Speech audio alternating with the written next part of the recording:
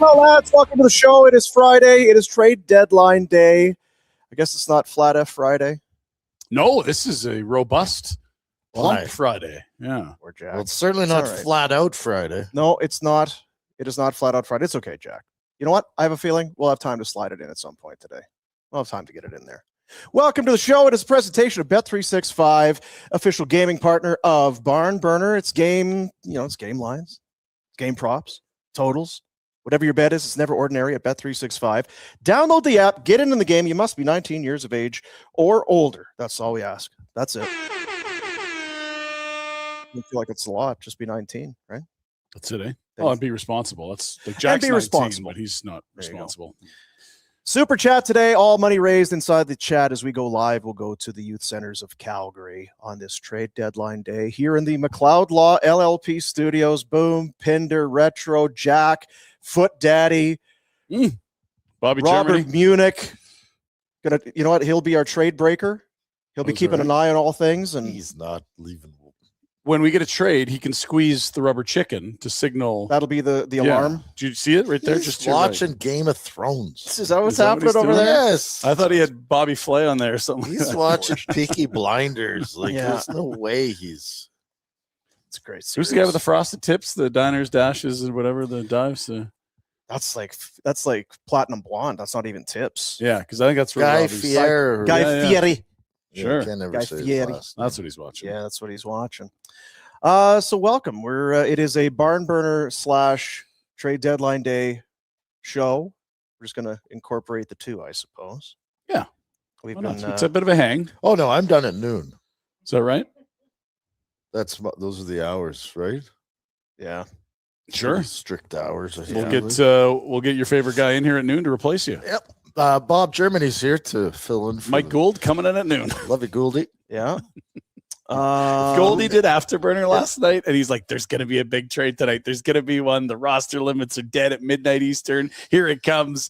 They went off the air. 1 minute later, Carlson to the Ducks. He was so mad. It was beautiful.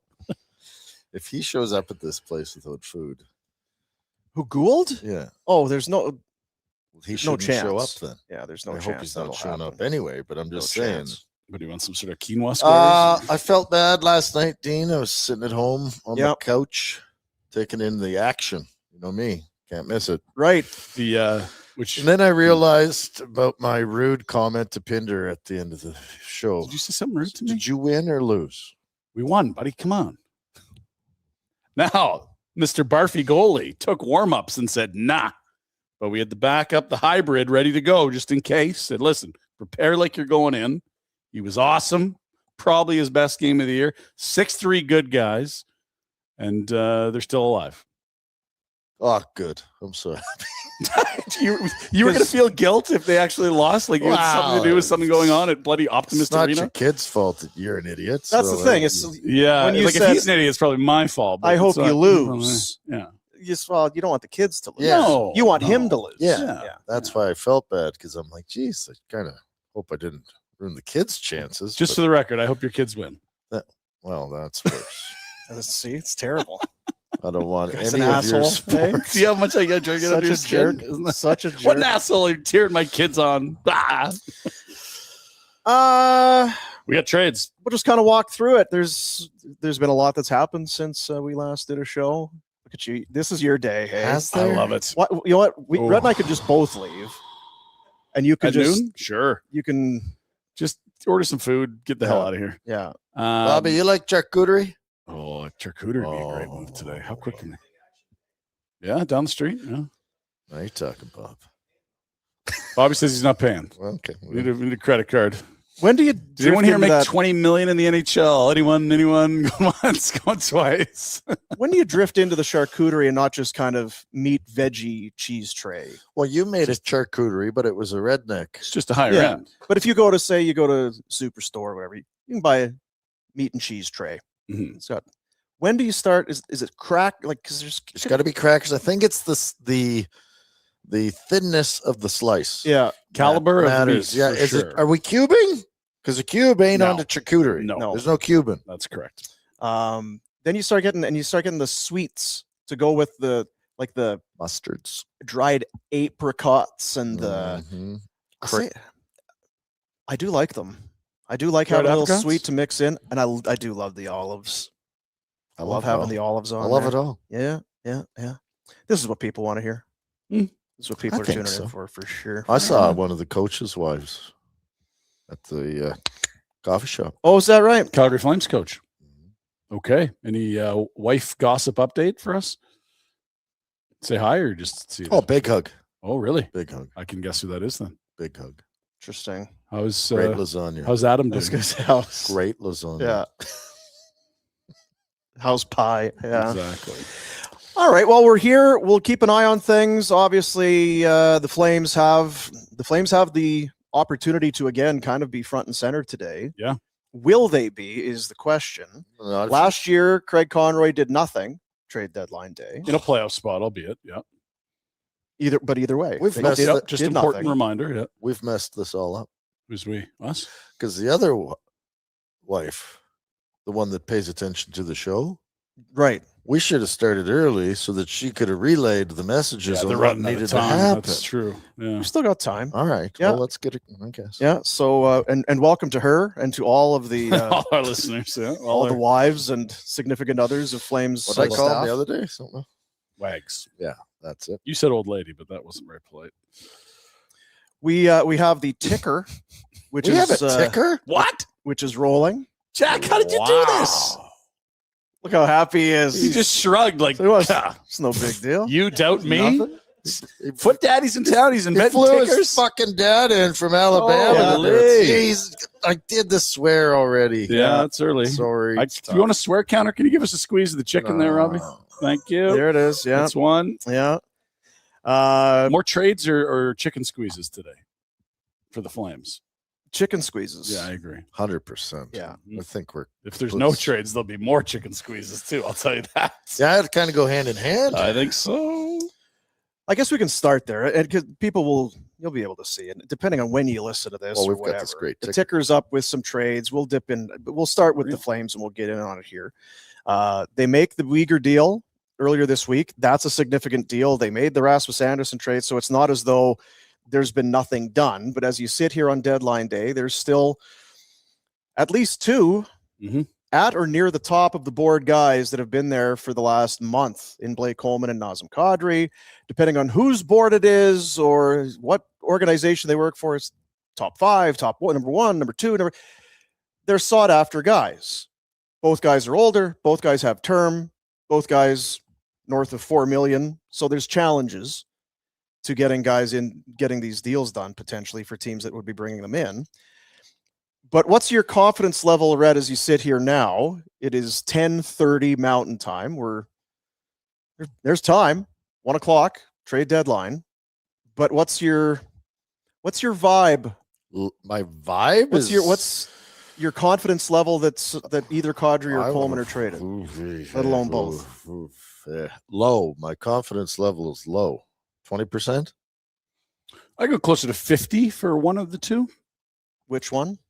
I don't know, and I think that's sort of going to have to be Craig reacting to what's going on in the market. Like, if I'm anywhere in that organization, I'm clearly not, and I'm not qualified to be, but I would be pounding my fist to get Nazem done and be less worried about a return and more about just really cementing what our actual direction is. Because you can talk about, well, you keep them, it's no big deal. If you get assets that help you in the future and you remove your best goal scoring threat, you are going to pick higher the next 2 years. I believe that to be true. And so I think that the biggest factor of a Nazem Kadri trade isn't anything you get back. It's your own pick getting higher the next 2 years. So that would be top of mind, but I understand that it's complicated because he's going to be 38 when it expires, and it is $7 million. And we have seen hesitancy in the past to retain from the Calgary Flames on deals. I don't know what happened with the Colorado deal. We're hearing rumors of what happened, but I guess if you're not Chris McFarland or Craig Conroy, do we know exactly what was or wasn't willing to be done by either side? I don't know. As we did the show yesterday, Colorado made the trade with Toronto for Nicholas Waugh for a first and whatever the other pick was. Fifth. And the first vibe is that feels like that was the most likely maybe partner for a Nazem Kadri trade for Calgary. And with it being a first round pick, that feels like the currency they would have used to get Nazem Kadri. Yep. That maybe the ship has sailed, at least on those two teams. And then as the day goes along, it was Nick Kyprios on his show in the afternoon on Sportsnet saying that he had heard that it was Calgary's unwillingness to retain money that squashed the deal, which made Colorado pivot to Toronto. So people, you know, and Nick's well connected. He's a guy that has obviously a long time in hockey media and a player, knows agents. He's broken news in the past. As you do, you get that makes me nauseous. You get fired up over, you know, what the hell is going on. Now, I was talking to Pinder before we started. You would love to know, because they just ate on Rasmus Anderson. They have ate money on Jacob for 2 years. They've been in the practice. It's not like they've never done this. We know in the past that there has been a real hesitancy to do so, but we've kind of been led to believe that it's not out of the realm for them to do this now. Mm-hmm. To a certain extent, though, right? And I just because what's Anderson? Almost nothing. It's almost nothing because it's the last third of a season, and it's UFA. The Markstrom is certainly more. Markstrom wasn't 50% for 3 years of $7 million. If it's I don't know that it's 50%. If it's the max, right? I said it yesterday. I don't think they want to eat any of it. And I don't think they feel they need to. And I think that probably the boss of bosses is saying, well, keep them. Let me just roll a theory by you guys, and I want you to react. Because what if I was Craig Conroy and you're Murray? Because you're going to own the team soon, right? You're going to have a slice of it. It's bringing me in. Now, retro, the cap next year is $104 million. We're in a rebuild. We're not budgeting $104 million, because don't think Murray doesn't have budgets for hockey and for his roster and hockey ops. He does. He's a businessman. He files quarterly. He's a very successful businessman. They have budgets. So let's say their budget for next year's team is $90 to $94 million, 95, $10 million under the cap. And then if something crazy pops up, like Jason Robertson falls out of favor, we get a chance. Okay, we'll talk. We can change the budget. Why wouldn't you, if you're Craig Conroy, just say, take $2 million out of my hockey operations budget the next 3 years and eat $2 million on this deal now? What's the difference financially to Murray? Is it not just $2 million either way? Ask Murray. I don't know. Does that sound reasonable or no? Sounds reasonable, but I also think it's more. It doesn't have to be more complicated, but you can make it more complicated. Like we don't know. Yeah. We don't have a clue. We don't know if there has to be a sales pitch on Conroy's behalf. You're right. It could be green. I don't care. We'll eat money to if we'll eat $0. We'll eat all the money. I'm going to stop for us to speculate on what's happening there. I mean, you can build this case where it's okay. Nick's not spouting that out without having some insight, and I believe him. Probably, I don't know that it's bang on, and I would say that most likely there is some hesitation to eat. And I think there always has been. Mm-hmm. And I don't. We talked about it earlier this week that the eating of money guaranteed would have some impact on what the return is. Do you think Colorado would have traded for Kadri if the Flames would eat $3 million of it at first? Well, it depends on the return, but they clearly would have been interested with Kadri with retention, to your point. So that trade, instead of Roy, I don't know if what's Waugh? Put Kadri's name on there. Mm-hmm.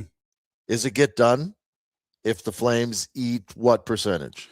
Or is Colorado going, screw it? That's the thing for Colorado. The player is, you'd rather have Kadri this year. Yes. But he's older with different, the price they're prepared to pay to me is different based on what's left on Kadri's deal. I would say this.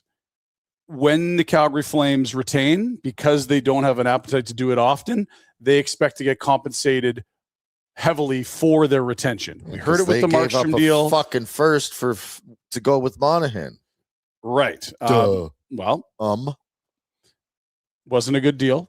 But that's the kind. But it wasn't a good deal. It was a terrible deal. It was a ridiculous deal. But that's what now the owner expects in return, right? If we're going to eat a bunch of money, that does make sense. And here's what's happened in the past. Here's how I want it to go. But then there's also just the market. You can look what teams get compensated for retention, and that one is way out of line. To your point, it was not a good deal.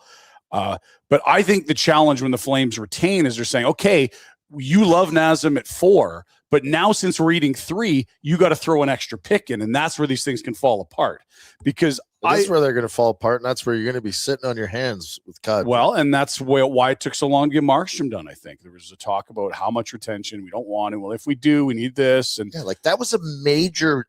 It was a huge thing to happen, and it was a done deal, and it got squashed, and then they had to revisit it. The Markstrom, and you didn't get what rumors are. You didn't get what you could have. Well, interestingly, the timing's funny because everyone wanted Alexander Holtz out of Jersey, and he's on waivers today, and Ball's been great. But the point of it all isn't just it's not our team.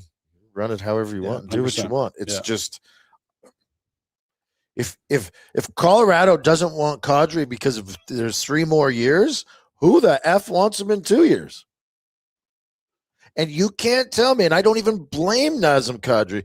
He doesn't want to play hockey as an old man just to play. Like, he's a competitive guy who wants to play for cups. I have heard from people in the scouting community that know this situation. The agent and player will be furious if he's not moved today. He's going to be pissed. It's not going to be a good result. That's not a guy I want to see. And then you're going to go, as ownership and management, you're going, geez, maybe if we just took that deal. Maybe we should have.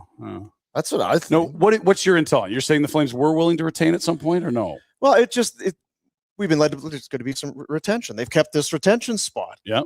For what this would be the guy. Yep. That they were very far down the road on a Kadri deal. This was happening, but something went sideways near the end. The boss was buying Tourmaline. That's what went sideways. It's what it is. Did he buy Tourmaline? They bought a bunch of gas assets. Yes. Okay. Anyway, I'm just kind of led to believe that there's more to this, that both sides are sour with each other. Colorado and that there's Colorado is sour, and so are the Flames. That there's some blame game, finger pointing, and they're both going to regret it. I'll tell you that. Like Nick was nowhere near the player of Nazem Kadri right now, and the Calgary Flames probably. Colorado, if you don't do it today, you're not getting a first for Nazem. Well, I'll bet you Colorado's mad at themselves because it almost feels like they got pissed off and went and made a deal with Tree, and it's not a good deal. Yeah, I agree. I don't think Nick that's a great deal for Tree, I think. Mm-hmm. Oh, for sure it is. Yeah. Yeah. Tree hasn't been asked to sell very often, but he's done a good job when he's had to. That might save his gig there because the buying thing didn't go well in Toronto. You spent way too much to get Carlo, way too much to get Lawton. You know what? And I'm grumpy today because my dog got up and shit all over last night. Dude. Oh, really? These dumb dogs. Oh, come on now. He's done dog. with dogs. Yeah. I got a dog for sale. He's feeding him scraps last night. I was mad that he's shitting all over his house. I need a chicken squeeze, please. And I get in trouble because I get emotional, start running your. I said it yesterday. I said the money retention thing. It shouldn't be a question. Are you or are you not? And if you are, then get it done. The Kadri deal is not going to improve. And if you want to sit on him, then you're selling us the same load of shit that Don tried to tell us in October in that stupid interview in Buffalo. Agreed. That's what you're trying to sell us on. And again, I don't think it should be such a huge thing. Like you literally have $1 million cap next year. What the hell does $2 million? It's 2%. It's not 20. The Minnesota Wild had to chew on $15 million a year. Suter and Parise. They figured it out. They had a better team than you did. You can survive with $2 million out of your budget. Jesus. And I don't think they have to spend that much. No, they're not going to go spend on a $5 million center to get back up to 7 with Don't spend the money. They're not. Their forward group's full. They already have a full forward group next year. Unless they start trading wingers, they're all full. Now, I'm happy to get kicked in the butt like the Nads here in an hour when Conroy pulls off a great trade and Kadri's moved on and this and that. But the cycle of life in Calgary as a Flames fan, this is familiar, huh? Seems to continue. And if you're the Calgary Flames and you're Murray Edwards or you're Craig Conroy, you're the part of this management team, you're Don Maloney, and you're like, there's this perception about us that's totally wrong, that we won't do X. Well, what time is it? You got 1 hour and 19 minutes to show everyone what your philosophies were. 2 hours and 19 minutes to tell us, show us that you actually can get this deal done. Because I'm with Rhett. If you hold Nazem Kadri past today, you've left the best deal you're ever going to get offered on the table. Well, the issue again becomes, and this is our personal opinion, maybe he'll be a great soldier and he'll get the walking sticks out just like the Boom Cat, and he's a mountaineer and he's going to just keep working his ass off. I don't see it. I think Kadri's going to be livid and he's going to be going, what the hell are we doing? I was a good soldier here, and I worked my tail off. I did everything I could do, minus a couple weeks at the end of the Darryl saga, which clearly was not a fit between those two. He's been a phenomenal Flame. He did his part. He's politely played the game where he doesn't create a stink. And right before the deadline, he turns out, I'm open to moving to, I'd like to be traded. He's doing everything by the book here. And there's one other catch in all of this. I'll tell you who doesn't think they're going to shit next year or the year after. Nazem Kadri. That's right. Nazem Kadri does not believe that he can't play in the NHL and contribute in 2 years. There are lots of people, us included, that have the, he's getting older, Well, who's older, him or Backlund? Backlund by a year. Backlund's still contributing this year? Yep. So, like he's an outlier already. Yeah.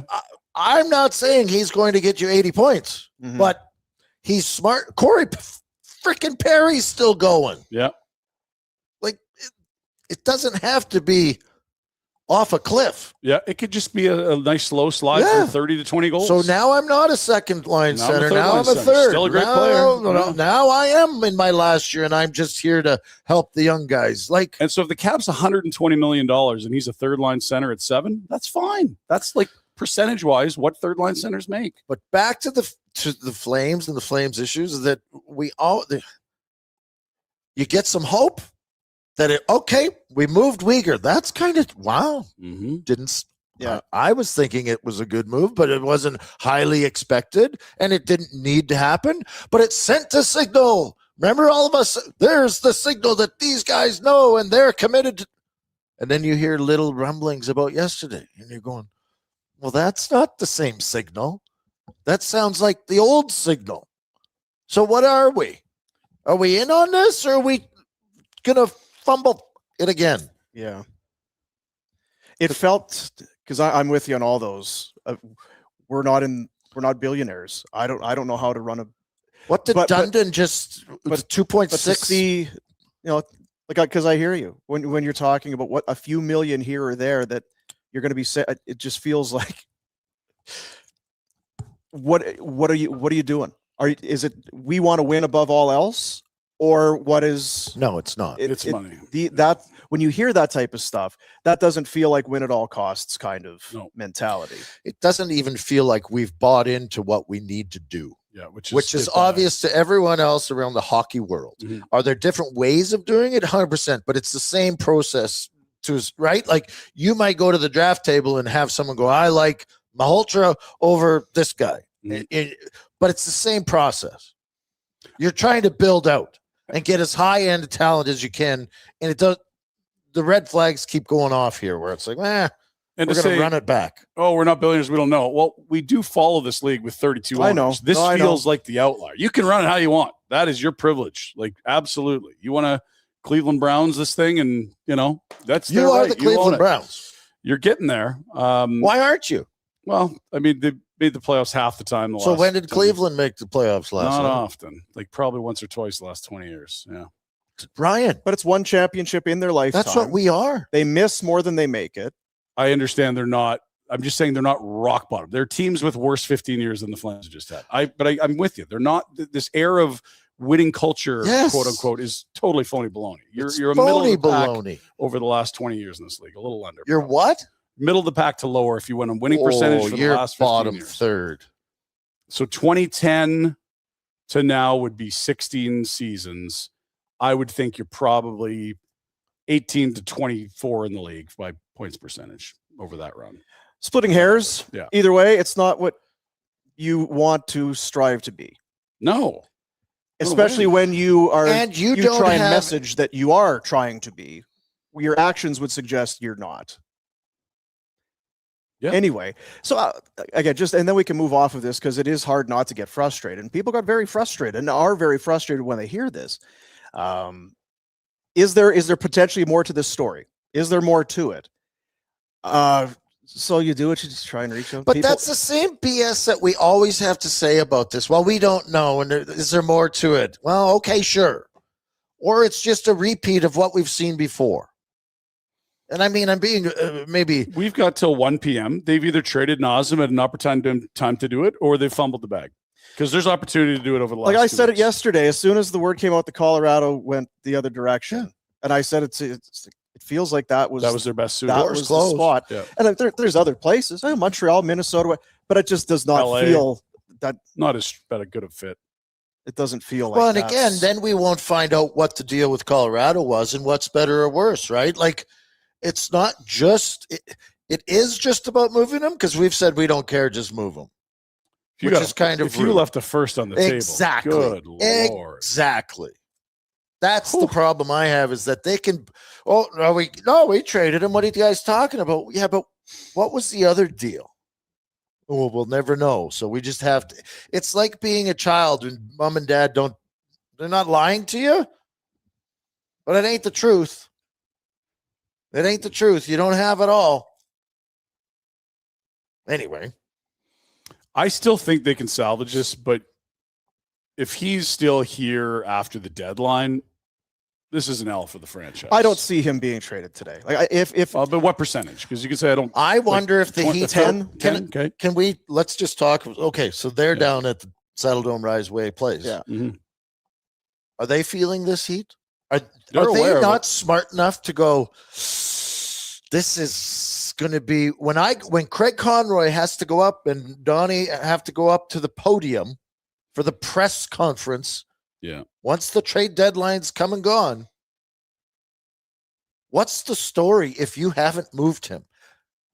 Are they not having the conversation that we're having, even if it's harder to move up the chain of command? They have to realize it. I'll tell you you talked about the Don Maloney thing in October. You do a press conference today talking about Nazem is a big part of culture moving forward.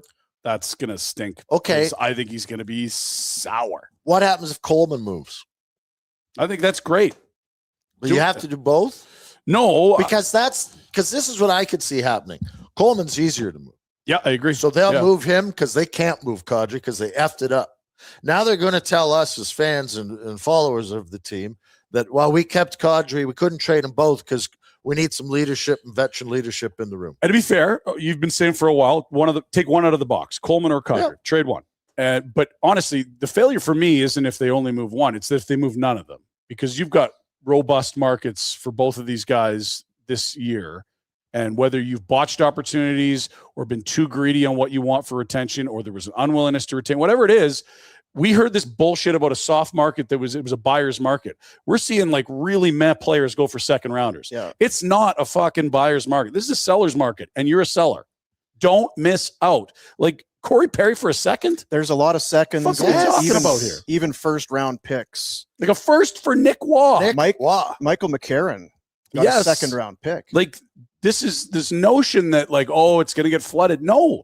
There's still only like 6 to 8 teams selling. And it's ridiculous to think that the Robert Thomas stuff is, by all accounts, it's a huge ask. They want everything and the moon. Like, so it's not really. So, sake of argument, because we're all on the same page. If you were told they both have contracts for next year, we assume both guys, they're competitors, they're going to come back and play the same way next year.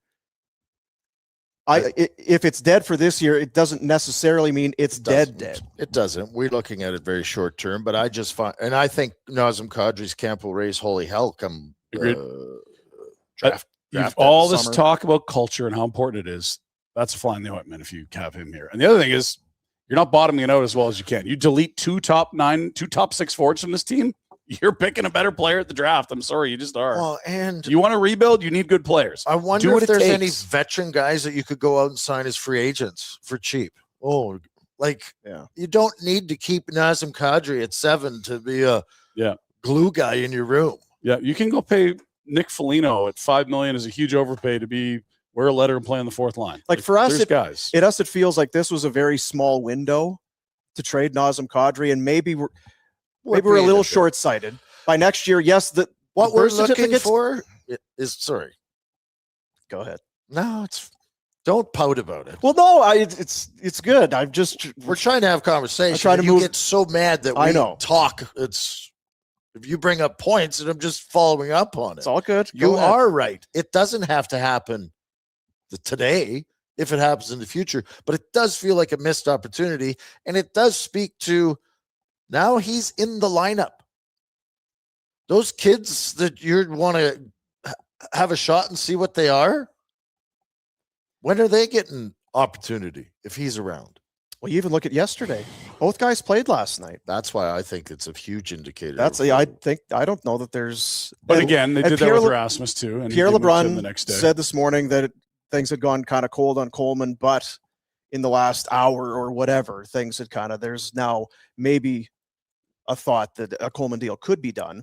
But as of last night, it looked like both guys, because it was Colorado. The Kadri to Colorado thing was the one, and then they went the other way. And if you do the Kadri to Colorado, you're done your business. Yeah, no one cares if you keep Coleman at that point. You can sit there and text me your offer, and I'll maybe call you back. But So if you're Colorado, it's a 2027 first that you move for Waugh. It's going to be at the end of the first round. You're a very good team.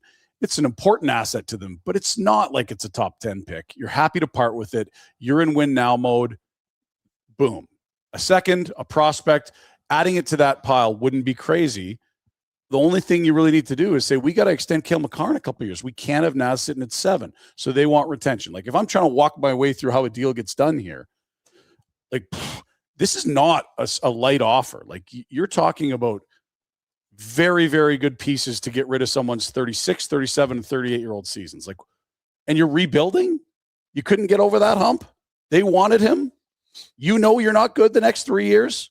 You understand he's going to be pissy if he's here after the deadline, and you still didn't get it done?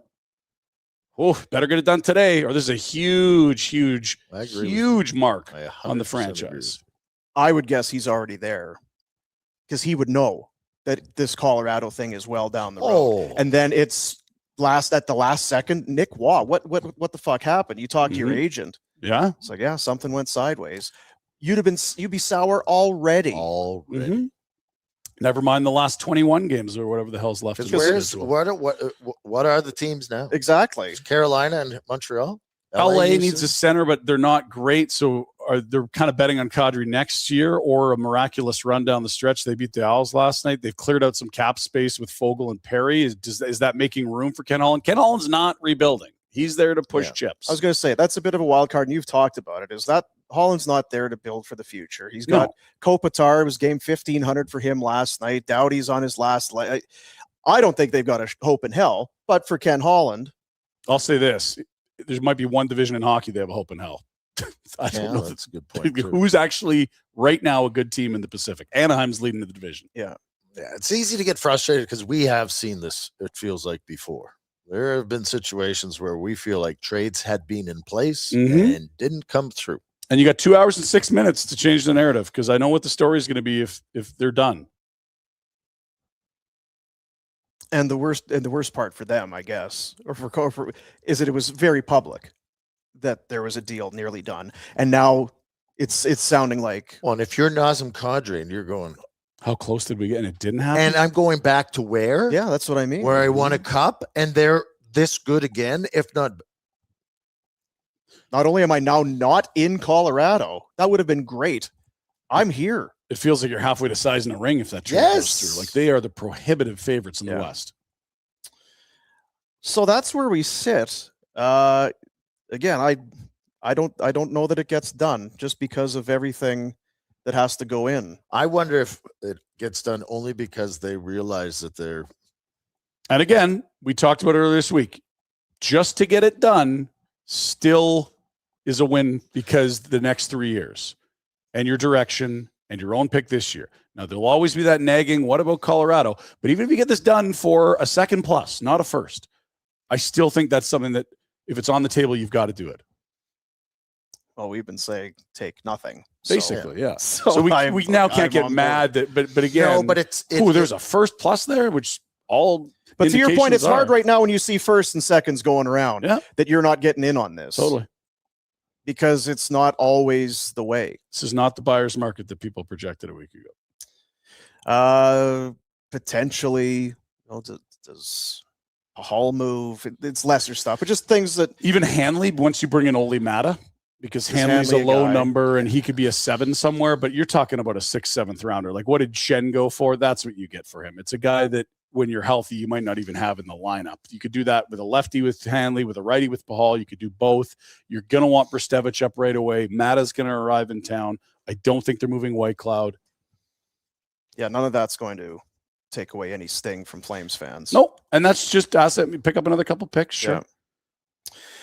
Yeah. Capital Automotive Group, part of what we're doing here, part of it's Renfrew Chrysler. They're part of the automotive group over there with Capital. 1920 Pump House Road in the Southwest. When it comes to the Ram Sport, Renfrew doesn't just compete, they lead. It's the 60K Sport, widely known as Canada's best deal on a Ram Sport. Renfrew recently named the #1 Stellantis dealership in Canada for most new vehicle sales. That's serious volume with one of the largest inventories in the country, including a strong lineup of Jeep Compass models priced to move. There's no shortage of options. Big selection, big energy, and a team that knows how to close out a win when it matters. Go take a look for yourself. It's on Pump House Road, 1920 Pump House Road Southwest, and online renfrewchrysler.com. Hello to Renfrew Chrysler on the program. Let's load up the back of one of those Rams with some draft picks coming in. Let's go, Flames. Come on. Yeah, they've got a bunch. More is better. Yep. In this regard. Did how much there was a game last night? Bobby Germany did Afterburner. If we want to give him the stage for 10 minutes, I'll go get breakfast sandwiches. Because I watched it, but it also watched me a fair amount. 10 minutes is a long time. That's too much time to wrap up that game from last night. That's 4-1, couple empty netters. It was a bit of a ho-hum affair. There's a stark takeaway for me. Tevin Cooley has been phenomenal. Probably the best season on the roster, and I don't even know who'd be in second. Like Cooley versus expectations, when he got shelled in that final preseason game, and you're like, is it going to be Prosvetov or Cooley? And from that point on, he's been money. He has been the shining example of your goalie is voodoo thing. Yep. A year ago, this guy's unbelievable AHL All-Star stud. Halfway through the year, then the second half, this guy does he get bonked? Does he got his pads on the right legs? Like, does he know what he's doing? Even dress in the playoffs for their final game in the playoffs in the American League. Yeah, he was their third guy at that point, probably due to some injury form, blah blah blah. But comes to camp this year, Flames are legitimately looking at goaltending options because Prosvetov and Cooley are soiling themselves on a nightly basis. Who's on waivers? Is Akira Schmid going to hit the wire? Who's possibly out there? Michael DiPietro. Could they claim him? It's like, well, who is the best of the worst?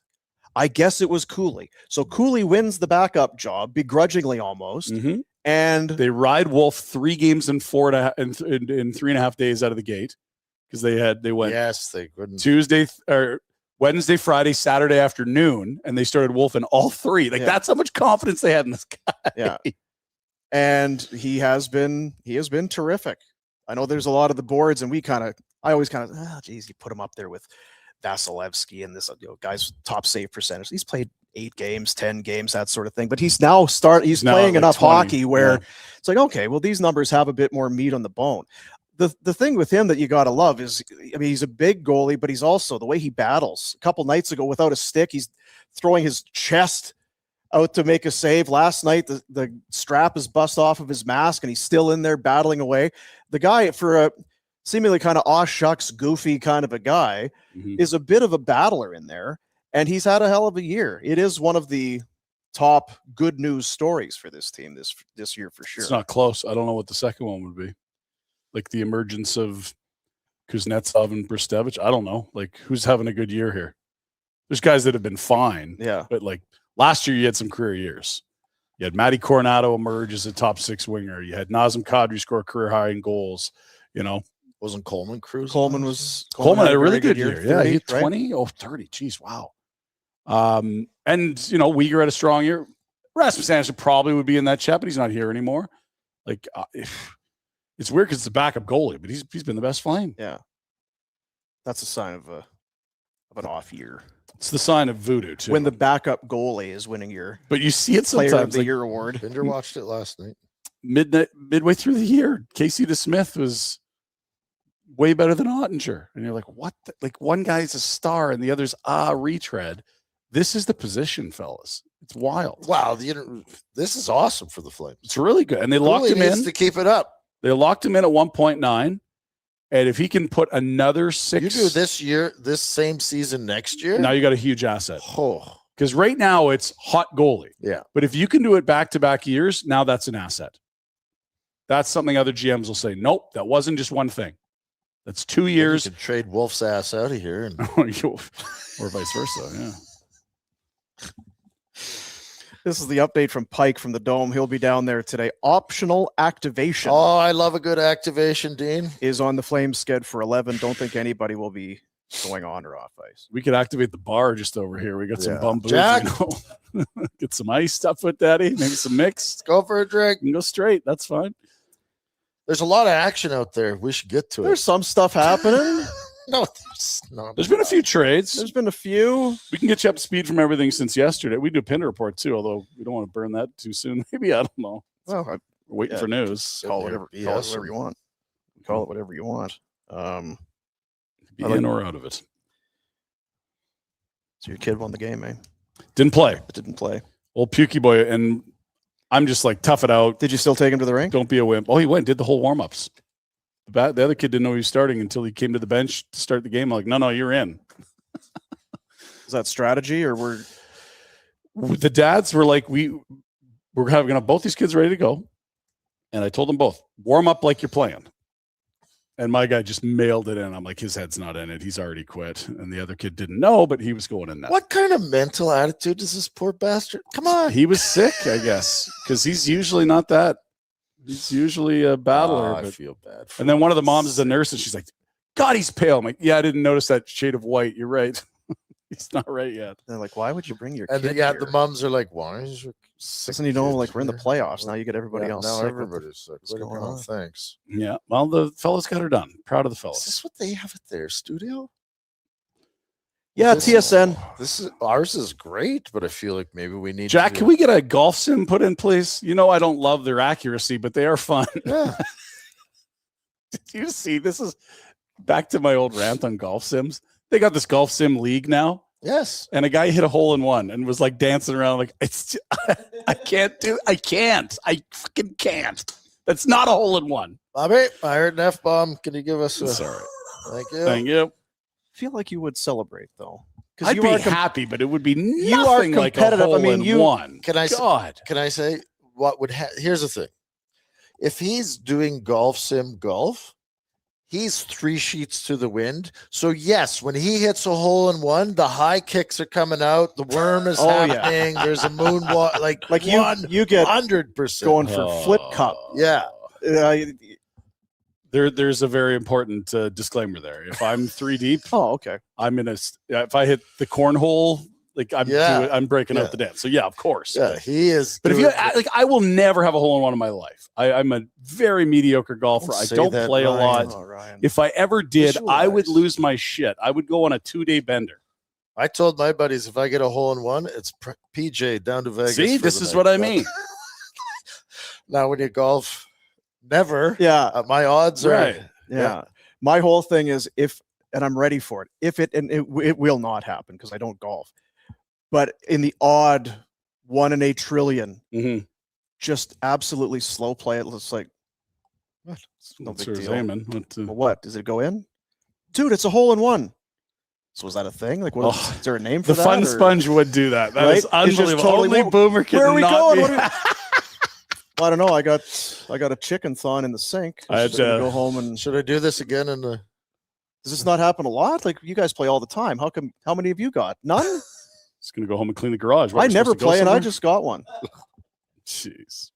Why am I buying drinks? What's this? I don't understand you. look at guys. this guy. This guy was in Calgary last night. Yes, he Oh was. man, did you get cheese toasted? No.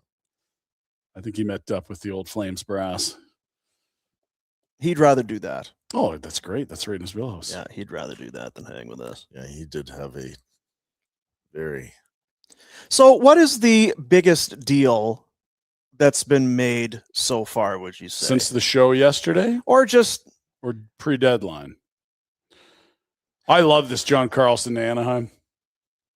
It's an expensive. You're a bit frothy on the Ducks, to be fair, but 100% I am. But also I'm a big Carlson fan who's still got it.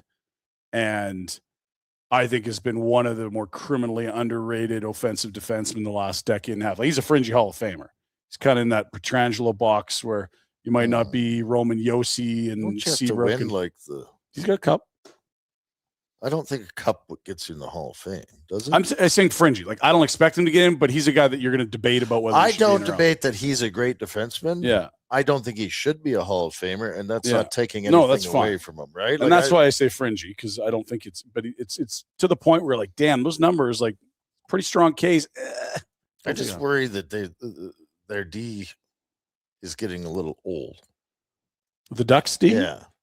Well, they got some young guys mixed in too. Like, you got Zellweger, you've got Hellison, and the guy that went to the Olympics with the Americans from Minnesota, Lacombe. Jackson Lacombe. But then you've also got the vets. You got big, mean, physical Trouba. And I like them, Gudas. and I think the trade is good, but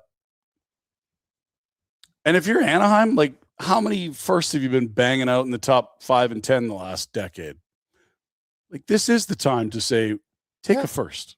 it's an interesting one because Verbeek has slow played a lot of things.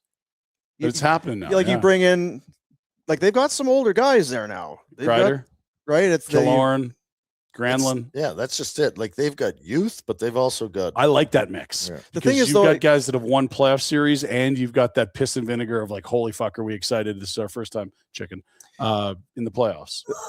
and the thing with their youth is it's elite youth. Yes. It's not he was our first rounder. Like, that's well and good, but it's high end young guys. Cutter Gauthier, Beckett Seneca, like, these guys look like stars, not, oh, he'll be a middle. No, they're both scoring like top line wingers in the NHL already.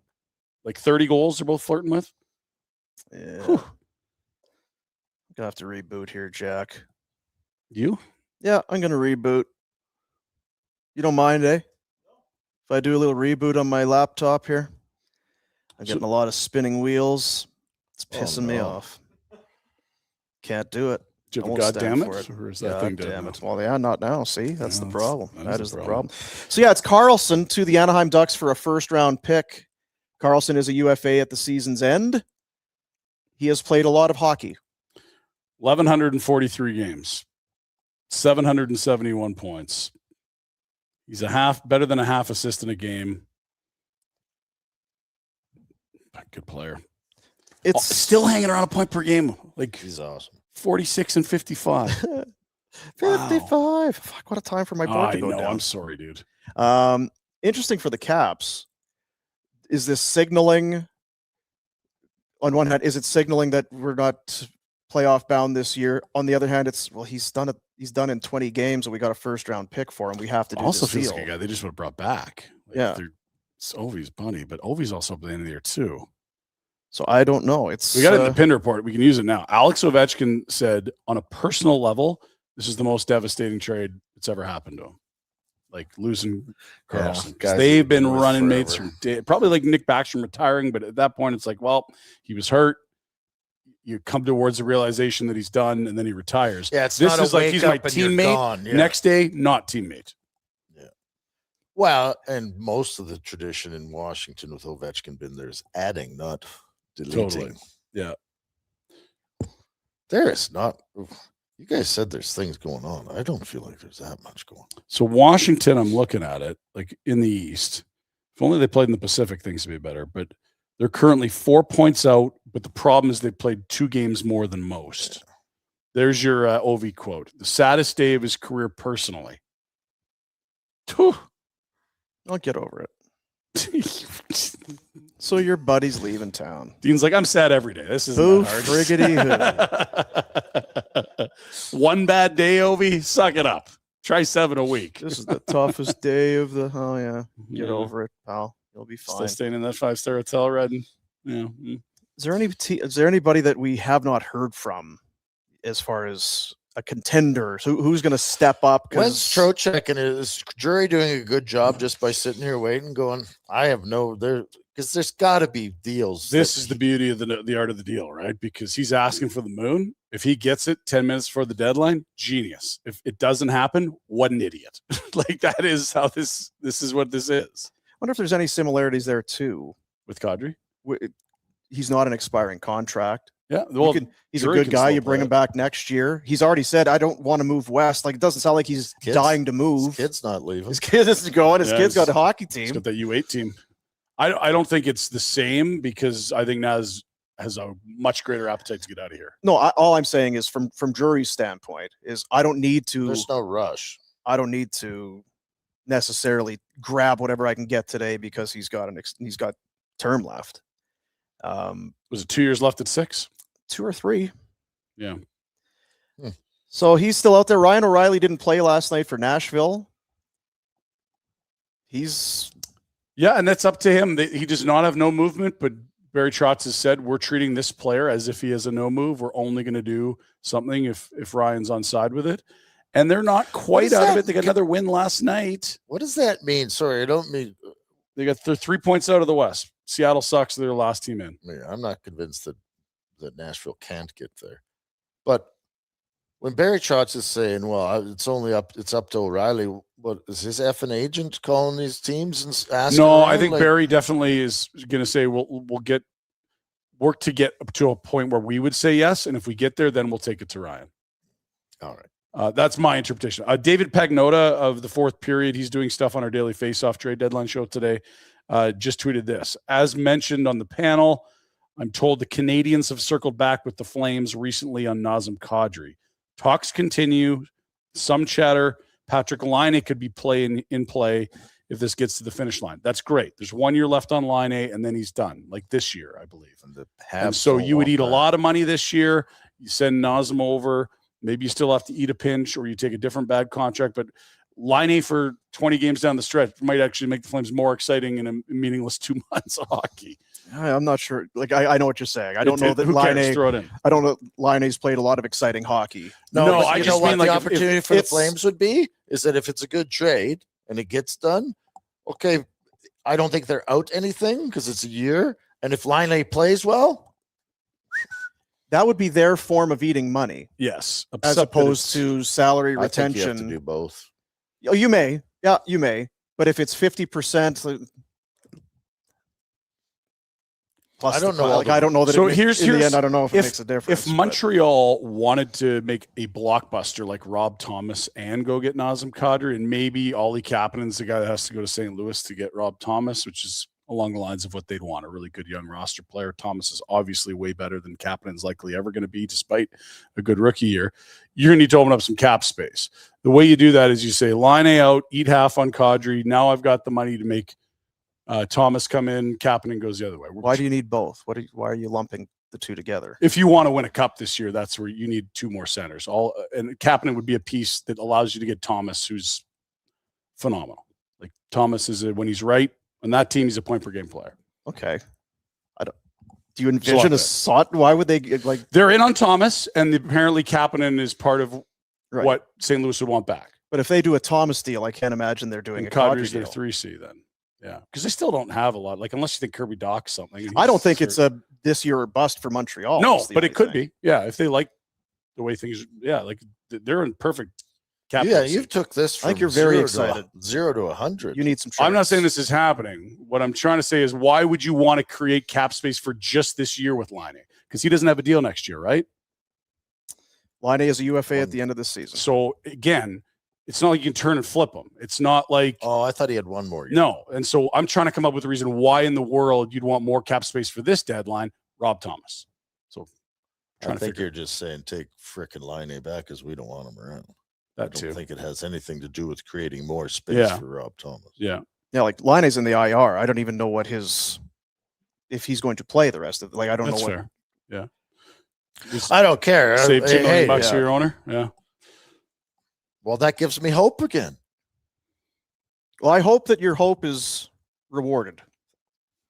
Yeah, you had it at 10%. 1 in 10 is not often. I think we're probably closer to the coin toss range of whether this goes down, because he is, if the ask is too high on Trocheck and it's too high on Thomas, is he not, and O'Reilly's not going to get moved? Like, that's still very realistic. Those three things happen. And then Kadri's your top center on the Right, board. but it still comes down to, do we need to win right now? Is it worth taking on 3 years of that contract? Yeah. Or the other team still feels like they have to be getting a good deal. Or can we just take a breath? We'll go into the playoffs. See Like, what that's happens. those guys are smart, patient dudes. Do we just tap the brakes, see what Hage is in training camp next year? Totally. Is Kadri going to be blocking this guy if he's here for 3 more years down there? Like, all of that is going to go into there. It's not just, well, Kadri's better than Kapanen today, so let's do it. I agree. Like, if I'm them, I'm slow playing this thing. Yeah. But when you're in that and you've seen the turnaround they've made, and you made the playoffs last year, It's the only thing. Those guys are smart. I don't like that. very smart. Need some dumb GMs out there. Just to be more. There's dumb. a few. Where are the Bennings and the Shirellis at? Like, let's go here. There used to be more. Jim Rutherford's still in Van, but I don't know if he's dumb, just likes action. Yeah. Connor Garland traded last night. That's an interesting one where they sign him to an extension and then trade him before it kicks in. 6 for 4 years starting next year, I believe. Feels like a Columbus Blue Jacket, though, doesn't he? Yeah, he does. I think he's the kind of player that fit in most organizations. Yeah, probably. I don't like him because he's a pain in And the ass, but that's why you want him. They lost Marchment last night. We don't know the severity of right. the injury, but he left the game. If you knew that he's done for the year and it's not public yet, and you're already talking about Garland's, like, yep, never mind, third or a fourth. We'll give you the third. Get it done. Are these guys doing what they need to, Minnesota? Watching on TV here. I still think they need a little more meat at center ice. Nick but Foligno, fine, whatever. Bobby get to play with your brother. Brink's an interesting middle six winger. It's all about vibes. Like, he's Minnetonka. So, like, he's a local guy. Foligno comes in to be there with his brother. They made the Quinn Hughes trade. Like, and the big centerman, McCarron. Like, this is the bottom half of their forward group that messed around. So they're kind of. But none of those players make it them pop more. Do you know what I mean? Right? I don't know if that's the right way that's fair. Saying it, but none of these guys coming in. Yeah. Yes, great. If there's 2 minutes left in a game and they're down one, none of these guys are on the ice, right? They still could use that one more top 9 center. Yeah, you've added some depth and you haven't spent a bunch of asset, but I don't know that you've improved your team extraordinarily. Just looking at Brink is 24. He's an RFA. He was the Pelche draft Foligno's- class. He went, I think, 33rd. Pelche was like 28 or something. I remember just that draft class because he was a unique guy that sort of slotted around where the Flames picked. They didn't. He's had a really nice year in Philly. Like, for them too, it's kind of, are they in a spot where our Kaprizov is going 9 to 17 next year? Boldy's making 7. We'd love to keep Quinn Hughes. Let's not do something that potentially affect. We talk about Makar all the time with Colorado. It's like, if he's happy to stay, we better be damned well be ready to give him the money. Yeah, I have not done it, and I'm never going to do enough research to understand where the cap's going and how much the cap and how much this. They've got $15 million coming off in Zuccarello, Foligno, and Tarasenko this summer. Next summer, excuse me. So by the time you need to re-up Quinn, that's a lot of cake. And again, Quinn's going to be a U heading into the 27 summer, I believe. Or is it 28? Either way, your cap's 113, 120. It's quite a bit more than now. Yeah. Just want to do something while we're. It's a lot of math. There's a lot of numbers in Matt Zuccarello has 37 points in 42 games. Still good. He's 38 years old. Oh, but Kadri's the shits and can't play. The thing that you can find a lot of 38-year-olds that are good in the NHL. The problem is the guys that aren't good at 38 aren't in the fucking league for us to look at. They've been done since they were 32. Good point. Right? Like, yeah, you're either good enough to keep that. Wow, look at all these 38-year-olds. Are you playing league at 38? It's like, yeah, but do you know how many 30-year-olds are in the league? This is like 10% of them. Less than that, probably. But he's been very good. Go through all the other trades because we haven't even done that. Okay, for yesterday after the show, Michael Bunting went to Dallas. Bunting, scrappy, sort of third-line winger, banger. He must annoy everyone because he's gotten traded a lot. He's moved around a ton. It's a 26th third going to Nashville. And Dallas, They got their right shot, D and Myers. They've got Bunting. They've won 9 in a row. They play Colorado tonight. They might sit tight because things seem to be working right. Bunting gives them a little more depth in their bottom 6 and some mustard. I'm back, baby. And well done.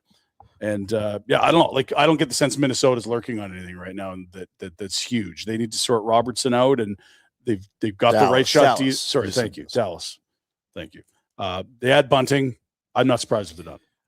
All you've heard from Jim Nill is like he's patient. We're just value deals. Like he doesn't really. He did the Rantanen, but that's world class player. I can't imagine what they get done today if it is just edge work. And honestly, like, it wasn't the best year, but does it sting when you see Chris Tanev near his prime going for a second and all these dusters the last 2 deadlines that have gone for seconds? Oh, that was a Jim Nill win. It was. They didn't win, and Tanev's played about 30 hockey games since then. So I just mean the bet at the deadline. Like, that's like splitting aces. You're not going to win every hand, but fuck, that's good business. Chicken. Elsewhere, Warren Foegele goes from Los Angeles to Ottawa. This happened, I believe, before the Sens game in Calgary last night.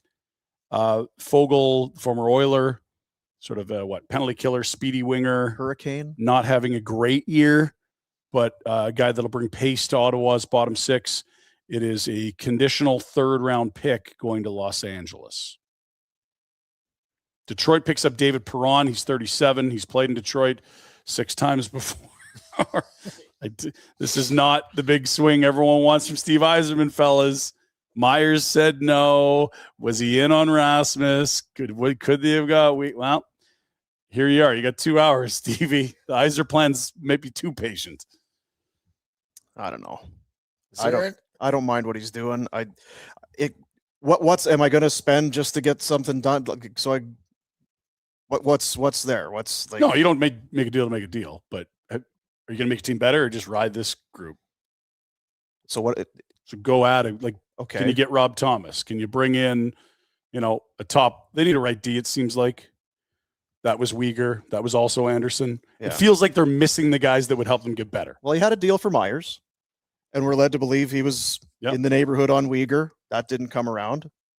3 seconds and a player and a prospect. He probably wasn't prepared to do that. So he's trying to get deals done for sure. Why do you hate Steve Yzerman? Don't.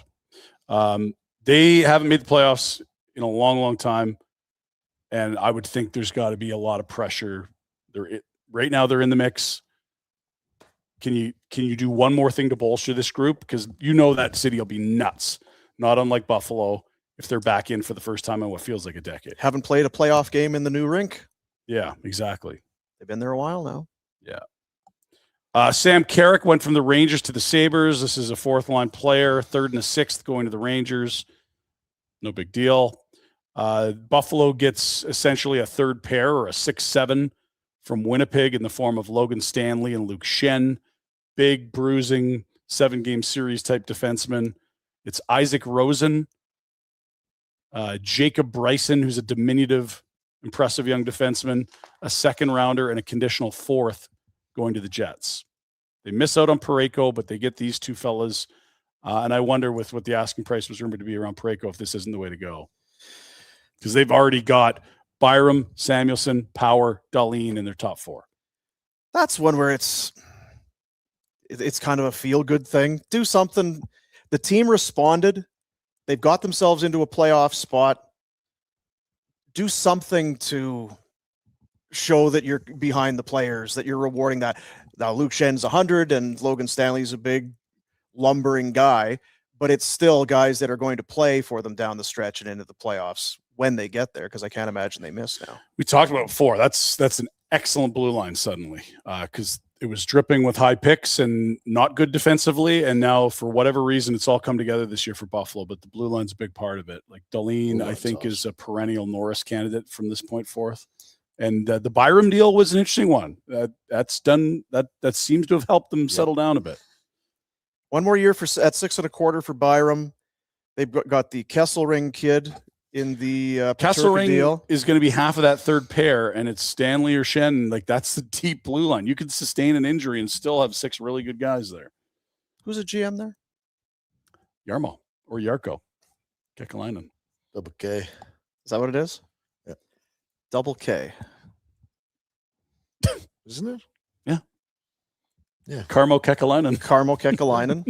Karma. If you guys would pay attention, you'd understand. That's right.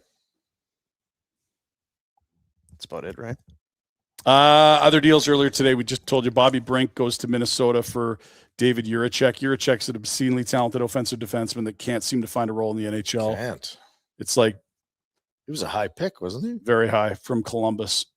It's got some Bouchard vibes where it's like the mistakes are train wreck disasters, but the offensive IQ's through the Perek roof. had a nice play last night in the corners.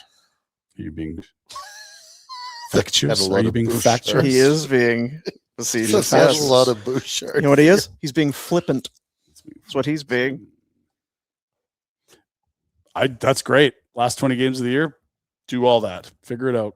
Play the S out of the kid. No, don't do that. I just mean go out there, figure out what works and what doesn't. None of this, you made a mistake, come out of the line. I don't want to see that. That's what I'm saying. You're both right. That's fair. I don't even want to argue with you because you're not wrong, but You're not wrong either. Like, there's some learning that has to be done could here. not just stop and give the puck away. If we see that again the next game, I Ooh. think, yeah. John Carlson, we talked about going to Anaheim. Connor Garland to Columbus. Corey Perry to Oh Tampa, my the latest. God. We don't know what year, but a second rounder going to LA from Tampa, and that gets us up to speed unless Rhett's got another deal. Jack, let's go for a drink. Oh, no. What's going on? Go to the The big man at the Bonton just texted and said, how come that you guys didn't let me know you're doing this? I'd have sent ribs and potato salad. I'm not in charge of this stuff. I'm not sure what I'm in charge of. But Yeah, if I'm missing out on ribs and potatoes, in fairness, you have your hands full. but if I'm missing out on ribs and look at poor Bob Germany. Bob Germany's never had the Bonton ribs and potato salad. Have you? Here's the thing. I feel bad because Greg, He gives and he gives and he gives. How many times he's can a, you go he's to a the day give us one more OG, meat? Yeah. and it's, well, I'll send you some food. Oh, like I don't feel bad. like a couple burgers or like a little couple, and then he sends like trays and trays of Like food. pounds and pounds and pounds of food in huge trays and like stacks of paper. Like it's It doesn't mean we love it any less, Greg. I'll send a taxi over. send Foot Daddy up there. So, You're leaving in 32 minutes, aren't you? if the potato salad and the ribs are coming, I feel Pivot. like I could maybe squeeze out a little more. Bonton Meat Market, So a flexible. day one proud supporter of Barn Burner, tradition of quality products, personalized service for over 105 years now. We still haven't done, because with COVID, they had the centennial celebration. big party there. We've kind of been talking about maybe do a golf tournament. You want to just, we still need to do a blowout for the 100 years of Bonton. 100 years. Maybe we should go to Grey Wolf that day and set up. Proud to be Calgary and Southern Alberta's Consumers' Choice Award winner for Best Meat in Deli. 24 consecutive years. Make it 26. Wow. I believe it's now up to 26 years. Huh. They've just been running away with it. Bonton Meat Market, 28 Crowfoot Circle in the Northwest. Yes, beef ribs, pork ribs, meat pies, salads, desserts, Don't forget, what's the boss like at your house? Oh yeah. the cheesecakes. Which one was it? The coconut The something or the coconut creme brulee. meringue? Oh. Yeah, that had some real stipulations in the house. Jack, No one touches it. get off your ass today. Take the Foot Daddy up the Bonton. Take the Foot Daddy. Grab him So some. just if we're gonna sort of like division of labor is important. It's for functional things. You're like, this isn't my file. And we're like, we feel a little guilty. And you're like, well, I don't. And it's like, can that be your file? Just talking to Greg and lining up That's a food? good point by you. We left food up to you for one Christmas party. It was I was too drunk. Massive, huge. I was failure. drunk. I would never. And John allow Bender it. saved us. The Mustard Point got us pizza. Yeah. You know what? I'll take the blame on this. No, it's not blame. It's No, but moving I'll take- forward, yeah. assigning responsibility. I will Yeah. take the. I can take a little responsibility. I like to pass the buck, but You know what it is? There's a lot of honesty happening today. Jesus. What it comes down to is putting people in a position of strength. Yes. That feels like Oh. you would really coaches. succeed there. good Rats, coaches. good coaches put players in Yeah. positions to succeed. That's right. Oh. That's why Jack's a shitty coach. He should have had you on food. Way to go, Jack. Way to go. Yeah, that would be all right now, but Greg is the best. Why don't you somebody send some texts down to Saddle Dome Rise Way Place and see if Well, why don't we get Pike? What's he doing? He's just sitting there. Oh. Yeah, Pike's ready to rock. I don't know. You love Pike or Gould? Rat? Do you want to get Oh, jeez. I'll go get some food. Go get some breakfast sandwiches. No, I can't. I'll chip to that. What do you mean you can't? Can't do it. I don't want to get bogged down because I think there's a lot of action that's about Oh, to yeah, come do you? across. Yeah, we're this getting evening. right into the wheelhouse. Yeah. We're getting right into it I'll here. tell you what's going to happen. It'll be 2:00 because nothing's going to happen till And then it'll 12:55. soft break. Yeah. Yeah. Oh, yeah. This one got in right under the Oh, wire. weird. this Yeah, one, it 2 happened. seconds early. Yeah. And we're hearing about it 40 minutes later. Right. I think we're probably in the time where we're going to pivot at least one way and get go from the coffees, which I see we've all been enjoying, into the Temple Golden Lagers. Bobby, do you want to hand out a few temples from the fridge? Is there? is it Temple time? It's temple time. Tell us about Temple, whoop, Pinder. whoop. Well, here's the thing. Having a beer in your hand feels good, but now you don't necessarily want to be under the influence of alcohol at all times. I gotta But get you also home. don't want to feel left out. But also you might have to draw. Here's Yeah. your solution. It's the Temple Golden Lager. Clear-headed, my friends. That's what it's about. We had Dane at the Flames game with us on Tuesday night, Buddy, thanks. and he says, you know what?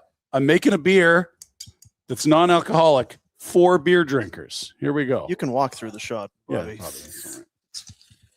So you're worried about getting spotted? Oh, in yeah. mission? Yeah, That's all what happens when you throw them, I guess. I'll let that one maybe just sit. Mm. Temple Golden Lager. Like soon to be. They are carbonated. Yeah, noted. drinktemple.com, TEMPL.com, non-alcoholic beer that actually tastes like a beer. Cold, refreshing, carbonated, clearly.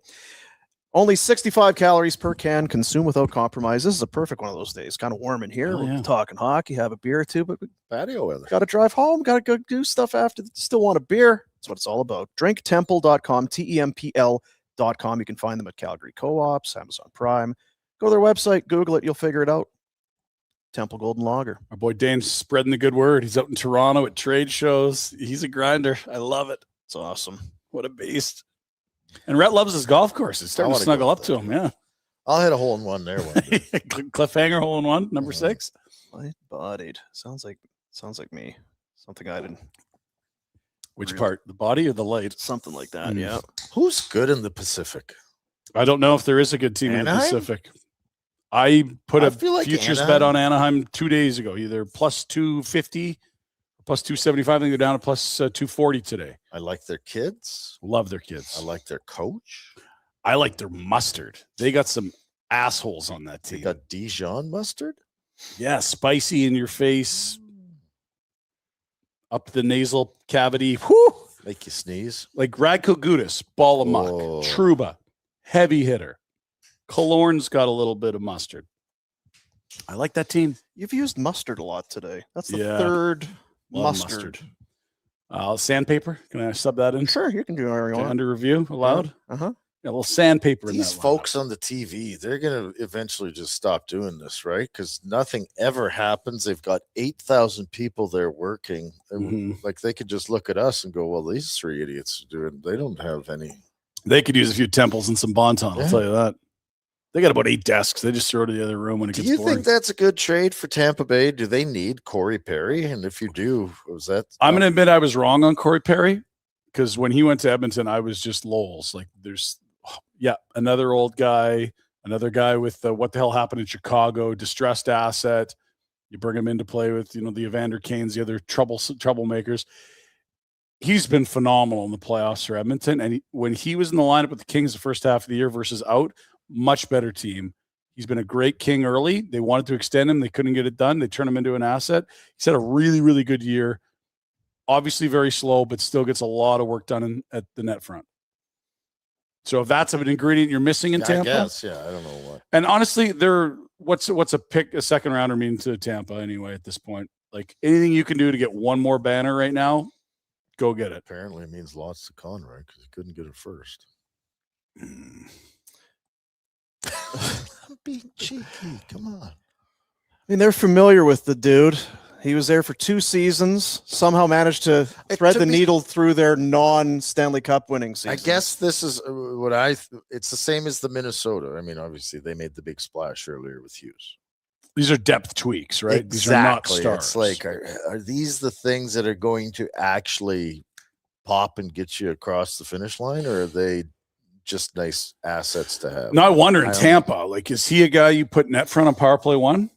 In his prime, he was. Well, you don't need him to go.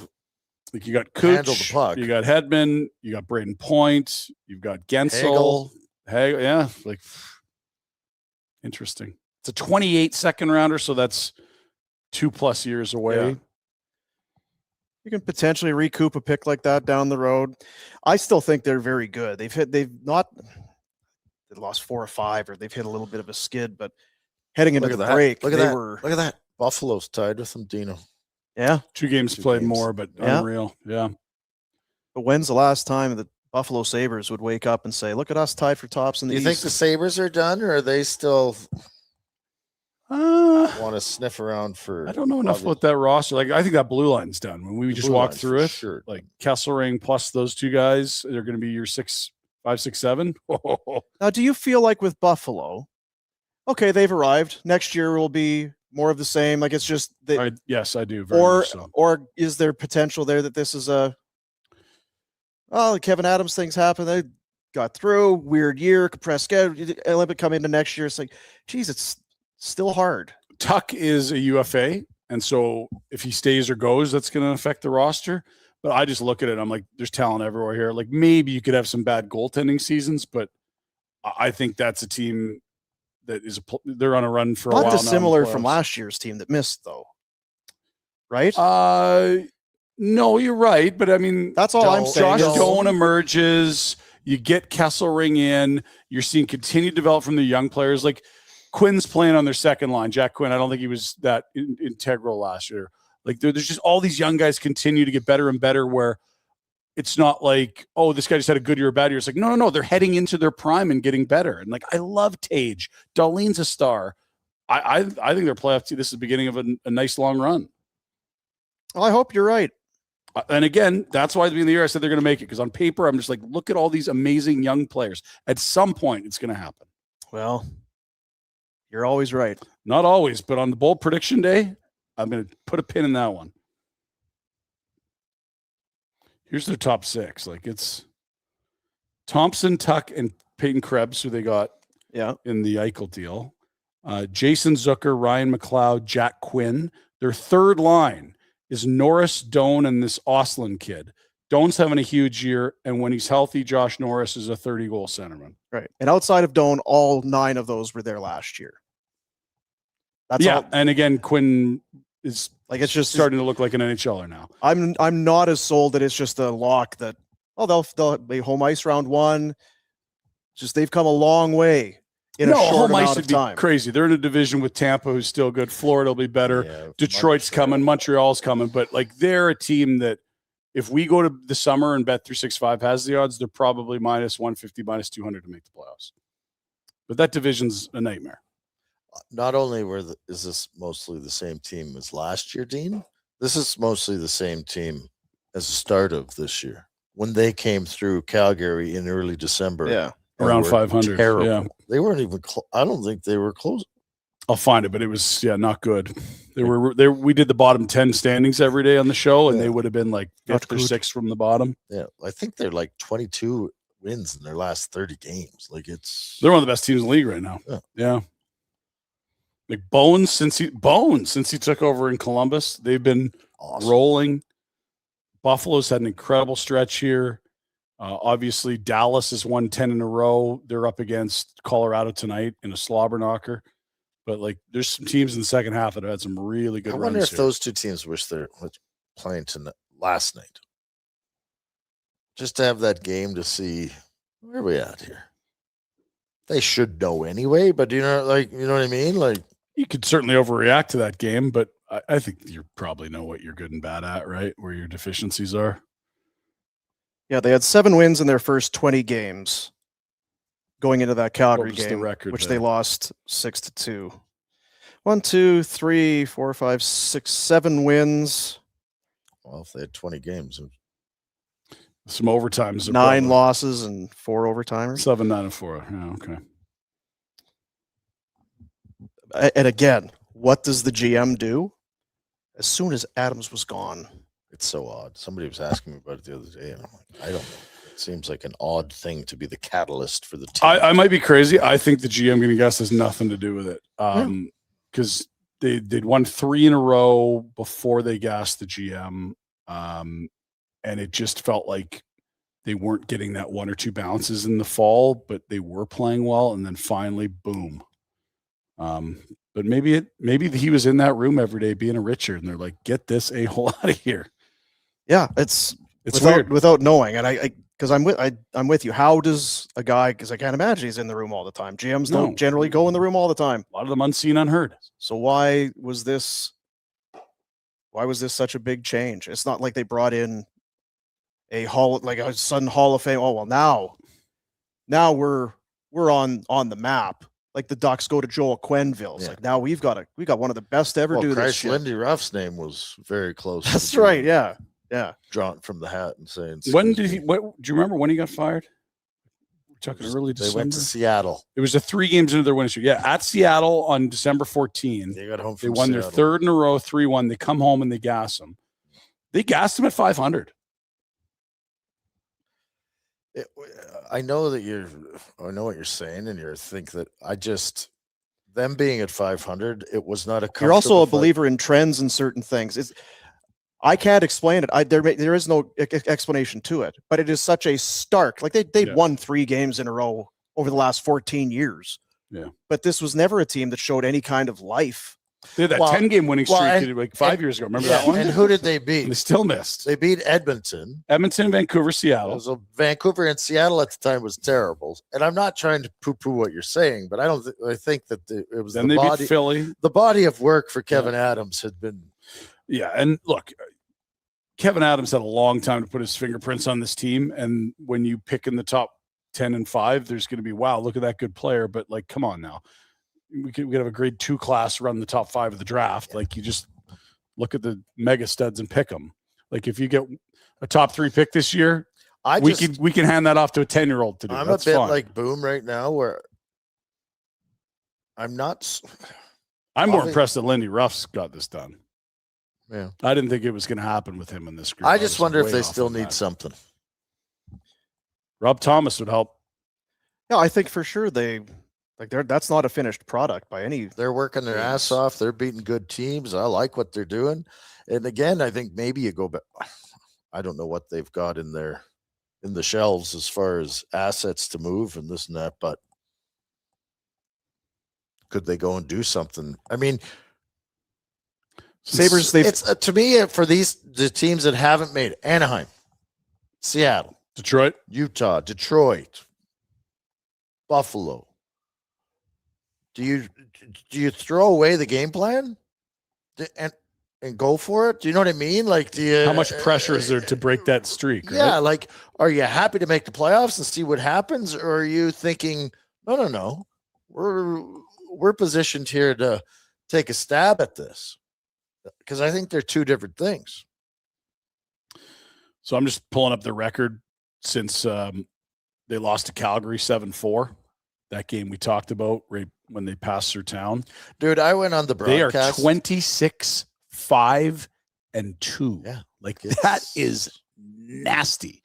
So like they're doing franchise first stuff is what they're doing right now. That's almost half a season. Like I think this roster is good enough. Can you add to it? Absolutely. But like, should you? Buffalo, if we watch the last 33 games, you're not worried about the Sabres being good enough. They've beaten everyone. Like last night, they beat Pittsburgh 5-1. It's 5 in a row. Jack? Outscored their opposition 19-8 in the 5 games. And in those 5 games, Vegas, Tampa, Florida. Those are not minnows. Norris is in. He's healthy. He had a goal and an assist. Owen Power goal assist. It's a 9-game streak for Tage Thompson. Ukko-Pekka Luukkonen with 27 saves last night. Their D looks very impressive, but it has for a while, but they're all very young. It's 23, 24, 25-year-old guys. And 6, 7, 8, 5, 6, 7 are all new right now as well because they just got the 2 guys from Winnipeg. Kesselring comes in the deal. They're not missing Peterka, who was riding those unsustainably hot shooting percentages. That looks like a wicked smart deal. Now, no one knew Doan would be this good, but that's a nice win. He's made enough bad deals. He was due for a good one, right? Doesn't it feel like some of these guys should become like, what are the Leafs doing with Bobby McMahon? You're waiting until the last moment to get the most from him is probably what Tree's trying to do. Yeah. Is that all it is? Yeah, I think it really is the big game of chicken, a lot of these deals. So childish. Thank you. McMahon to the Avs. Per Frank. Frank or Frank? Frank. Oh, engaged. They're engaged, so they're working on it. Engagement, Vina Nova. That's right. Yeah. Bob McMahon wants to. Who drops to engaged. A knee? Is it Chris McFarland that drops to a knee? Or? I'm not sure how that goes. I like that ad. He's 29. I thought he was way younger. He's a free agent this summer. He can go back to Toronto. Tree can get an asset now. And you just get it. Now you got a guy to the third line that can score 20 goals and fly. Like he fits what they do. He skates well. Sure. It didn't happen yet, right? Yeah, but when the insiders say they're engaging, well, they just said that Kadri they were engaged. Montreal is engaged with Calgary and Kadri, so circled back. Oh, subtle difference. Got it. Yeah, it's Truck Month. GMC Truck Month is on now. If you want something reliable, tough, and ready for whatever the schedule throws at you, that is the 2026 Sierra 1500 Pro Graphite Crew Cab in a nutshell. It can be yours for 0% financing for 72 months. Whew. A factory 2-inch lift, off-road suspension, 5.3-liter V8. This is one ready for anything truck. Don't miss out. Go to your local GMC dealer and take advantage of Truck Month before it ends. And I would say, if you can, you probably just slide on by Capital Chev and Lake Fraser Drive. See what you're doing. CapitalChev.ca. Truck Month. Love Truck Month. Trucks are good. Hey, love trucks. I was never a truck guy.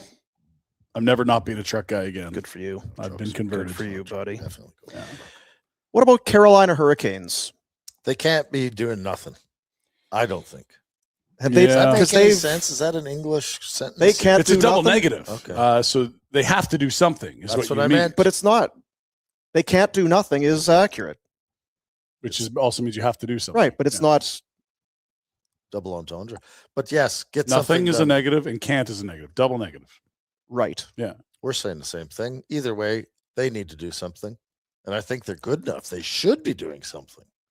It's just, what are you addressing there? Yeah. And because the biggest issue would be goaltending. Or are you going to get the Bob? Like, 'cause if we glance over at that TV in 10 minutes and go, holy F, Florida traded Bobrovsky to Carolina. Oh, that would be unbelievable. Right? That's the move. Wow. And they've never, ever put a priority on goaltending. They've never paid for it. They're always buying guys coming off bad years. They're the fullest believers of goaltending is voodoo in the entire NHL. They just said, oh, yeah, this guy had a bad year. Perfect. Discount for us. He'll be fine. But doesn't it seem. And the goaltending has hurt them because they have such great structure. Has goaltending sewered them in the playoffs? Like, I can't remember it being awful. But has it been? No, and they've got Freddie Anderson injuries, and then this guy, Kochetkov, and now Bussy. Like, it really doesn't matter. It's plug and play in net for them. But is that why it's? But is that the last missing piece, or are they the only team in the league built to defend a way where it's just, if you stop everything you have to and nothing more, we're still good enough. So, I wonder.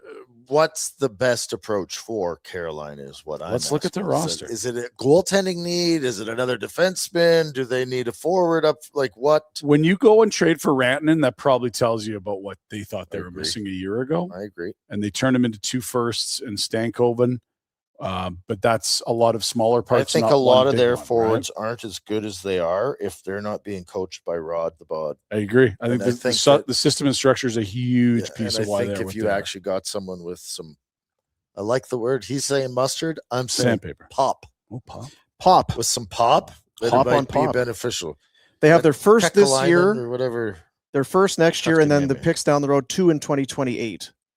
So they have some currency. They traded their second and third this year, but it feels like they're the epitome of that team. And especially you get to the playoffs and the margins are small and it's going to be tight games. One save might be the difference. Like whatever that one little thing is, one goal. Just can you find it in the next hour? Yeah. Just a little bit extra depth. Here's their top 9.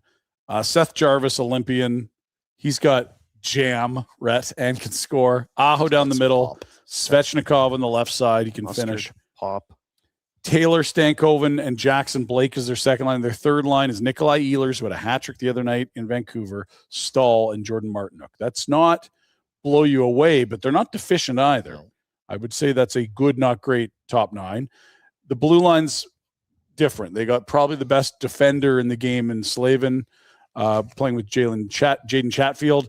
Condor Miller, they scooped up from the Rangers. They used some assets to get him this past summer. Walker, Nikishin, Goss, the Spares put up points for them as well. And then who are they missing on injuries? Just a goalie. To me, that's got to be a bit of an issue. If not an issue, I would be looking there. Freddie Anderson, you can't rely on him, even when he's healthy, to stay healthy for any amount of time. Kochetkov is out. And Brandon Bussey's been an unbelievable story. It's like Devin Cooley. But he's 27 and suddenly their best goalie in the NHL when he's never been in the NHL. So did you find this complete diamond in the rough? It's Carolina, man. Look at the last 10 years. They've rolled through everyone in net, and they all have good numbers there because the system is such. But to your point, is that what's keeping you from winning a cup? Maybe. Or is it you don't have the superstar up front? Yeah, maybe. That's what they thought last year, going to get Rantanen for sure. Yeah. They're like, we need somebody to. Could you squeeze Kadri in here or no? I guess it depends on if you view Stankoven as a winger or a center. They've got him playing center right now, but I recall him playing a lot of wing in Dallas. Bobby, does that sound accurate? Yeah. So if you put Kadri in your second line with Stankoven and Taylor Hall.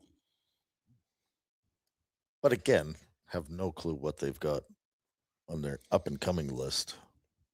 Nikishin would be a big chip for them. They brought him over from Russia last year.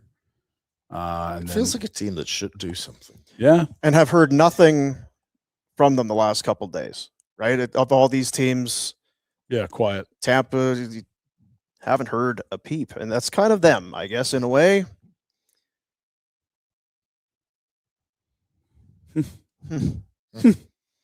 Indeed. Have we even had a trade in the last hour? No.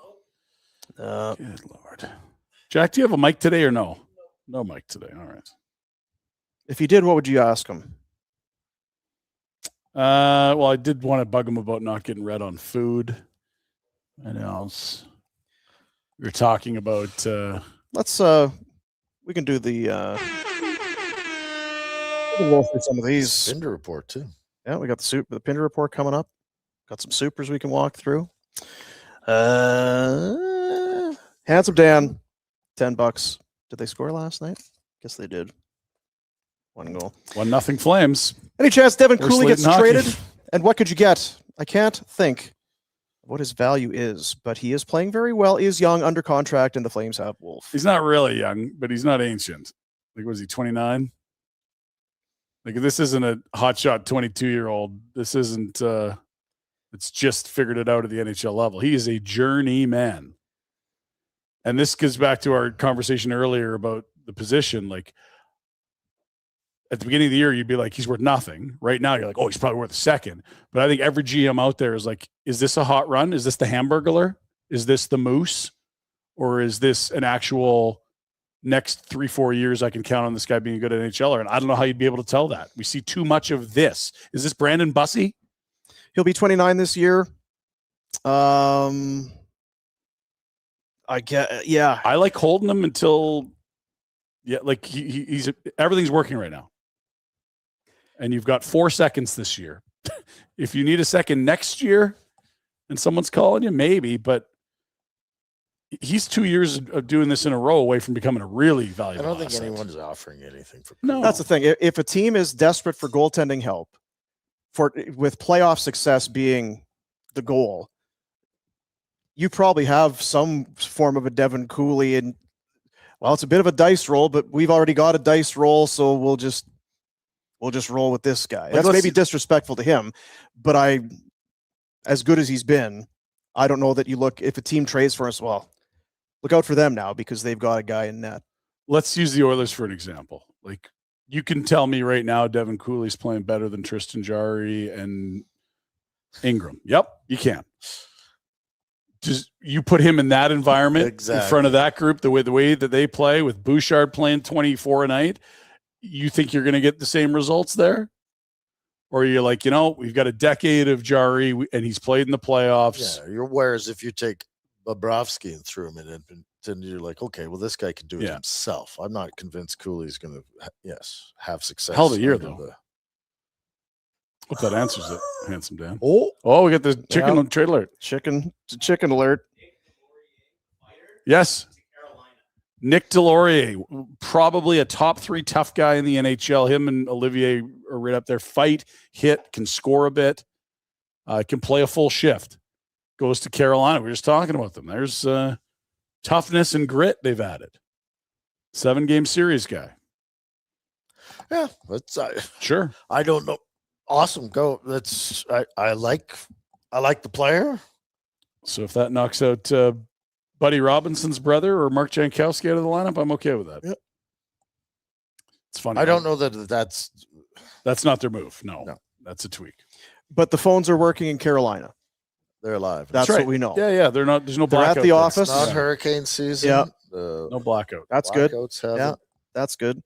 This is a little smarmy. I don't know if I like this second one. Super chat? Yeah. Whatever. I mean, I haven't read it. I know that didn't read you're not my smarm That's true. filter. But you're also the $13.99. I work for CNRL. Mr. Edwards literally said in a share. Oh, you're fine with it. Said in a shareholders meeting yesterday. I quote: "Does anyone know where I can find scoring for my team? Kadri's going nowhere unless it's a high price." Interesting story. $13.99. Thanks for helping the kids. I have no problem with that. I like that. There's some humor Not going there. to take it as gospel. $2. Did Kadri not ask for a trade a couple weeks ago? That is correct, Sheldon. I believe it was Darren Dreger when we were in Banff that said not open to it, but now wants to be traded. So that would be 2 Mondays ago, I believe that. Yeah. That transition. It was Friday when we were in Banff. He said open to it. Following Monday on Insider Trading, Nazem would now like to be traded. Yeah. So I'm not sure if that's asking for a trade. Yeah. The minutia there, but there's no issues trading Kadri other than what you want in return. That's the only. I think that's correct. LA clearing cap space for Naz, trading Perry and Fogle. Let's hope so, RB. I'm with you, buddy. I don't know how real it is, but I want to believe it. What are Naz's no trade teams? He'd help Buffalo, Carolina, and Seattle. There has to be a deal with one of the teams with cap space. Pittsburgh? ? We don't know the list. They're never published, but if we had to guess, I would think your old Jazz standards of like Buffalo, Winnipeg, Ottawa, Edmonton would be in there. Yeah. I'm not sure Buffalo, Seattle would be maybe preferred destinations. Maybe for Buffalo because he's from Southern Ontario isn't on the list. But say Buffalo sometimes is appealing to the guys from Yeah. Ontario because it's close, family, and the team looks like they're going to be decent. And I was just going to say, like, I kind of think his list doesn't really matter anymore. If you want out as bad as it sounds, like, there's not going to be an issue with the list. Nazem, this is our only deal. It's a place on your list. Okay, I'll waive. Working man, $10. We know he's a Wings fan. I have no more patience for the Iser plan. Bring back Perron? Seriously? He's 37 and still recovering from groin surgery. Oh, yes. Exactly what they need as a team in a current playoff spot. I'm with you, working man. Working man's had it. I'm too. He's had it. I think you were defending Stevie, but he's going to need some action here.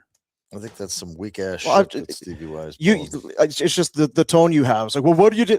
Well, he made a trade for Myers, but Myers wouldn't waive, and because he hasn't done anything else, it's like, well, what the fuck are you doing? Is that my tone? Yes. Okay. He's still. I think like when we talk about teams with these huge playoff droughts, there's probably a lot of internal pressure to get there, and do you think he's got an hour and a half to get it done? So do you want to give up a second for Nick Foligno? Like what's Nick Foligno was at some point you kind of look at it, it's like, well, I don't know if there's anything here that makes me better. I would have liked Tyler Myers, big defenseman. I would have done that. Couldn't have added more to the pot than Utah for Uyghur. That would have helped them a bunch. Well, I don't know. They could have, yeah. Well, sure, they could have. If they wanted to do two firsts for him, they could have. Like, You speak in definitives about stuff that there's no way to know. I'm suggesting that patience is run thin, and I don't think that's a hot take. It's been a long time there. I'm sure it has. Do you know how long he's been there? Like, what do we think? Is it 6 to 8 years now? For sure, yeah. Like that's. I'm not. I think he's done a good job. He's also got screwed in the draft lottery. Like they finished dead last couple of years and picked 4th. You can't even do that anymore. They changed the rules. But like, it's the Mo Sider, great pick, off the board a bit. But this fan base is just like frothing for playoff win. It's such a hockey market. I understand it. There's pressure, but it doesn't mean make a bad deal. I get it. Yeah, that's all. Because and again, I am not an expert on the Red Wings. I'm a casual. Tampa Bay Lightning are tops in the division. Their goals for and against plus 49. Buffalo Sabres second in the division, plus 30 goals for and against. Detroit Red Wings are third, minus 2. There's something not right there. That's a bad sign. Yeah. So do I fix that, or how do you go about fixing that? Yeah, it tells me you're in a playoff. And can you do that today? Can you do that? Is Gibson hurt? Yeah, well, he left the game the other day. Yeah, I know. Like that's the bigger. Yeah, they're going to lean on Talbot now. Who else is there? Is it that big Galut Kosa? They're Sebastian Kosa, I think, is their Western Canadian kid. Okay. Eric, $5. Maybe they nixed the Avs deal, so he'll be frustrated enough to go Buffalo or a team on his no trade list. Is Buffalo a spot where, like, I think Carolina is more of a fit when you say Stankoven down the middle, because I don't think he's a centerman. Yeah. And I think that Kadri would, but it's Norris, Tage Thompson, and who down the middle? I'm missing a guy that we just mentioned because we just went through their lines in Buffalo. Like I think the huge caveat with Norris is always the injuries. It just keeps happening. But what no one talks about with Norris is that like he's got a prorated 30-goal a year a lot of years. If he was just like he's a very good player. He originally came over in the Carlson deal as a college kid that wasn't signed yet from San Jose. He's been phenomenal. Here's the part about it with Kadri is would he look good? I mean, the depth that he adds to wherever he goes is a value. I've never. If you're bringing him in as your number one, right? Like, but if he's in a 2-3 slot, like those are good teams. That's why he was coming here, wasn't it? Yeah, they were going to have this Backlund, Kadri, and I don't know if it would have been Lindholm at that point, probably. Yeah.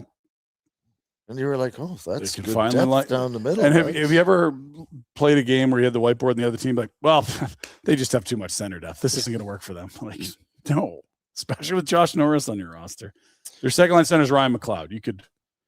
He is a center, but Kadri's a better player than Ryan McLeod. Mr. Young, any insider news from Commodore? That's a good question. Oh shit. I haven't seen a lot of activity online. He created quite a stir last time he came on the show. He did, he never disappoints, I'll tell you. I was going to say that might keep him from making an appearance today, but there's only one way to tell. Didn't seem too worried about it last week. The working man, he's had it. Last year end of season, Friedman had a report saying GMs and players do not want to deal with Yzerman. When as far as say even agents won't take his calls, Yzerman is the problem. Action time. I'm going to trust the working man. I don't know about these reports, but he all capsed Yzerman is the problem. That's a little more trustworthy than the shareholders meeting comment. I don't. $5. Gould is kind of a creepy guy. Rhett knows what he's talking about. Also, love the Rebiggle t-shirt. It has replaced my jersey for home games. Thank you, JPM. With you, JPM. I wonder though, it's Rhett. What about Rhett makes it so hard to spell? Hey, how many times do you see your name misspelled? Yeah, often, yeah, like more than correctly spelled. Yes. I bet. This whole Kadri stuff have people lost faith in the Rebiggle, or does that mean it's more Rebiggly? Or wow, I came in a little hot and probably overreact to stuff. It doesn't mean the end of the world, and there's other teams that might take a chance on them at the trade dead or at they got an hour to figure it out. Draft, and it doesn't have to be the end of the world if it doesn't happen today. I do feel like it's a missed opportunity, and there's only so many doors that are going to be open to move him. And The bigger issue being, what did Colorado offer and why did it fall apart? Yeah. That's the If it was just frustration. a deal that didn't happen to work out and both sides, fine. But if the brakes were put on that deal and it was a deal that, if ownership didn't want the deal that management proposed and put a brake to it, I don't like that. Yeah. And will we ever find out exactly? I don't know. Never. Yeah. The salt in the wound is that Colorado then goes and immediately spins another deal for a guy At a premium Right. price. Subpar. Are you kidding me? A first and a fifth? It's for not Nick one of Waugh? those things where, well, maybe they're happy with their center depth, or maybe No, they they don't. wouldn't got the center. They probably hung up the phone and called Treliving back. Like, Screw we're you. doing this fucking deal. Do it. I could see Trees stirring up. Oh, they're not going to retain. No, that's they're not going to retaining? work. They're not going to retain. You call me, I got one. But don't trust. How would I know? I mean, I wasn't a GM there for a while. how the hell would I know what they're going to do over there? And Cheek says, Rhett, you need to go use your aura, force a Kadri trade. You're very comfy in your slippers too. That's good. I'm sending a vibe out if they can feel it down. Are you sending one out? Yeah. Interesting. Yeah. Very nice. The slippers are a thing. Capitals acquire Timothy Liljegren, Liljegren. former Leafs first rounder. Yep.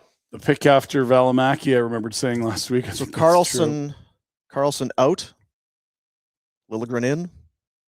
They have actually collected a couple old Leafs because Rasmus Sandin's still there. They got him at a deadline a few years ago. I don't mind Liljegren, but yeah, it does feel like more of a soft selling posture from Washington rather than like liquidation. We're like, no, we're still in the hunt, guys. Look, here's a guy that can eat 18 minutes. It's like, fellas, they offered a first for Carlson. He's done at the end of this year, and we'll bring him back. We had to do this deal. So we'll go find somebody to fill some ice minute. We'll see what the cost is there, but Liljegren's not old, but he's also not terribly impactful. Yeah. No points, not a lot of physicality.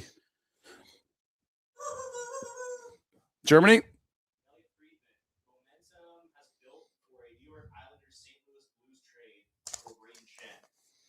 Braden Shen of the Blues getting interest from the Islanders. If you couldn't hear Bobby, not done, but momentum has built. Momentum is built for the Islanders and Blues on a Shen trade. Braden Shen. What does Shen have left? Could both Shens be on the move? I think Braden has more than Luke for whatever that's worth. Didn't Luke just move, or am I confused? Yes, that's what I'm saying. Buffalo. Yeah. He is their captain, correct? St. Louis? I don't even recall. I think so. I'm not sure what he has left, to be quite honest with you. It's a couple of years ago. This was a dynamic, probably flirt with 30 physical Can I not force. say, is Kadri not better than him? It depends if you're buying a winger, because Shen will do a bit of both, I think. 12 goals, 28 points in 61 games. A team worst minus 23, if you care. I mean, Kadri's minus 29. 1641 a night. Depth guy again, over to 34. Shoots left, center. It's from Saskatoon, retro. I know that. Toontown. I think Kadri's a better player right now. I'll say that. What kind of dough does he make? It's left on the contract. 5 schmil. Sounds about right. Shen, 2 more years at 6.5.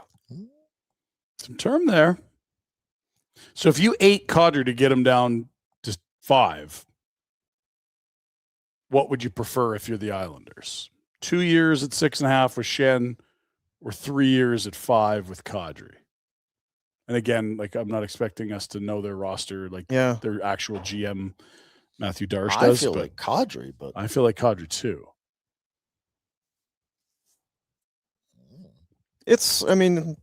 You're in that pocket. Yeah. It would come down to what's the acquisition price. Yep. And we don't know if there's Shen retention or not. That's the other piece, right? Is Shen cheaper? Considered. That's the thing. We don't know what. We don't know if they'll eat money on Kadri. This is the Calgary Flames. We don't know if they're going to eat. What is there? Do they have a price? Like we've said, just move him. Bit of a price for sure. What's the line? The only indicator I have is what Colorado did for Waugh. And because it felt like a pivot from Kadri to that. Well, if he's a center and he's a depth center, and they gave up a first for him. Plus, He's younger, but is he better? Nope. No. Slow. Checking third line center. Hard to say. We're less than an hour away, boys. We're 49 minutes, Dean. How about it? Which probably means we're about an hour and 20 minutes away because we'll have some trickle, which sucks, but it always happens. Well, you get older, Ryan. Well, that's Tinkle? What? Give it another shake, Rhett. Tinkle? Ryan Pinder. All right, friends, it is time for the Pinder Report for our good friends at Village Honda. They want your car, Dean. I got bad news. They want it. Jeez. You love it. It's a You lot of like pressure. it. I know. Well, here's the thing. No pressure to make a deal.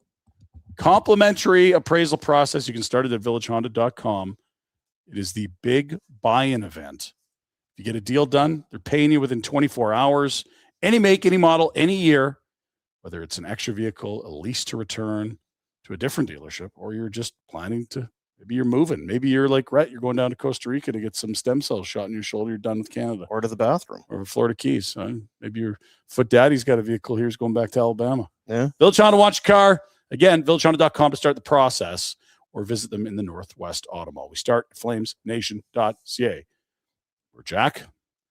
Yes, we are doing a live blog. Pike is there talking about all the trades the Flames have made today. Do we have a crickets sound effect? Or? I think I probably do, yeah. Because today, if we had to live blog all the things that Craig's done to. Right. Let's keep moving. Schedule for the Flames. Yes, they are playing. It does feel like the deadline's bigger than all the games. We were in here a few nights ago talking about a Mackenzie Weegar deal, and there was actually hockey games being played. It does feel like the biggest thing for this club is the direction they're moving long-term, not the results of a game against Carolina tomorrow night at 8 p.m. There's the busy March, 16 games in 30 days. A lot of hockey. It's Carolina to wrap the 3-game homestand, Dino, and then a back-to-back to start a 5-game road trip. It goes Capitals, Rangers, Devils, Islanders, Wings, then home for a 6-game homestand. If Nazem Kadri plays against the Carolina Hurricanes tomorrow, who's the most upset? Someone on this show, Nazem's agent, Nazem himself, the fan base? Yes. Yes is correct. We went through all the trades that have already happened. Just an update. Good. I was at 10%. Yep. You were at 50-50. So, yeah, but We're at 45, yeah. Okay. You get some intel or what? No. No. I wish. Head just spinning. Bottom 10 in the NHL looks like this, fellas. What a night in the Inverse Standings Retro. I need your attention for this. We're talking about one of the great days of the season. The Flames back in the 2-hole, baby. Whoa. Look at this. Climbing. Oh, mama. A Rangers win. Blues, Jets. That is epic. Doesn't take much, Connie. A little deletion here. Gregory, let's go. Take away 2 top 9 forwards or top 4 defensemen. Got to stop starting Cooley, though. Saboteur again last night. Yeah. Play good. Worked out great. Saboteur. It did work out all right. I was getting worried. He was holding Ottawa at bay. Perec out there. Play the piss out of him, right? That's what we're saying. Results from last night. Let's glance at them, shall we? There's your Rangers win. How did the Rangers win? At home? They're offloading them. It was the Leafs, of course. Boy, what the Leafs are garbage. Eh? First win at home since November 24th. Shut up. Sorry, Dean. That sounded like you said it was the first win at home since November 24th. First regulation win at home since November 24th. Holy 19 games. F. It's a disaster. Donnie. The Leafs have lost 12 of 15. They're awesome. Sorry, Leafs fans. Feel terrible. Now, that first-round pick is top 5 protected, fellas. We don't want them to get to the bottom 5. We want them to finish in the 6 hole after the draft. 6-7. That is peak pain for our Eastern friends. 3-0, the Mammut get a shutout from, Vitek Vanacek over the Philadelphia Flyers. Interesting, Sergachev didn't play. He's day-to-day with lower body. You wonder, did that, like you were talking about with Doesn't hurt. Connor Garland, Mason Marchment, and Columbus, did they have some intel, which is like, if we can get this Uyghur deal done, might be in our best interest to do so. I don't know.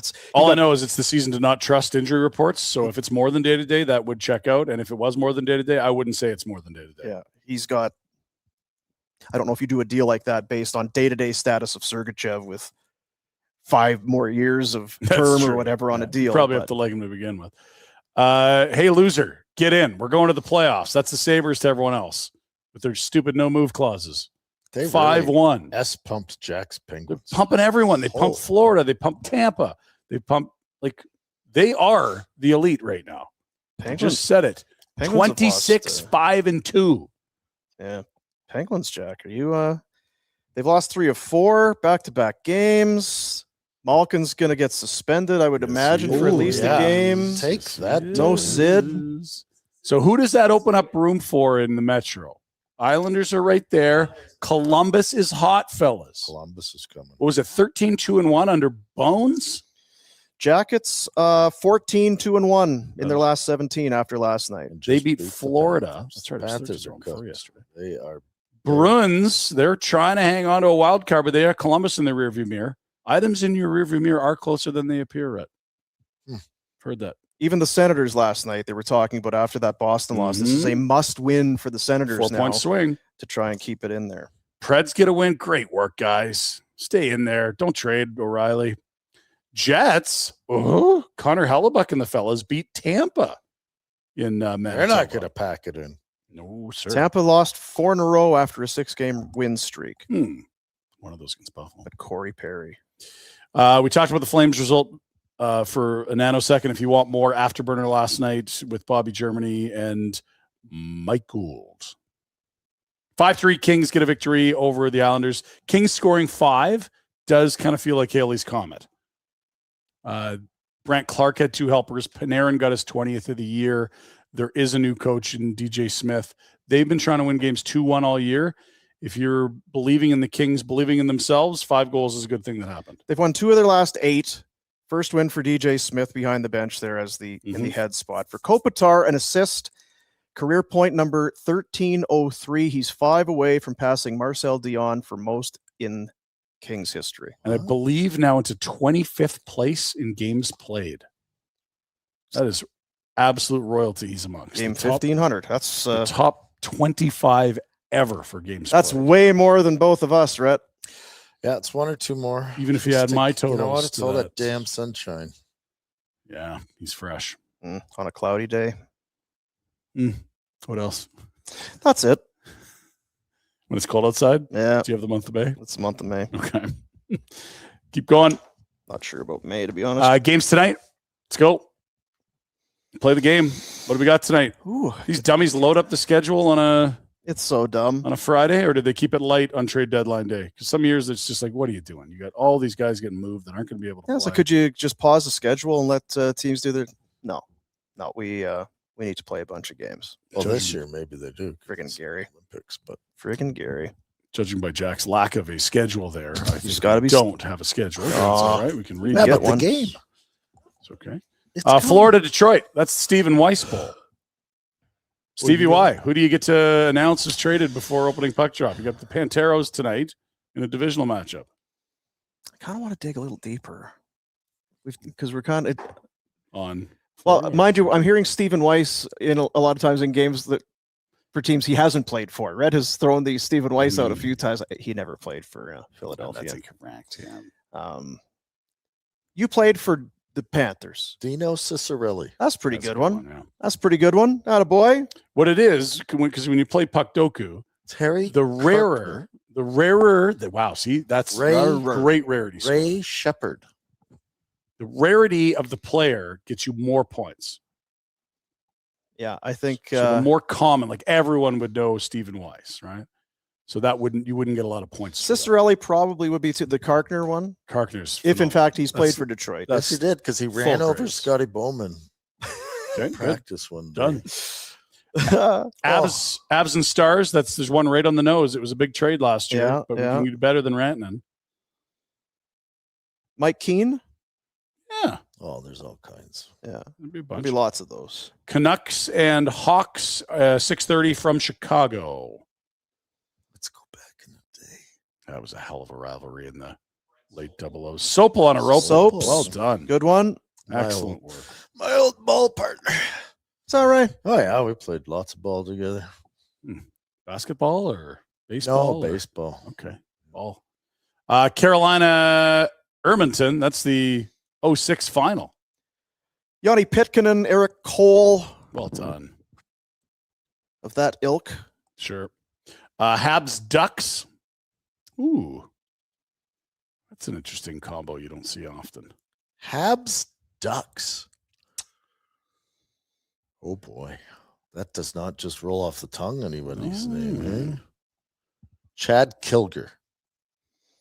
Yeah. Wow. He played for the Habs, didn't he? Mhm. Well, that's you know what? That's a 0.0%. That's on a puck doku. full grade. Maybe a 0.1 tops. 0.01. Love it. Yeah. Minnesota Vegas. No, that's not true. Manny Fernandez. He's been to Vegas. Did not ever play for the Knights, being he retired before they came into existence. Okay. Mm. They would have had to have taken a guy from there back in the day. Yeah. Well, there would be something there. So there's no excuse to not have anyone here. TSN reporting the deal is done with the Islanders in St. Louis for Brady. Do we have any intel on the return yet? No. Okay. So we'll wait and see on that. Dean's reported. That is a poor man's Kadri in my estimation. Walk right through foot dad. Don't worry. Wild Knights. Wild Knights. Vegas. Come on. Wild Knights. Did they take Tuck from there? Mhm. Well done. Maybe there isn't. There has to be one or two. It's got a backup goalie or something. Tuck's a good one. Aiden Hill ever? Tuck's a good one. Marc-Andre Fleury. Excellent. Yeah. Bobby, Germany. Attaboy, Bob. God, what would we do without this Oh, guy? he's eh? using Google. It's not Between we Googled, we'd be good too. between doing all this puck doku and not ordering breakfast for us, like what a hero. Hey, Bobby. I feel nauseous. He's glad he came. Hey, you should come in and sit in the dark by yourself while we do the show. Yeah, thanks, Bunch of guys. jerks. Oh, awesome. Blues Sharks. Blue Sharks. Mike Greer. No, Greer never played. Richie ever play in St. Louis? No. I don't think so. Goalie? Roman Turek. What about that era?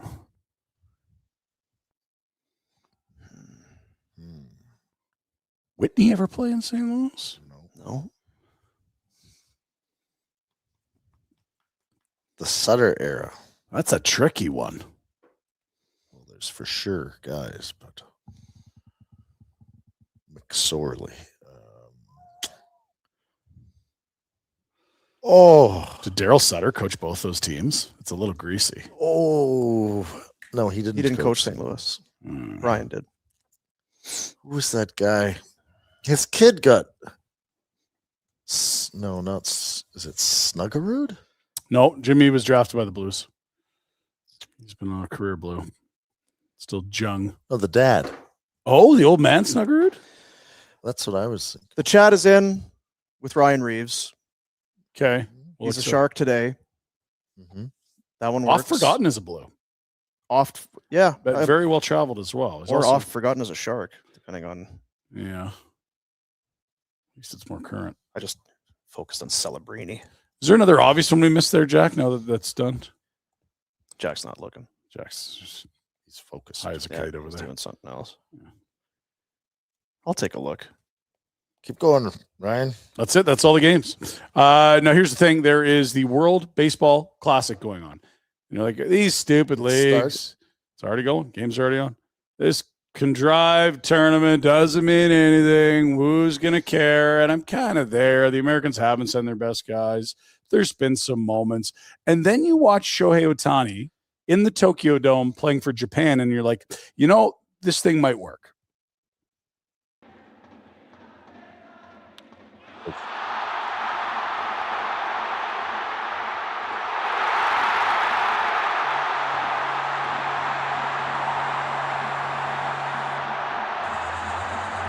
Probably the most popular Japanese human on Earth. Human in Japan is what I mean to say. Like, there's no bigger celebrity than this man in Japan. What a star. That'll help. Japan wins. All right. Canadians not in action today, but we'll see how they do. Craig Janney played for the Blues. and the Bill Sharks. Guerin. Was he a Shark? Bill Guerin. Michael Hanzus. Hanzus for sure. Havlat. Ooh. Don't remember Havlat as a Blue. Mike Hoffman, yeah. Anyway, Scotty. Good work, Gomez. boys. So World Baseball Classic, just an excuse to show an Ohtani home run in Japan, which is pretty cool. And finally, the gun went off, Dean. Oh, no. What does that mean, and where are we? Look at that. That is World's Mark Henry, strongest man. famous professional wrestler, and lighting the cannon, which is a thing to do in Columbus, but be ready. The cannon is a cannon. That's right. Here we go. I'm here to fire the cannon for tonight's game as our honorary cannoneer, a two-time Olympian and winner of the inaugural Arnold Strongman Classic. Please welcome WWE Hall of Famer, the world's strongest man, Mark Henry.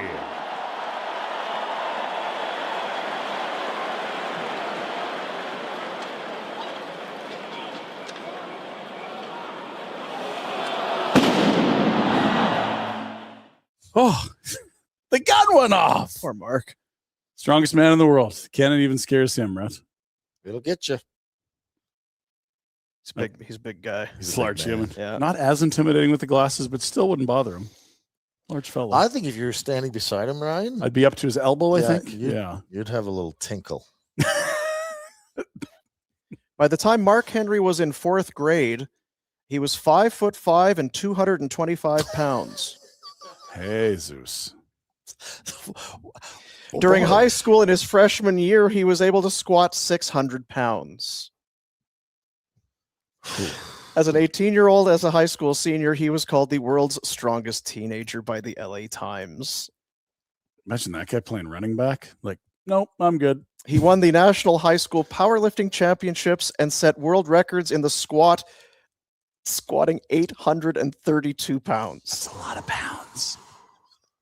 Now watch your knees when you do that much. And he lit the cannon. That's probably And lit the cannon, yeah. Top achievement in his life. Is That's this your the worst trade deadline ever? well, it Last just year was takes- bad. Takes a while. Yeah, last year's was a stinker. When does March Madness start? Oh dear. Darren Drager is saying it's a first, third, and prospect for Shen. Ah! How you feel about it? A first, great. A third, even better. And a prospect for an inferior player to Nazem Kadri? Hello? Like, What? do you need us to come down and run the team for you? Your buddy Jay Fresh describes Braden Shen as a veteran playmaking center, can still pass the puck, win faceoffs, and play with a physical edge, but he's no burner and a limited shooting threat at this point. We'll see what he can provide the Islanders. Yeah, he's a different player than Naz, but it feels like a discount aisle Naz. Well, I mean, you're either I would agree. with you're you. either able to shop around and say, look what Wah got, look what Shen got. We're going to get a haul for Nazem, or the bell's going to buzz at 1 and you're holding the bag and you said, shit, that was absolute peak value for an asset we had and we didn't get it done. Have they ever done that before? Feels like they have, maybe with only the most important player in franchise history with Joe McGinley, but yeah, they've done it. Hmm. So he just scored 40. Mark Giordano? He's getting up there in age. How about Well, the- nothing is very little to get for a Oh, player. shoot. Yeah. Shoot. Yeah, you can do better than nothing for sure on Geo. That would have been a better deal than something better than with you on that. Now, look, they got half an hour. Prove us wrong. Maybe we're the losers above a fucking hairdresser and Marta Loop chirping whatever you do I anyway. wouldn't Maybe. take that. Maybe we are. I'm not sure. Nazem Trot. You got half an hour to prove it to us, though, because it Pack kind of up. feels like we've seen this movie before. Oh. They have finished up the construction here. It's quite a lovely neighborhood. I don't want to Great neighbor. disparage Marta Loop like Yeah. we used to. It's turned a nice corner here, but we're still above a hairdresser here Wonderful sidewalks. Bike lanes. and such. Really get around. Got wine bars, fancy stuff. I guess depending on where that first round pick is, like to the Islanders, there could be a pretty good first round pick depending what year it is. If it's like, imagine if it's this year's, it could be a. It's in the first round. That's what the first rounder is. It's where all the first rounders are. Get as many as you can. Because like Colorado's first, it's late. Next year, Yeah, probably late. Robert Munich tweeting, that would be a nice return for Kadri if the Flames can get it. Still holding out hope? It's not wrong. Hey, you One got half Robert an hour. Munich. You got half an hour. And look, we never thought they were going to do the Weeks thing. You got to right. give them till the buzzer. But there are just too many comps right now where you're like, Nazem's better than that. You can knock down the money to match that contract or something close to it. The other thing too, Colorado they went and traded for a center. Now the Islanders have done that. There is still O'Reilly, there is still Trocheck, there is still Kadri, but some teams are now addressing their center needs. Yeah. Kind of saying, well, There's okay. dance partners, musical chair analogies to be made somewhere there. I'm Yep. not sure. And again, on the other side, if you want to play the other side, I think it's likely that O'Reilly and Trocheck don't move. As much as could be flooded, it could only be Nas left too. Thomas, the ask is through the roof. Start of the show, you were at 50%. I asked you a moment ago, you were at 45%. 28%, 28 minutes to the deadline. 40. 40%. Still holding out hope. And that clip we did can't go viral if they trade him. It's only if they don't that we do that. Right. Thinks that right before, what's that Twitter account? Yeah. What is it? Tweets that preceded unfortunate events. I see our buddy Frank made one of those. The Kings were not trading Corey Perry. Perry had said he wanted Yeah, they were to stay, talking so extensions. Yeah. the Kings aren't going to be making a Perry deal Sit today. tight. Yeah. Oopsie daisy.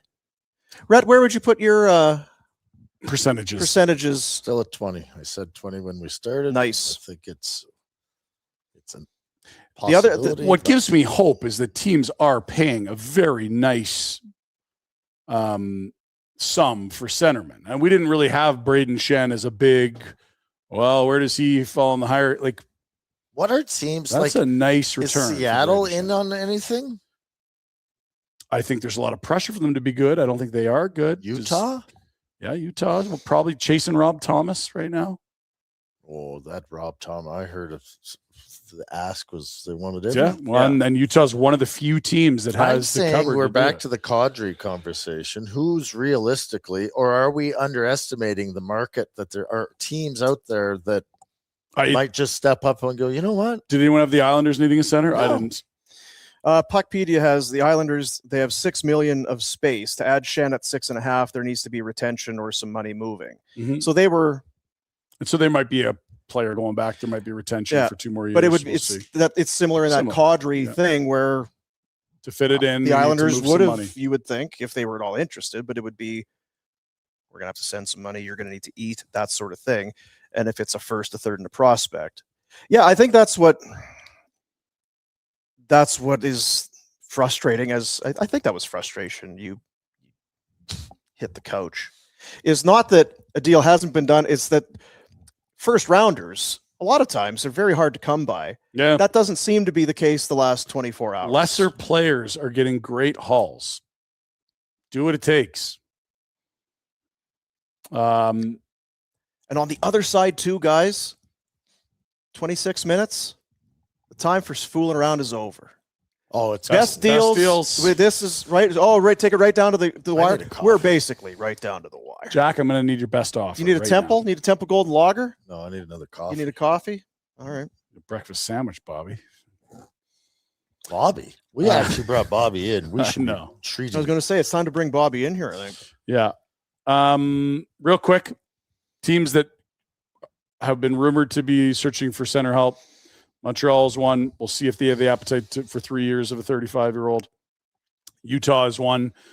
Sounds like they're very heavily pursuing Rob Thomas. If that ask is too high, what do they do? They kind of passed on that because Was They such may a have, huge- but I mean, that's an owner that wants to make a splash and get in the playoffs or in a wild card, and they could use another center.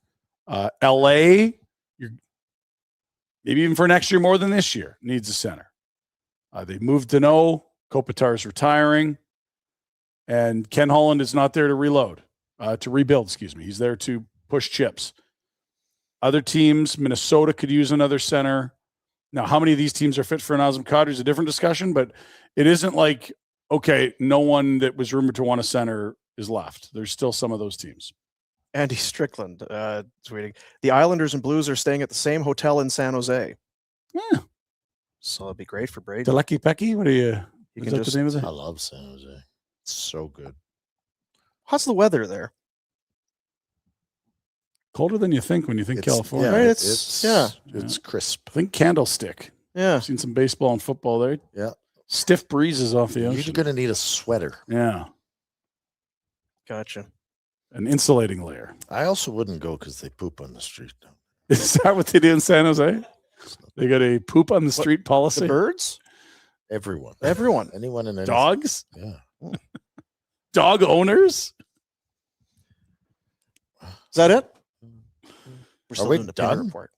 That is, thank you. Yes, Village Honda for the Pinder report. Sorry about the rant in there, That's Village all right. Honda. You've I did kind of set it up, done a great job. anticipating the reaction, and you delivered. So thank you. We're doing the best we can from a bleeping room above a barbershop in Former Marlborough. hair salon. Yeah, the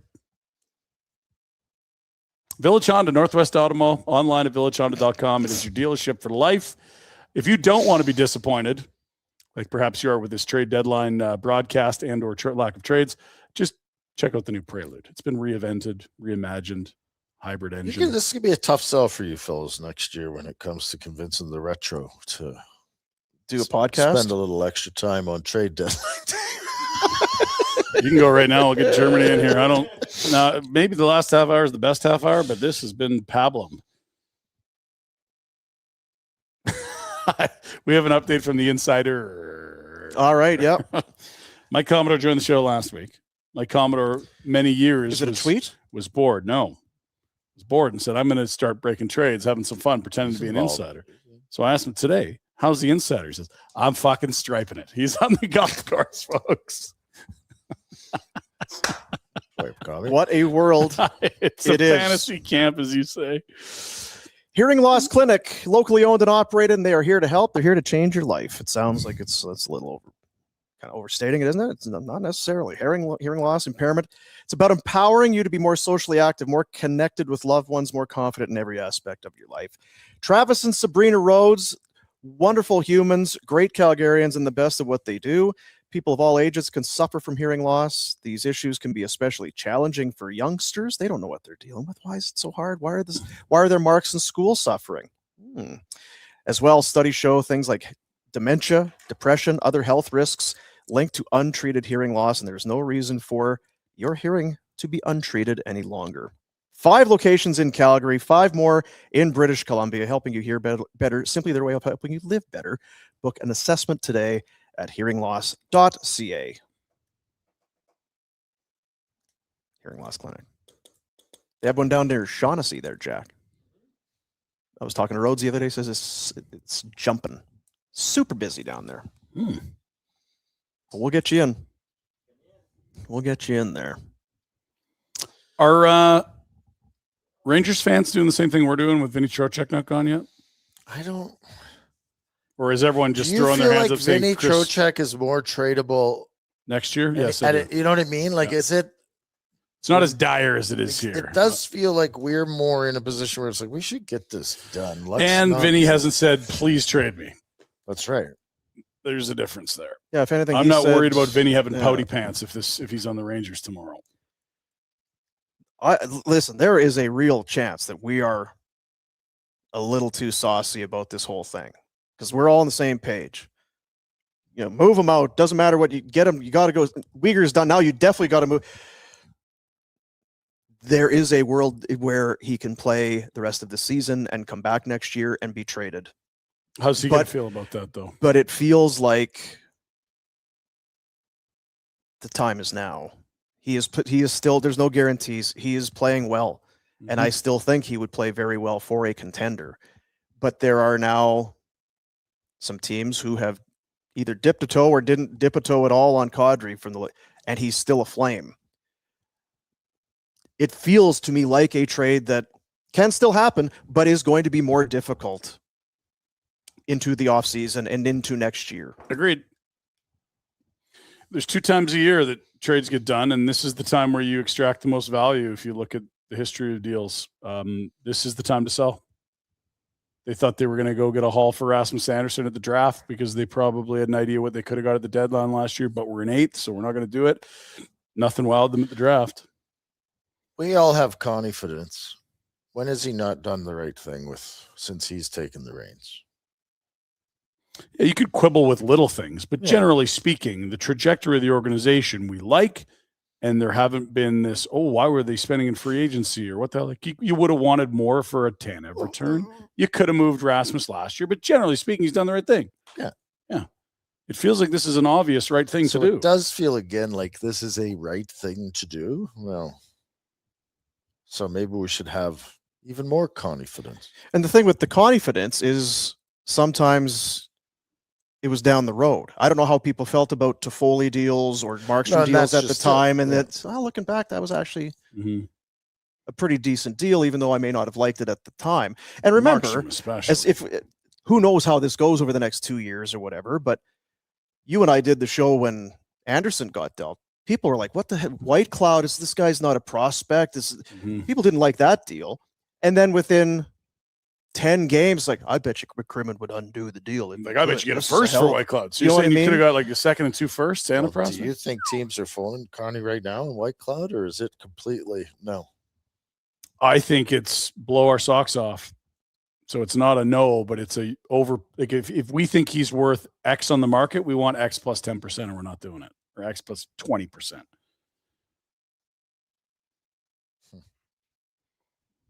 30 minutes, only 6 trades and some 30 minutes, ones. 17. Sorry, this is at the 30-minute mark.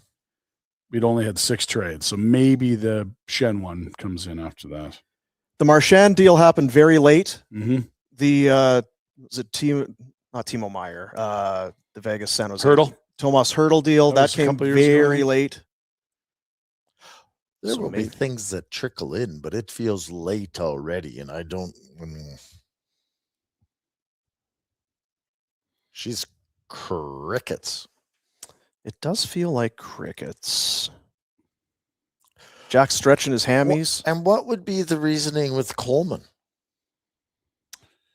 Like, I haven't seen the robust market for wingers that we've seen with centers, so you might just be saying, you know what, winger market's not really ripe, but to see what centers are getting, you have to try to get this done. Like, who's a winger? Like, Connor Garland got a second and a third. That feels like a normal price. When I see Braden Shen and Nick Waugh going for first plus or first plus, that's what I want to sell. And with Coleman, it's one more year. It's not a. If you think you can get Kadri done, I'm absolutely okay with you keeping Coleman because I think he's an integral piece. But if you don't move either, there's going to be some hard questions. Are you with 15 minutes? Are you close maybe on a Kadri deal where you have to retain, and you've got a Coleman deal, but that's contingent on retaining? Once I know if we're doing or not doing Kadri, then we can pivot. Potentially, yeah. I don't know because I'm with you. I don't think he's sitting there waiting for the phone to ring. It's I think quiet. They're trying to make deals right now. Like, that is what every GM is doing right now. Is they're calling each other. What can I get done? Some juice for my laptop. It's getting hot and heavy. I got that extension if you want it. Ah, we're good. Thank you, though. There you go. But yeah, I'm looking like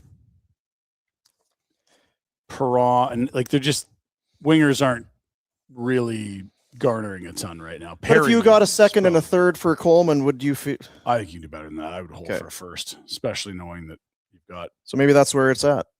Is there isn't a first in play? You've got him for another year. Mm-hmm. You're kind of in a way almost. You're happy to have him around.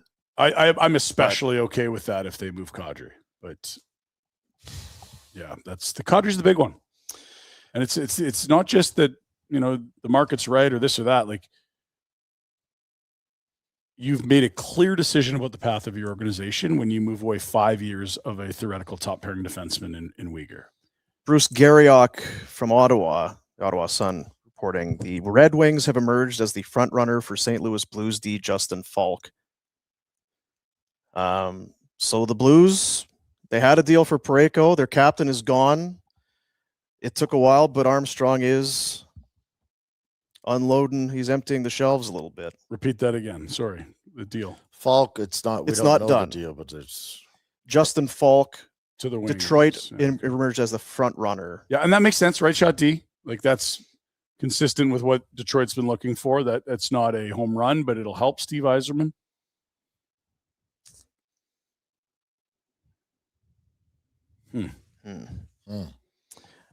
14 minutes.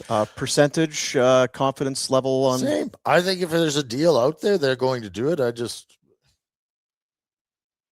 I don't think that time going up or down is going to change my. Yeah, You know what I mean? It's already fairly low at 20%. it is fairly low. Yeah.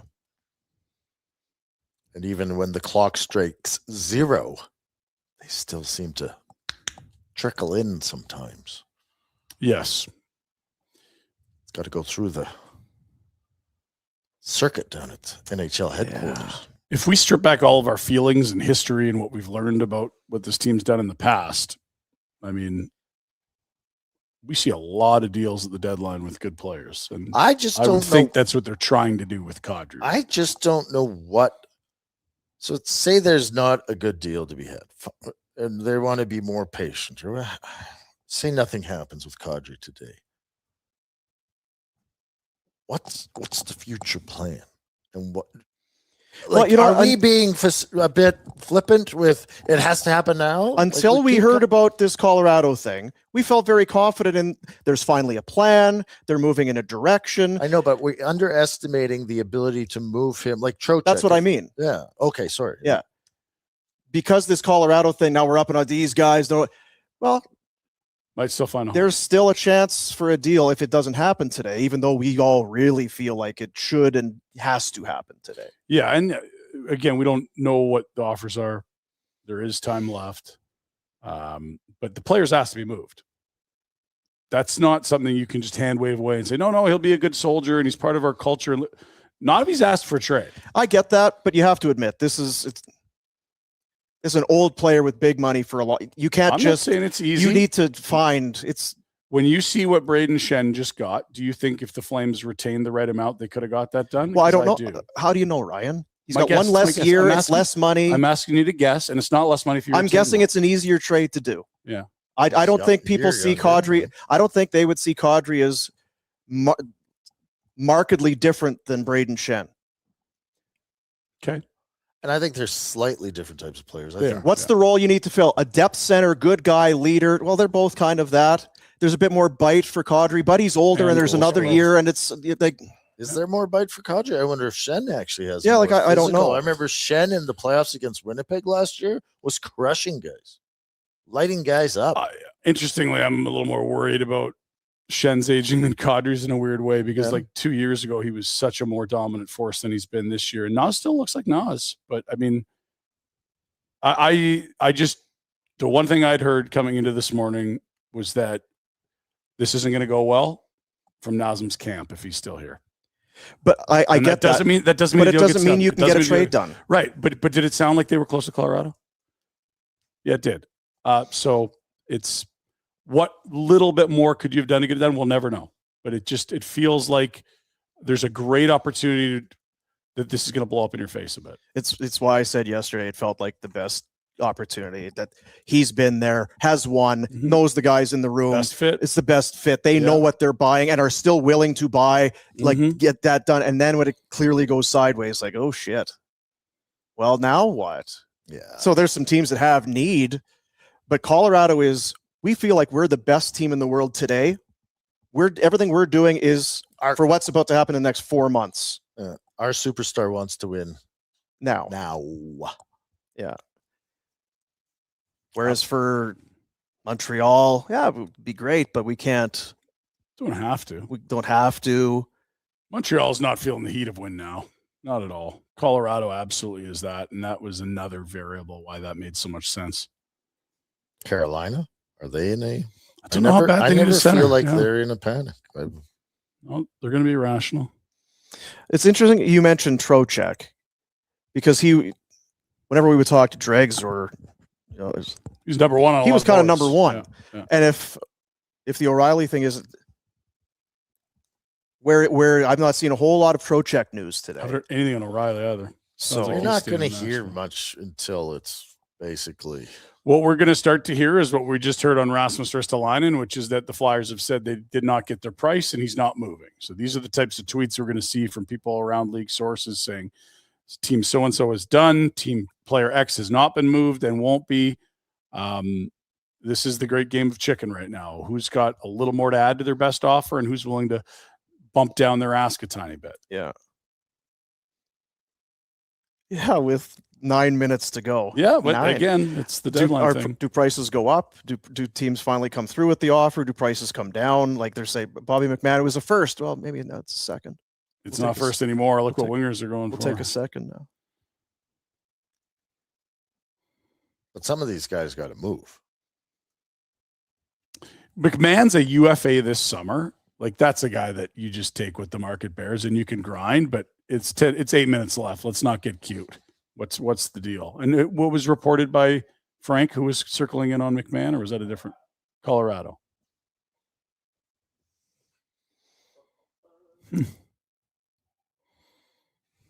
Pagnota from on the Daily Face-Off.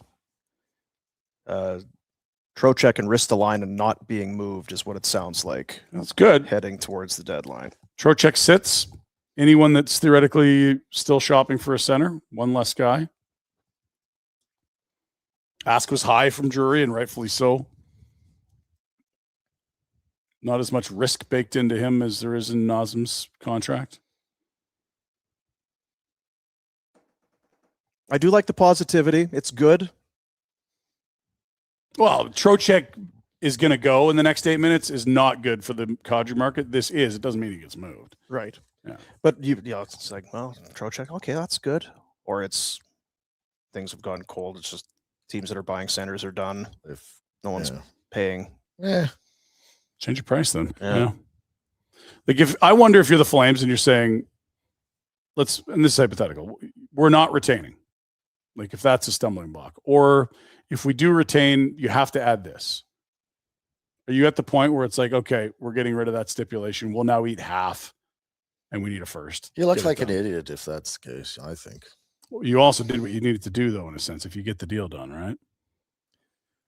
It's not great business.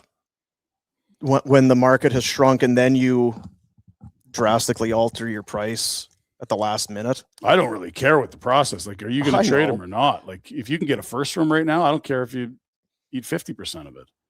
What if you're so far off of the first? Yeah, I don't know. It's just hard to see that after the Wah thing, right? I'm with you. I'm just saying that I feel like if the Flames were getting that it would be like done. Hence the blow up, yeah. Because it's like, okay, so you have to eat a couple million. Like, if that's what it took, you better have been willing to do it. You've talked about it, I think you did earlier this week, when you had your owner hat on, thinking the way Murray and ownership would think. I can eat money and we can do a deal. Is this the best deal? Can we get this deal next year? Or what are all the potential outcomes? There's many of them. One of them is the trades. There's nothing good enough, and I don't want to eat money, so let's just pay him and keep him. That is an option. Yep. If that is deemed as the most attractive, which it's not to us, but if he's making $7 million a year, he has 3 years left. I know how much money that is to have this player playing center for my Calgary Flames. Enjoy picking 4th, 5th, and 6th. Like it's your best goal scorer. You're not bottoming out. Second last. You're delaying your rebuild. You're second last right now. Yeah. You're tie breaks away from a bad lottery for picking 6th. I know. We're all on the same page here. It's just trying to see into the black box, right? We don't get to hear the conversations that management and ownership have. 5 minutes. This is lame. Down to 33%. It's 33. Okay, 33%. Jack is It's leaking. I believe it's Tom Cochran that said, "Sing it like a sunset, like a sunset." Na na na na na na na na na. Bobby, where are you at? Sing it like a sunset. Percentage? 5%. 1 in 20. You saying 20 years, only once this deal's getting done in the last 10 minutes? Yeah, I'll drop mine too. I mean, I'm already at You're 10, at 10. but I'll drop it. I'll take it right off the board. Actually, You're down to 0? I don't think. Yeah. Okay. So there's not. It is a 0% chance it happens. Retro, you're at 20. Still at 20. Thank you. Love your confidence. Or just Stubbornness. We see the clock ticking. They know. The clock has nothing to do with it. That's what I It's mean. Whether the owner and they got you. it just feels like it would be a significant major deal. We'd be hearing something. I don't know what Something. they're saying on TV, but usually they have Unless it's Marchand after the wire last conversation year. at least that things are heating up somewhere, and you'd think you'd have some of that. We just mentioned too where there were huge deals that there was no smoke though. So sometimes, like Marchand and Hurdle were literally out of the blue. What? After the buzzer deals.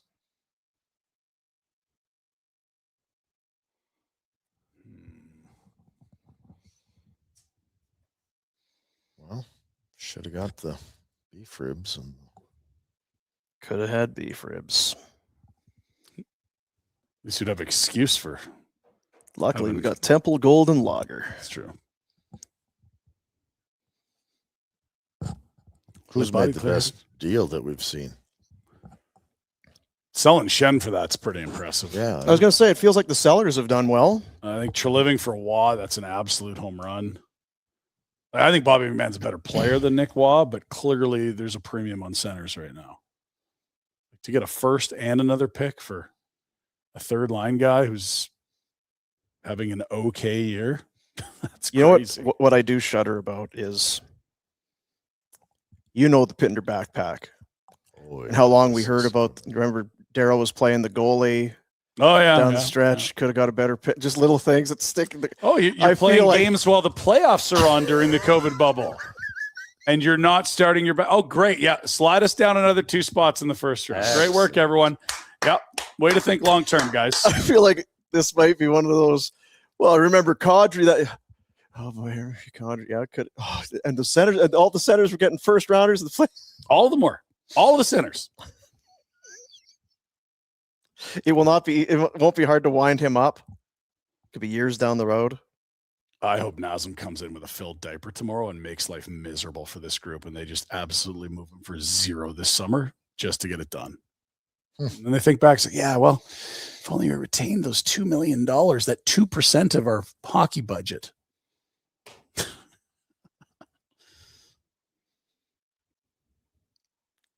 It's passion. It's passion retro. Yeah, I know. It's definitely passion. It's a lot.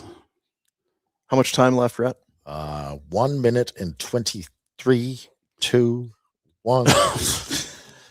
People are just killing it with the AI now. They got pictures of GMs in the recliners, asleep with blankets, mad at Tom Fitzgerald. You guys do something. Do something. It does feel like, again, I still think things will come across. There will be for sure. There But- always is. This is hugely underwhelming. And it's, not just the Kadri thing. There's a No. lot of big names that did move. Like we talk about those top 15, top 10, top 20 lists. There's hardly. Don't even bother making them. It's like the ball drop. We're gonna count down. At least you knew the ball was going to drop, though, when it hit. It's like, oh, is it not coming down? Or we not? Well, there's no guarantee. I mean, maybe, Yeah, there's that. Okay, I guess try again next year. Are we all coming back next year No, I'm if not. the ball doesn't drop? Is there ribs and Well, potatoes on? I guess that's on me. I probably should have known. Is it zeros?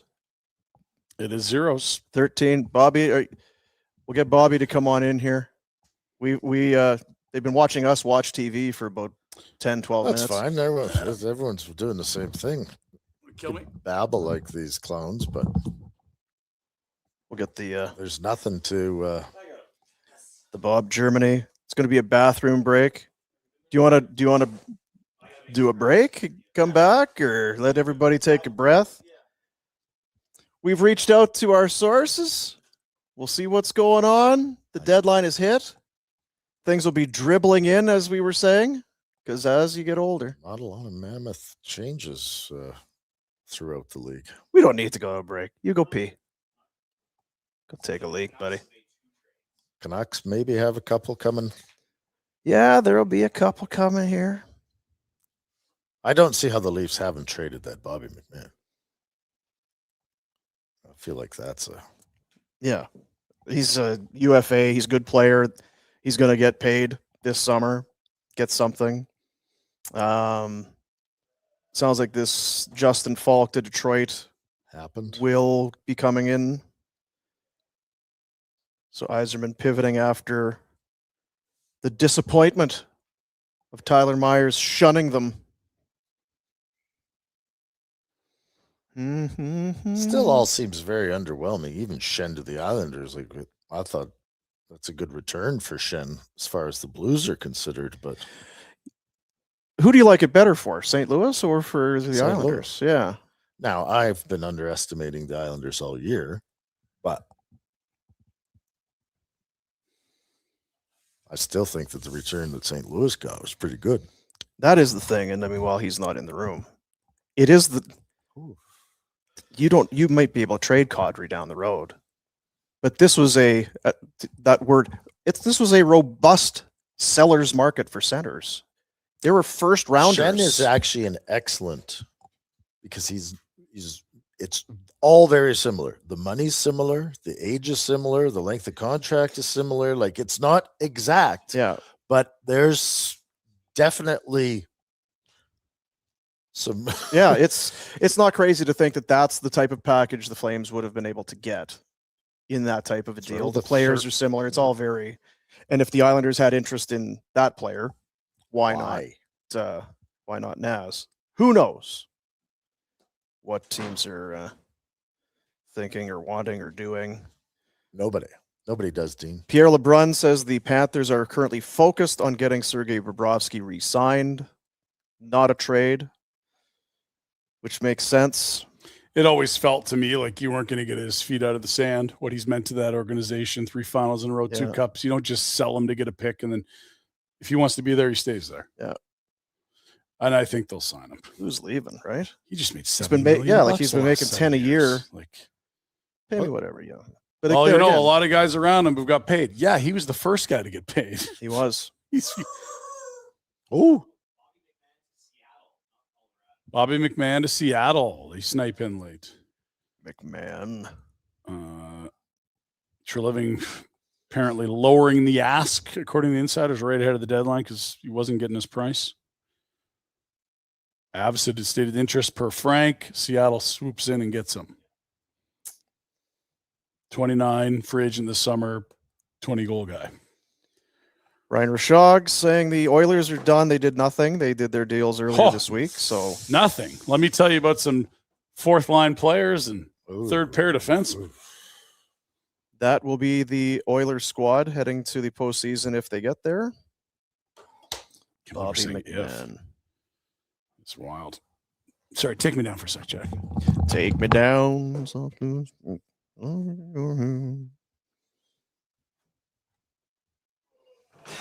Well, this is brutal. Did he forget to go pee? Phone's ringing. Oh, is that what it was? It's working. Working the phones. I get a feeling it's a kid saying, "Where are you? Yeah. Why aren't you?" There's only bean salad in the fridge. What am I supposed to eat? Bobby McMahon. Speedy scoring utility winger. Throws the body. 4 checks. Well, good for the Kraken, I guess, depending on what this price is. Yes, exactly. I like it. 2nd and a 4th?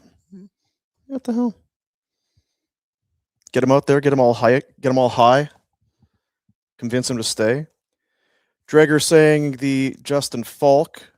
Blues trading Falk to Detroit for a 1st and 3rd. For the Falkster. Now, would we rather that than what we got? Falk, one more year. He's 33. One more year at $6.5 million. Oh, okay. I don't know that he's very good anymore. And the question will be, where is that pick? And how do you value that against 3 seconds in terms of the Uyghur comp? Yeah, it's tough, right? Because I don't the know. term changes everything. But Falk's not impressive at this point. Like, he's hanging on for dear life in terms of Right, but it's yeah. so it's kind of a 1 year and a playoff run very battle different or a assets, gamble. to be sure.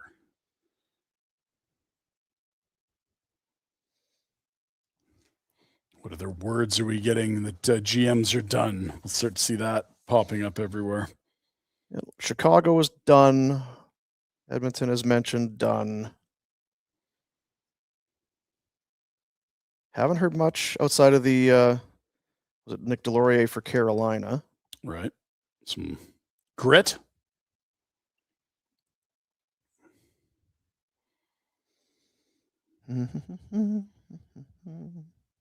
First and third for Falk. Holy.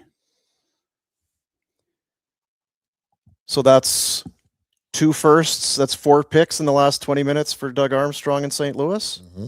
2 first for Shen, first for Yep. Falk. What was it? What was the other pick? A third. So this is a first and a third for Falk. And a first and a third for Shen. For Shen as well. Same. So 2 aging guys. That's great work. So there you go. You were asking. You were like, "What the hell are you doing?" Oh, He got it done in the last half hour. Strome from Anaheim to Calgary. I wonder he's Center? He's a center. Does that mean there's another deal we're waiting on?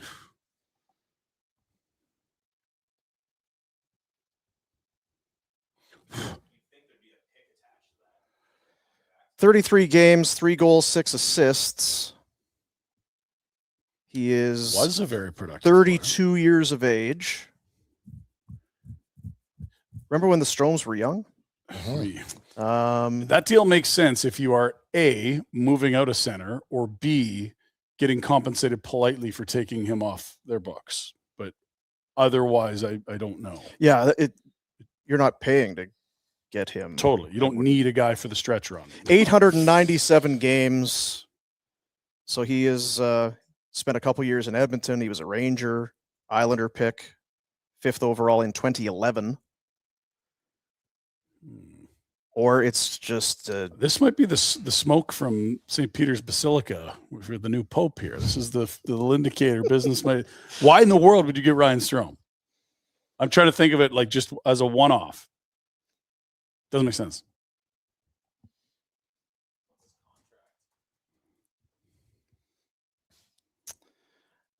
contract. Good question, Jack. Strome. $5 million. 1 more year. How old is he? 32. Does Feels feel like a Is it replacement just- for something. Like, is it a buffer in the event you do move Kadri at some point? You have moved Kadri. You don't do that unless Kadri's gone. Like if you move him out in the summer, you go get another center in the summer. My first reaction to it. I have no idea. It doesn't seem to make a lot of sense. But Until you know Until what the price entirety is. of everything, it's tough to figure out what's happening. I see you've tweeted the smoke basilica thing. here we go. Do it, Robbie. So a 2027 7th. Mm-hmm. So it's just a centerman for peanuts. But again, Basically. I don't think, like Ryan's saying, it's like that. Are you doing that trade just because you It need? doesn't feel like a standalone trade. It feels like it's attached to something. Kadri to Tampa per who? Oh, the chat. Come on. Just settle down. Exactly. Which insider's that? You wouldn't do you only do that deal to It seems to be that you have to have a It Kadri does deal feel like done there's a because you took $5 million of money For no reason. for a 32-year-old center with no offense and his $5 million hit, and paid a pick to get it. I don't know why the F you. If you are retaining Did move $2 million on Nazem Kadri, which is casually a number we've thrown around all year, You have $5 million to spend to replace Kadri at center ice. Frank Strome Saravelli expects. says Trocheck did not move, so he is staying in New York. I'm just like, even if you moved Kadri, why did you have to get Strome? I'm okay with that, given that you. I understand you would be okay with that. I'm just saying what I still don't. It makes have- zero sense to me if you didn't move Nazem Yes, Kadri. exactly. You didn't have to do this if you moved Nazem Kadri, but if your There it team is. was worried about botting him out hard, it is a veteran that is a center. You have John Beecher expiring, Backlund and Frost as your only centers. So it's a guy that can play center. It feels like smoke. I don't know. Jack's laughing at us. What's going on? Chat's going on. Yeah, Can the chat be right for once? Can we actually send this guy to Tampa?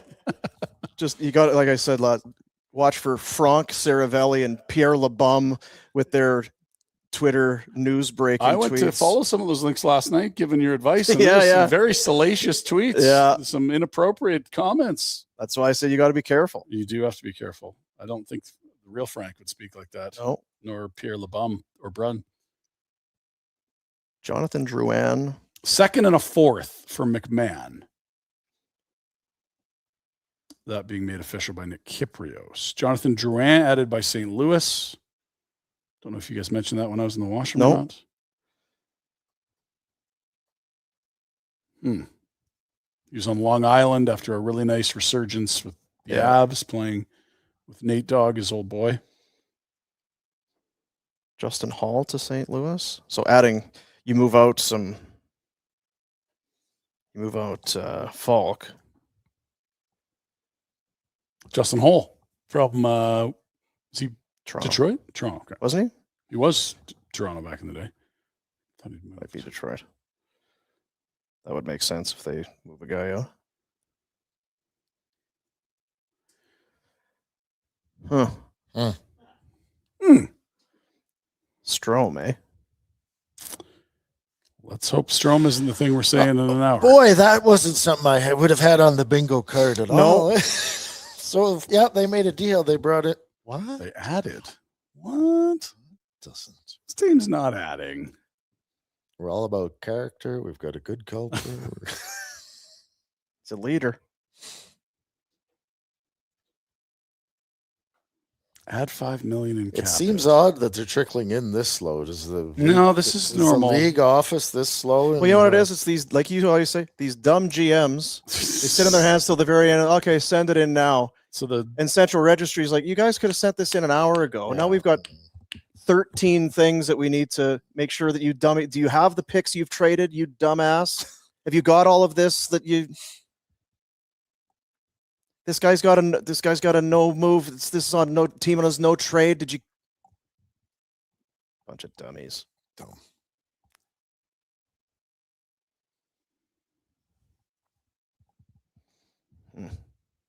I keep doing that. It's not even funny. It's yeah. I don't it's know what not, else to do. And you know what? It's the tone of the It's not a like a hopeful or encouraging. Strome is a for me. But up like or It's like an it's a eye raiser. It's a A brow raiser. I just can't see this making sense. if Jay you Fresh, didn't move a center. your buddy, Yeah. Ryan Strome, a veteran playmaking forward, a terrible skater, and prone to taking penalties, but can still pass a puck. He's saying it. I believe it. If that's what came, if that's the end of the day, then what? It's a horrible trade deadline if that's your end of your day. You made it worse. Added an expensive bad vet. You're selling, guys. Confidence is No, dwindling. well, No. I mean, I just don't. This as a standalone, this deal makes no sense. If something else has happened, Yeah. this can make sense. They don't have any centers. Like Now they you do. could Well, they just traded for Now one. they do. They picked one. right, and Thank so goodness. You if say it all the time. right, and so if you actually had moved out a center, you do need to replace those minutes. Who's going to break this? Come on, I'm up to 50%. Oh my gosh, Wow. I'm still at 0.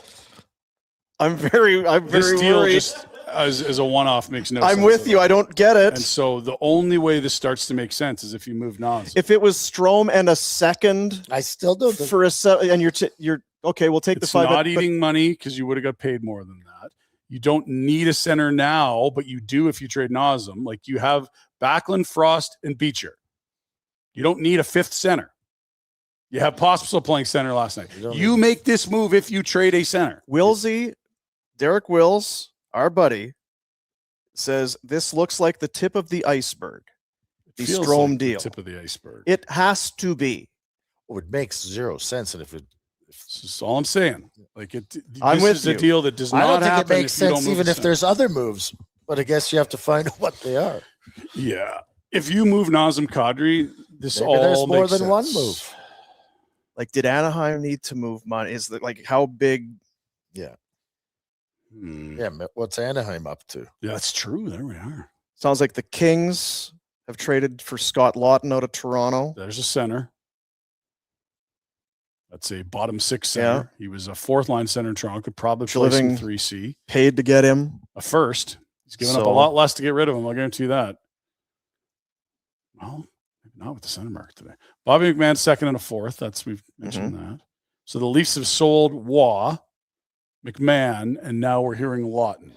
He's done what he needed to do, Tree. Might have saved his job. He's done well in the selling. I remember when what is it, Glenn Cross, he got a nice return for when Yeah. we moved him. And Chris Chris Russell, he got a nice yeah. return. He was a win from the Dallas Stars in Game 7 away from having that turn into a first. When he's sold, he's done well. The buying last year did not go well. Is it enough to save his job?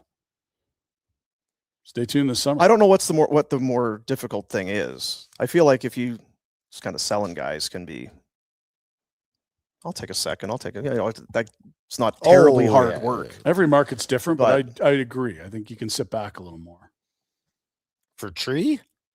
You're talking about? Sorry? No, No, we're it's saying just selling general versus managers at the buying. desk. Oh. Well, that's pretty okay.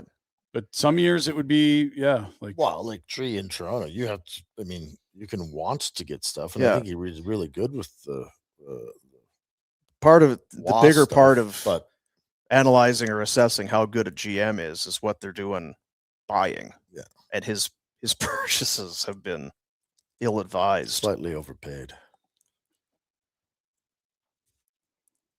God, it feels like we're. Rhett, is there a shoe going to drop? I think it has to. I think so too. I would bump up my probability now. With Just Strowman. because of how out this, It's out of left field, doesn't make any goddamn. They're not adding. because that, you know what, They're not adding. I don't think they should have added anyway. But if they, you got to see 'cause what you know what, happens next. if that's, then I need to go down to the dome and ask some questions today. I'll be, Are you going presser? if this is You know what? the You're only gonna thing be- they're This is the doing, only move. You're gonna be then I got You're gonna be Costanza outside of the Yankee Stadium. driving around, Yeah. dragging the trophy. I Yeah. need some splaining. Yeah, to take on a 32-year-old center at $5 million for another year. Strome can't be When happy you're about selling. that. Well, and so you have the Derek Wills tweet. Like, this is a guy that is embedded, travels, well connected with the Flames. If he says it's the tip of the iceberg, I don't feel like he's wishful thinking. This Well, I don't want to paraphrase him. You had the tweet, not me. did he say this has to be, or this is, or this Feels like Like, this feels like? either way, it's someone that's inner circle there. He's not working for the team, but he's on the charters.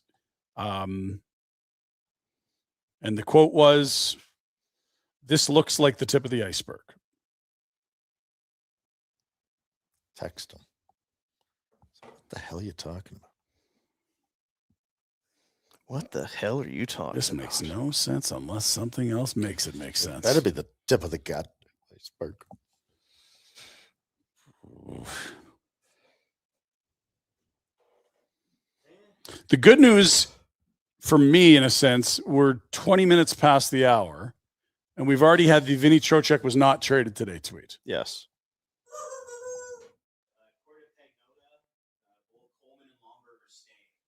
Coleman and Lomberg are There's, staying. there's Yeah. your what you were just saying that you didn't want to hear. Oh, we But haven't traded it, but not with the guys that we. 100%. Yeah. Yeah, like those are wingers. Winger market hasn't been flush. That from Pignota. David Pagnota. Frank Saravelli saying that Carolina is done, just Nick Delorier. So they're sitting tight. They are not making a trade for a center. Well, Dean, they have Rod the Bod. They do have Rod the Bud. They got a system, boys. They get to the Final Four seemingly every couple of years, and I don't know how they do it, but they do. Also, Yeah, what was the tweet before that? What's the tweet before? This is why we do these things, Retro. Don't I your blood's hate- pumping. Aren't you happy? If I could get a coffee, I'd be awake. There's a machine down the hall. If I could get a coffee, But Daddy was buying coffees earlier. I'd You showed be- up too late. awake. When do we get the word? Any It's more? either Nazem Kadri has not been traded, or Super it's chats? Nazem Kadri has been traded. It's got to be the next 9 minutes. Oh, Willie, come on. Give him 10 minutes, Willie. Whoa! Like, by all means, tomorrow do this, not now. What I if was they at pull it Mercado off? one day at 2:30 trade deadline day. Old Bill Barch has had it. Billy Barch, see ya. Come on, Burning Bill. jerseys. Give them 10 minutes, Billy. It's not their fault, the league. They can't even run a website. They That's- trade for Strome. The reports that Coleman and Lomberg haven't been traded. Make it make sense. Make it make sense. Connie. Did anyone have the Flames as buyers on deadline day? Like, no.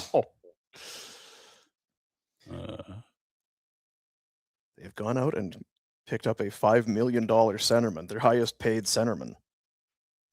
If in fact Kadri leaves. I still don't know why you do that. And if he was going to Anaheim, you'd have him just be part of that trade. Yeah, why isn't it just part of the? Because if it's like, okay, you got Carlson and you're going to add a center, Kadri would, could he be a Duck? Shit, yeah. He'd fit in great there with what they're doing. Yep. But you'd probably do that in the same trade. You wouldn't Would make sense. do the Doesn't- Strome and a seventh in there. Unless it's a three-way trade. What did you always say? I love three ways. Yeah. That is what you said. Question mark? You do. Why are you so hesitant? Is that what I Did you have was there a bad one recently? I didn't know I always said it. Dude.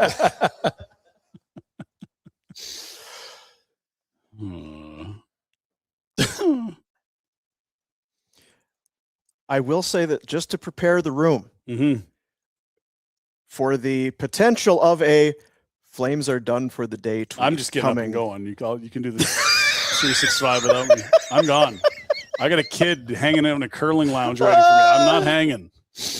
I've If- said my piece. If Get me a there coffee. is a the Flames are done for the day tweet coming from a Steinberg or someone, Mm-hmm.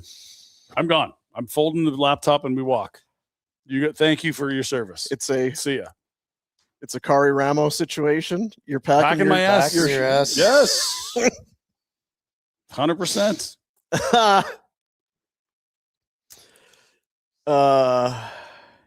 Again, the longer this takes, the more I get. the more it has to be. To me, the longer it takes, the more it has to be. I agree. Especially with all these, this did not move. This team is done. This guy did not move. And again, if you were really cash conscious and worried about the bottom line, you just added a guy to make 5 next year at a position you shouldn't be shopping for. My only concern is no one has put a Calgary and blank down to the wire. Yeah. Things have heated up. True. There's What were the last 2 deals to come in? I'm trying to think. the Toronto one with Lawton. That was Didn't hear, well, you heard his name a bit, but not today, although he's not a big chip. we've not heard anything on O'Reilly or Nashville, and there's nothing. Not a single word about O'Reilly today, it felt like.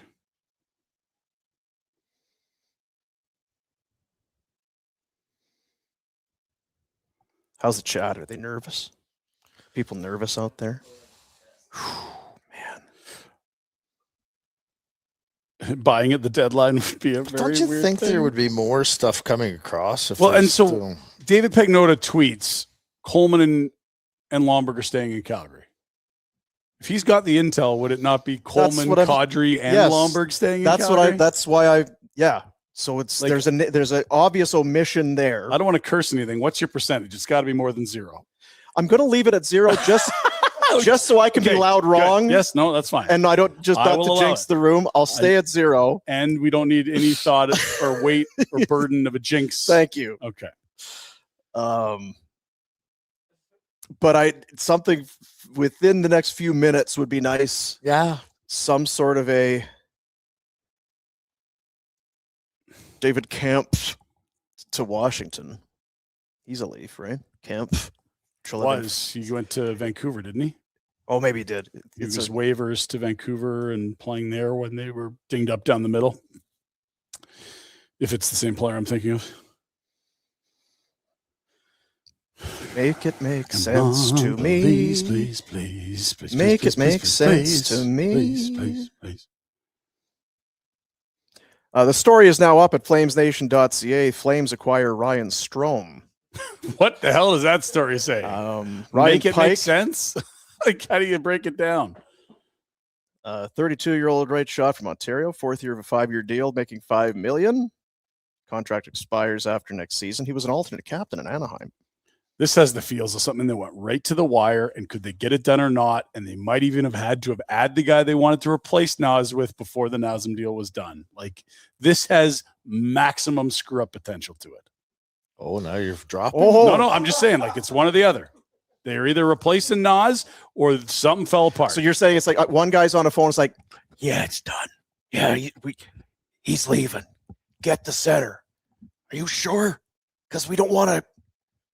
He's making $5 million a year. Do it. He's 32 and he's the shits. If we don't get that deal done, what are we don't? Oh yeah, you get her done. Okay, yeah. Sorry, what's that? No deal. I thought you said deal. Oh. Well, that's different than saying deal. Well, rebiggle. Rebiggle indeed. Can you hold off on the Strome? You just told me. You did it. You told me to do it. No, I didn't.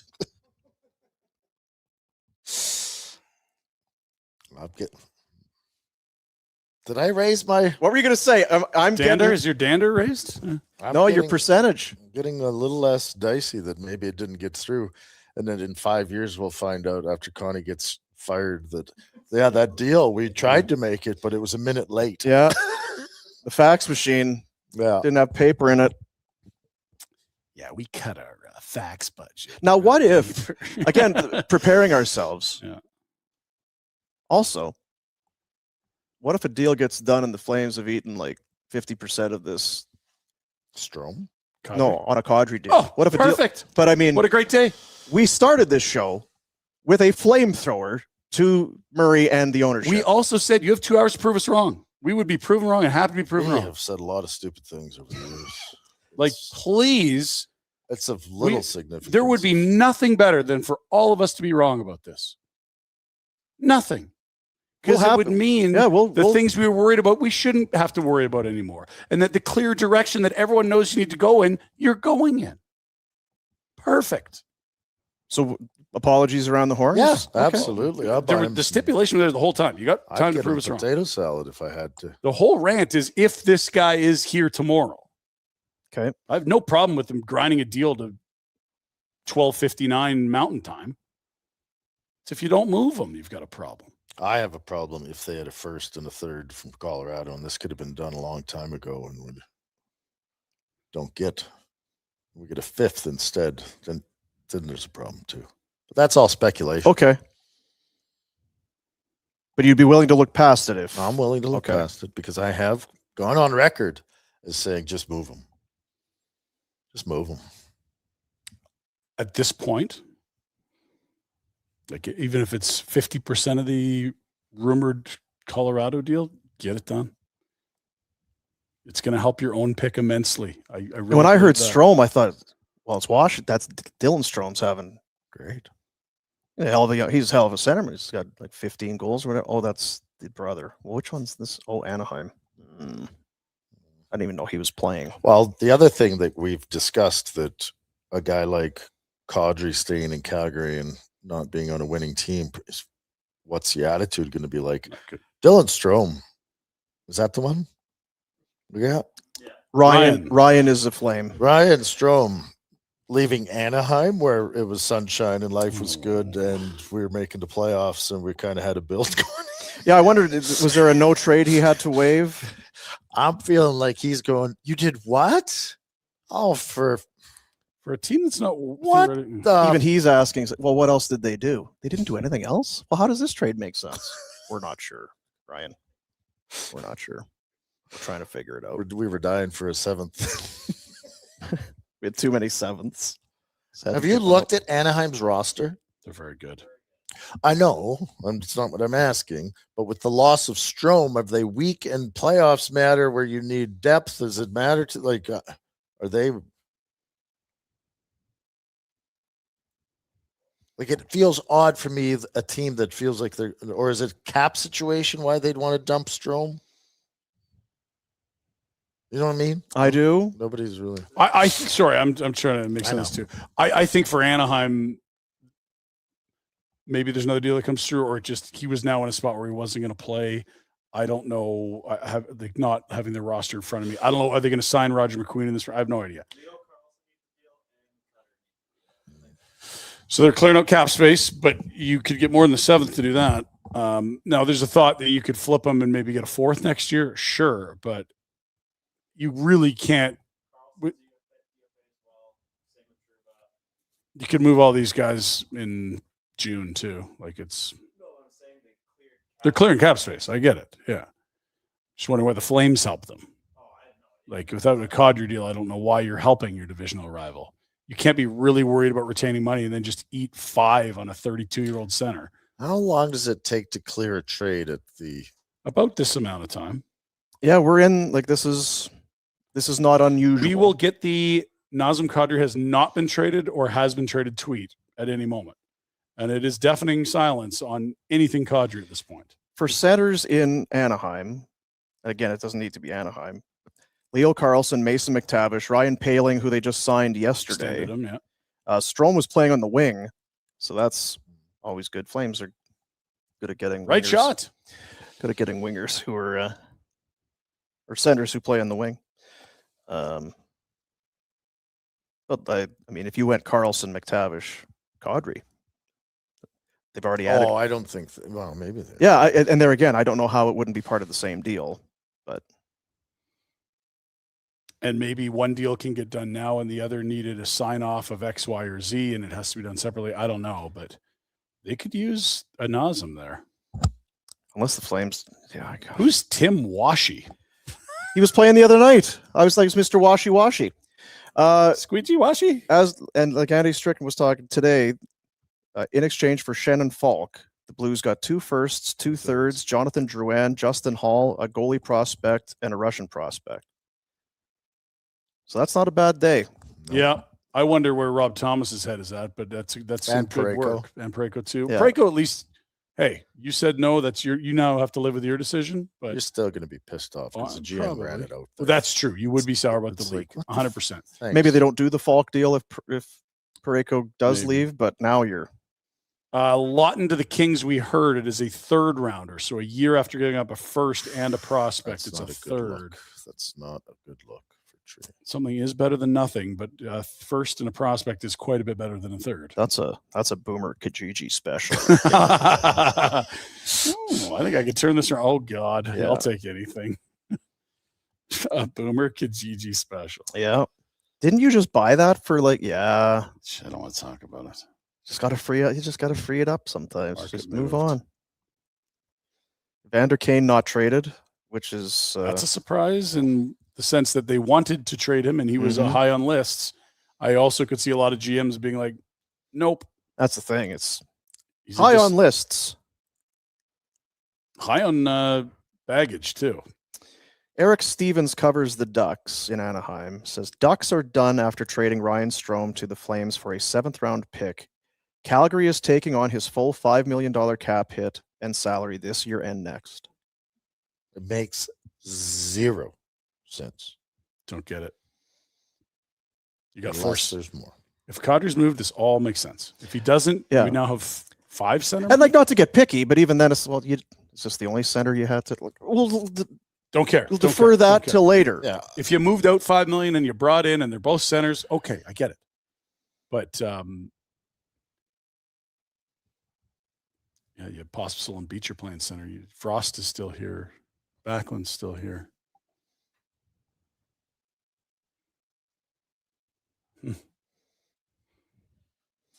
That would be hilarious if it comes through. Flames have traded center Morgan Frost to what the hell? If you get a right offer for Morgan Frost because you see the center market, I'm okay with that too. But that was not the name of note all year. Yeah, you can take or leave Morgan Frost on this team for me. Like, he's got 1 year left on his deal. I don't know that he's proven to be more than a 3C.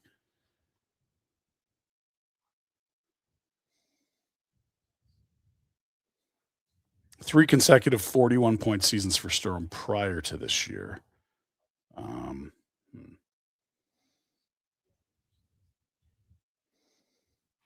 Make it make sense. Make it make sense.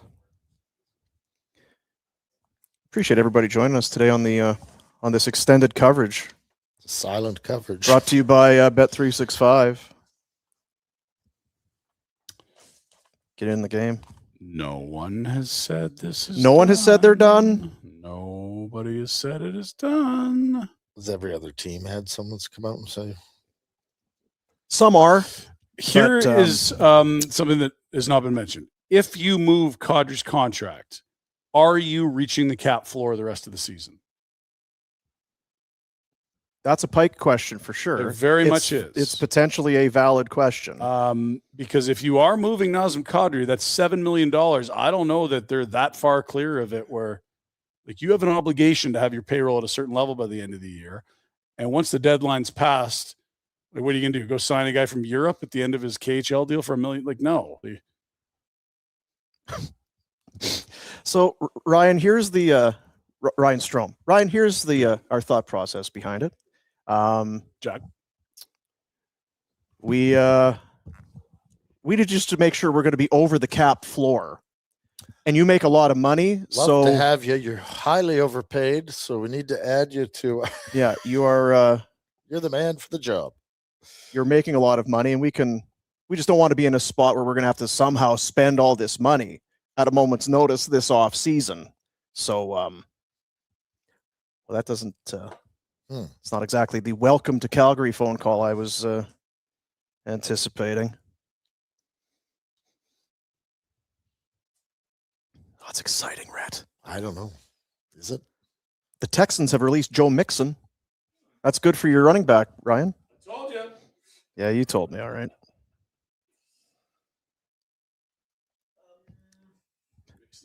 Pinder had to get up because he couldn't text on screen. For those that are wondering where Ryan went, he's just standing out of shot and is texting. Is it kid related? Yeah. Fridays Fridays out early. My buddy Beef is watching. Oh, nice. He says it looks like you got those couches on Kijiji. That's hurtful. That's hurtful, Beef. These were bought brand new from Kijiji. From a it was, you know what? There was some shade to it for sure. It was kind of it was not a store in a. Oh, these were adopted, I think. No, they were brand new. They were wrapped in stuff, but it was from a second. You can pick them up at our warehouse on the outskirts of town, Somehow kind of they thing. had fallen off the back of a truck, and People that bought this, they went out of business, so we had to lick, Beef says it's definitely underbelly. There's maybe some underbelly to it. It's comfortable though, right? No, not really. No, we need more back support here. This would be a big deal if it gets done. I agree. We need something to go into the weekend. There's not a and the kids team got snot bubbled 8-2 this morning. Aside from our uncertainty and dumbfoundedness, there's really nothing else to suggest just wait a sec. That no one's tweeted that they're done is all that we're kind of. If they felt the need to tweet that they're not trading Coleman, or who was the other guy? Lomberg. Does feel like a miss. Well, and also I can tell you, I have reached out to a couple of people in the Flames office. Crickets. And I've not heard anything back. That's a good sign. So they must be very busy. That's encouraging. Very busy doctoring screenshots to say 12:59 using or AI just, to wind back the clocks. Or not returning texts to Boom, which can happen. Yeah, can someone tell us if we need to continue to sit here and do nothing, or can I? My poor fucking kid. Why don't you leave him at home? He's at a better place than home. He can climb and swim and bowl and do whatever. I guess he's at a better place than being with his father. He's just going to grind screens. Grind me to grind screens. Do activities better. How do you not have word whether they're done or not? Like if I'm Elliot Friedman, have all my sources gone, like they're working on something. And whether they got it over the line, over the deadline or not, like, might be it. Well, I don't trust Bettman, so he might squash it just because.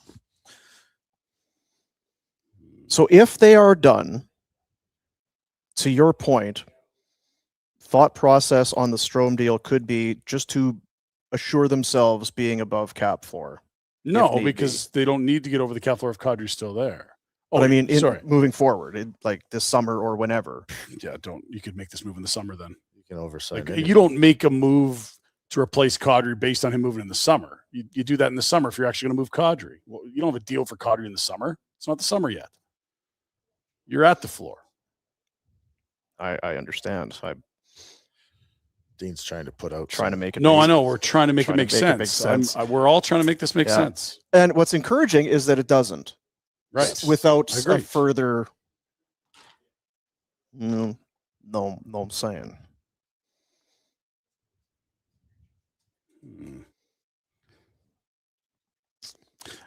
I wonder how the insiders are feeling right now. Like Rhett, when he doesn't eat for like 2 days, like an extra long fast. Those guys, they're eating for sure. They would have. No, I just mean like you almost are done the grind. You were so close. Like that first bite after the fast, like just to put your phone down. Did it look that hard? I mean, they were there for a while. I'm just thinking 5 hours. Boy Dregs grinding to figure out if the Flames are done or not.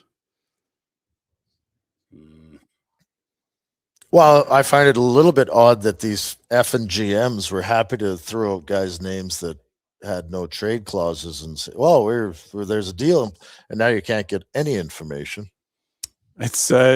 It's very funny how sometimes you're very, very pro player, and other times you're very, very pro management because you're like, these fucking no trades, you shouldn't be allowed to say no to anyone. But then you leak it, and you're like, how dare you? Well, and I sentimentally agree with both of you. It's one or the other. But yeah, one's a very pro. Yeah, like I think that's one of our greatest assets on this show. Both sides, boys. Both to sides. Be completely hypocritical from one moment to the next, and wrong on both sides of a debate. Yeah, it's not easy, but we found ways. You're welcome, everybody. No, but don't you think, like, if a story can get out that, we've traded Parayko to Buffalo, well, no, you haven't, because he hasn't agreed to anything. But we can't find out if there's any news on Kadri right now. By the way, the Lawton pick that is a third will turn to a second going to Toronto should the Kings make the playoffs. That's a nice conditional pick because Treliving gets the juice if it works, and if it doesn't, that matters. Yeah.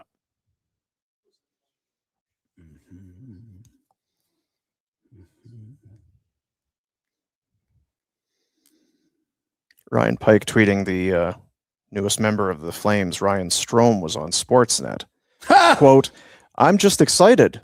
I think I've got a lot of experience, a lot of highs and lows in my life. This year it's been challenging being in and out of the lineup.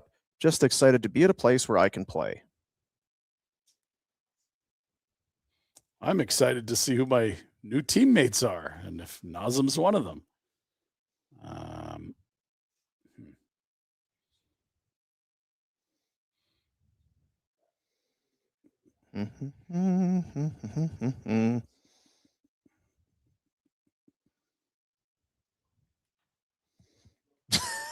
No super chats? 1:45. We are 45 minutes post deadline. Strom trade screams. We need to reach the cap floor type of move. Hopefully it means Kadri trade incoming. That's from Scotty Kerr. Scotty, that's what we're kinds of. A $5 for Boomer's improv skills. Well, Well, $2 for the improv and $3 to kick Don in the baloney if heading down to the presser. I'll add to that. This can't get you to $1,000. Curious for sure.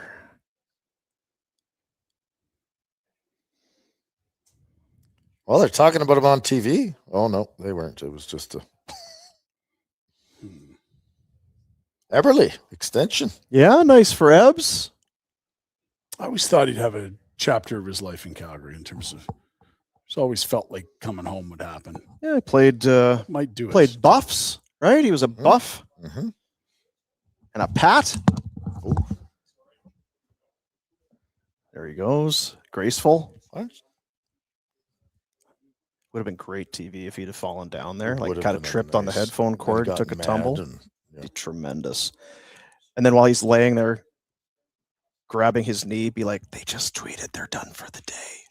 Adding pain to his already painful situation. You about done, Ryan? Oh, I didn't wear my shirt. Yeah. You also didn't play the FF Friday. Yeah, we forgot it was Is that to go out? That's where we're going. Well, if this is how it ends, that's very fitting.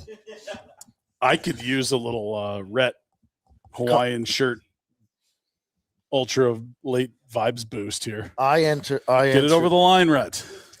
I answered my front door today in a Buffalo Bills snuggie. And is Jack taking the headphones Udi. out? Yeah, Jack's he's done. done. Jack, are you tapping? He's done. How can he be done when no one said he's not moved? We need word, people. Jack has gone to his non-Twitter account. Jack Haverstock is done for the day.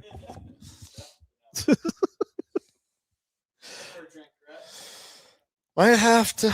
I feel like it at some point it's going to be Have you checked your phone? Because you reached out. it's right here. I reached out. The only text I'm getting are from Beef. That's disappointing. He says he'd have been happy if you would have tripped and fallen there when you were hopping over the table. Sounds like something Beef would Like say. a wounded gazelle Yeah, well, rolling around. Appreciate Beef tuning in today. you were talking about his hammer the other day. I thought that was a little inappropriate. His pouch. Okay, sorry. Yeah. My kid is very upset. What the F is happening? How can we not? What are these reporters doing? Doesn't realize his dad's kind of a reporter, but What are these I texted, son. I haven't heard back. Dun. It would be a big trade. Wilsey Tech put out tip of the iceberg. Mm-hmm. They haven't said they're done. They already have They've traded for a 4 center. centers. Like, while we're talking about being fiscally responsible, not wanting to eat money, they traded for a 32-year-old with they're And spending another year. $5 million. It's the amount of money that would ensure you're still at the cap floor. Like there's so much smoke that says something's bigger. Wow. And yet no one Has to be. To the point where if that's what you did, that you've now put your head on a chopping block, haven't you? Like that's a fireable offense almost. Right? Like what do you? This is a question, and I don't know that we know the answer. Mhm. If you consummate a trade Yeah. prior to the deadline, Mhm. but contingent on Kadri waiving, Yeah. can Yeah. Kadri have time past the deadline to say yes or No, no? And if he maybe says that's- yes, then I have no idea. That's a great question. That's a really good question. like deal's done. Registry, it's a done deal, but we're waiting on the player to sign off. if you're Nas, what's taking so long? Look at the roster, look at the standings, look at it's Greater LA. Oh my God. I'd be doing backflips. That Well, team's going to be really good the you next don't know 3 that years. it's Don't know it's greater. Anaheim. Anaheim's like Oh, we're I'm at- sorry. Yeah, you're right. You're right. Of course. Yeah, But that's a say very good it's- point. Like it's Buffalo, for example, someone that would have been on his list. say it's Columbus. This Yeah. sort of a thing. No, you're right. You're right. That makes more I sense. wonder if you're allowed to drag it a little bit past the deadline. You're going to look like a real jackass if he doesn't prove it. Oh yeah, if you're going to create I'm going to have a tantrum if I don't get moved, and then you don't wave. That's a bad look. I feel like you can't. That can't happen. It'd be a huge loophole, and teams would just try and use it. But if you didn't have the details done before the 1 o'clock deadline, Well, you have to have them in. yeah, I don't know how the no trade. Yeah, clause I don't know how that works But I either. don't know if it can fascinates get me. kiboshed. Like, I don't know if it has to be approved by the player. Here's prior. another. Oh no, sorry. I would think it has to be signed off by the player prior, but maybe that's what they're doing is doctoring the papers. doctoring or AI in the Yeah. middle. really just trying to come up with. Make sense of something here.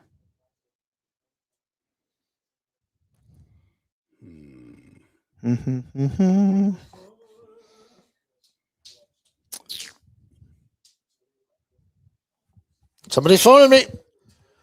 Whoa! That's a shovel. So excited. It's the shoveler.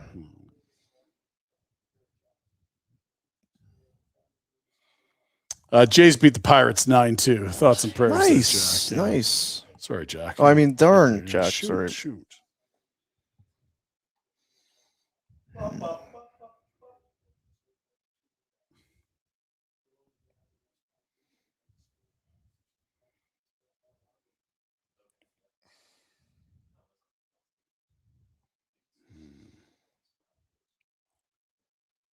What's the Falk? How much has he got? 1 more year left? I believe so. Yeah, he's got 1 more at 6.5. So he's a first and a third, and Robust market for centers too, not just right shot D-man. Someone's got to be the hero and break this thing. Who's going to do it? Dean, put some pressure on. break it Break it. Let's go. or break hearts. It's one or the other. Be a heart Done or deal. On this day in 2020, the hockey world lost Henri Richard. Wow. How long does my kid have to wait for me? I am starting to ask that Not quite. You question. can go. The hell difference going to make? If he left, and then the Kadri deal was I'm done. just going to jump on a link. I'll just jump right in and He'd- scream. I'm he'd fine. be- No, I'm fine. I'll jump on my phone. I'm happy to jump on my phone if that happens.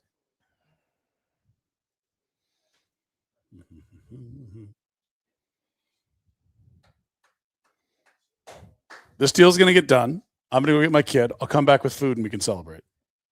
I'm not sitting here all day. Yeah, I'm kind of. I feel like the guys at Wishful thinking. TSN on the TV. We could just shut the cameras off. Just playing the old thing. We were actors. We'll show them that again.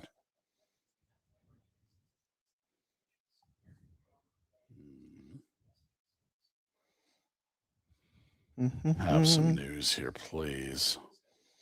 Thanks to Temple Golden Lager for supplying the delicious non-alcoholic beverage. The beer that tastes like a beer, light-bodied, clear-headed. Temple Golden Lager. Non-alcoholic. You can enjoy yourself on a trade deadline day. As you're waiting for those juicy details to come pouring in, you can pour some great tasting, carbonated as we saw earlier, Golden Lager down your gullet. Here's to you, Temple. Good use of the word gullet. Well, there's Bobby. Bobby McMahon. Wainwright? Yes. A very young 29, I can tell you. That was my best loud wrong of the week. Oh, he's 23, 24. RFA. He's 29 and he's UFA. Fuck. Again, we have a lot of ground to cover over Lot hours of and hours hours. of Very shows. There's lot going to of be a ad few libbing. things that are going to slip through. It's not as scripted as it looks, folks. Let me tell you. Right? What? How much of the show do we script for you? We send you the lines the night Yeah. before. They're very. You come in with your papers and your Oh, laptop. We don't need a script when I do all that homework. that That's we're right, yeah. that we're accurate as often as we are is the That's the real miracle. shocker. There is not a lot of happies around the Scott Lawton for a first and a prospect, and a year later out for Yeah. a conditional second. or third. Or should third. they be? And it's, hey, you played him on the fourth line for a year, and now you traded him for less. Anything you could have done differently? Yeah.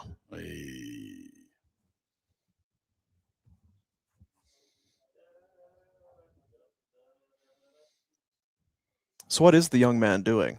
Just kind of rolling around on the floor? There are other kids at this. There's lots of kids, lots of facility. pals. They may have gone to climbing. They might be bowling. He could be trying to charge food to my account, which I've disabled, but still they can work around somehow. He could be watching sports on a TV in the curling lounge. It's really his universe we're living in. Yeah, Dean, I could say this to you.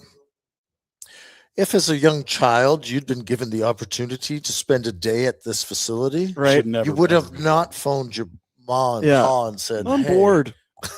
To be fair, he was good, but he was just like, Mom said you're going to pick me up here. And I was like, no, it's running late. Call me at this time. Okay, well, you're still not here. Okay, yeah. I said, would you like to walk home or do you want me to come pick you up? He said, no, I'm good. He's party." Let her rip, buddy. I can't sit here unless we're ordering a coffee. Like I feel like it's all I'm waiting on is the We need the word. It either's happened or it hasn't. Dun, dun, dun. I actually think you nailed it with a no trade. Like 1 minute left, fax it into registry. And then it's like, Nas, we put this in. If you want out, say yes. But I don't know how that works. I don't either. It's such a black box. Otherwise, to not have news an hour later, Exactly. we've got a shady account tweeting something. Very shady. Then don't even mention it. Yeah. Like it's this clown here. Yeah, I don't know if that's reputable enough. Probably We'll get. You know what? You isn't can, at if you all. feel bad, you can give him a shout out after. No, yeah, sure, but no.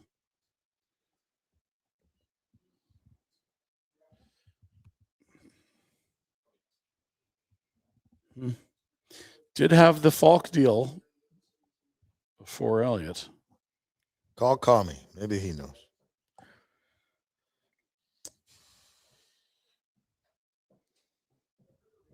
If I didn't feel like they hated me, down there, I could Do send you a think text. Montreal would be on Nazem's no trade list where he'd have to make a decision on Montreal? That wouldn't surprise me. It wouldn't surprise me. And I think he would say yes, but it would also be It would on his take. Give list. me an hour to think on it. Holy Like, do you see them? Yesterday, it's Colorado, the top team in the league.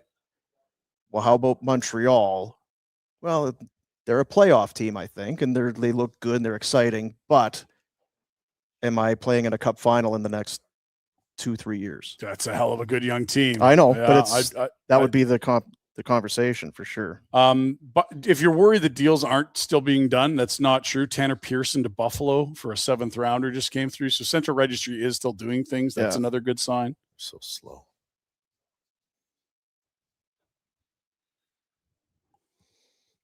It is very exciting, right, Rhett? Oh, hot. Very. How much coffee do you drink in a day? Not that Do you have it much. throughout the day? I have a morning during the show, and then I have an afternoon cup of Joe.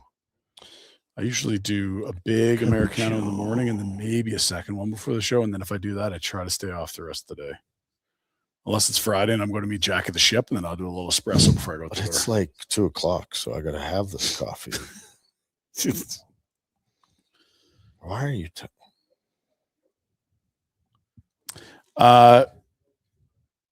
The scene described as weirdly quiet. Well, everybody's feeling the same way. We need this to make sense. That where this is right now doesn't make sense. This, you know what? This is total Conroy.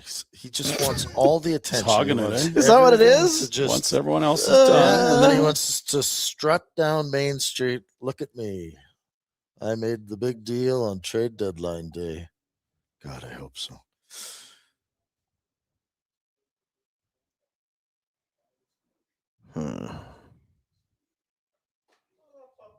Jack's losing it.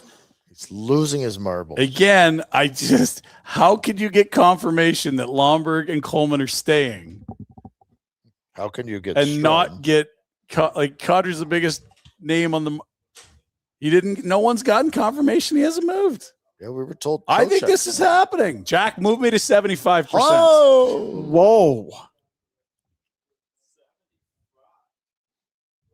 what is this thing they got going on? I don't think it's a real thing, is Oh, wow. it? I was going to say, how quickly can you mail one to Marta Loop? Yeah. Do a show like that.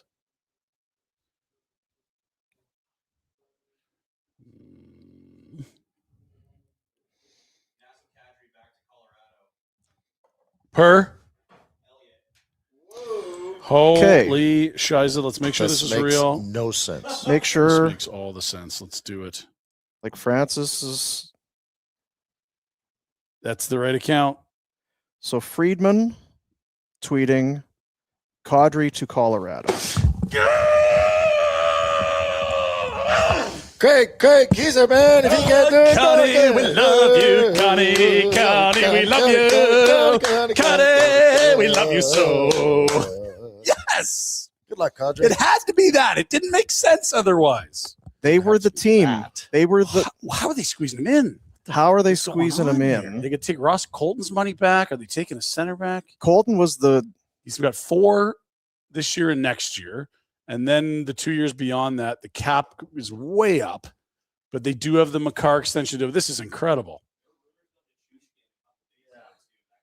The Chushkin was rumored. I don't see that making sense for Colorado. I would rather Unless they're done with his. hang a bet. That's drama. true. Twice in the playoffs, he's bleeped the team.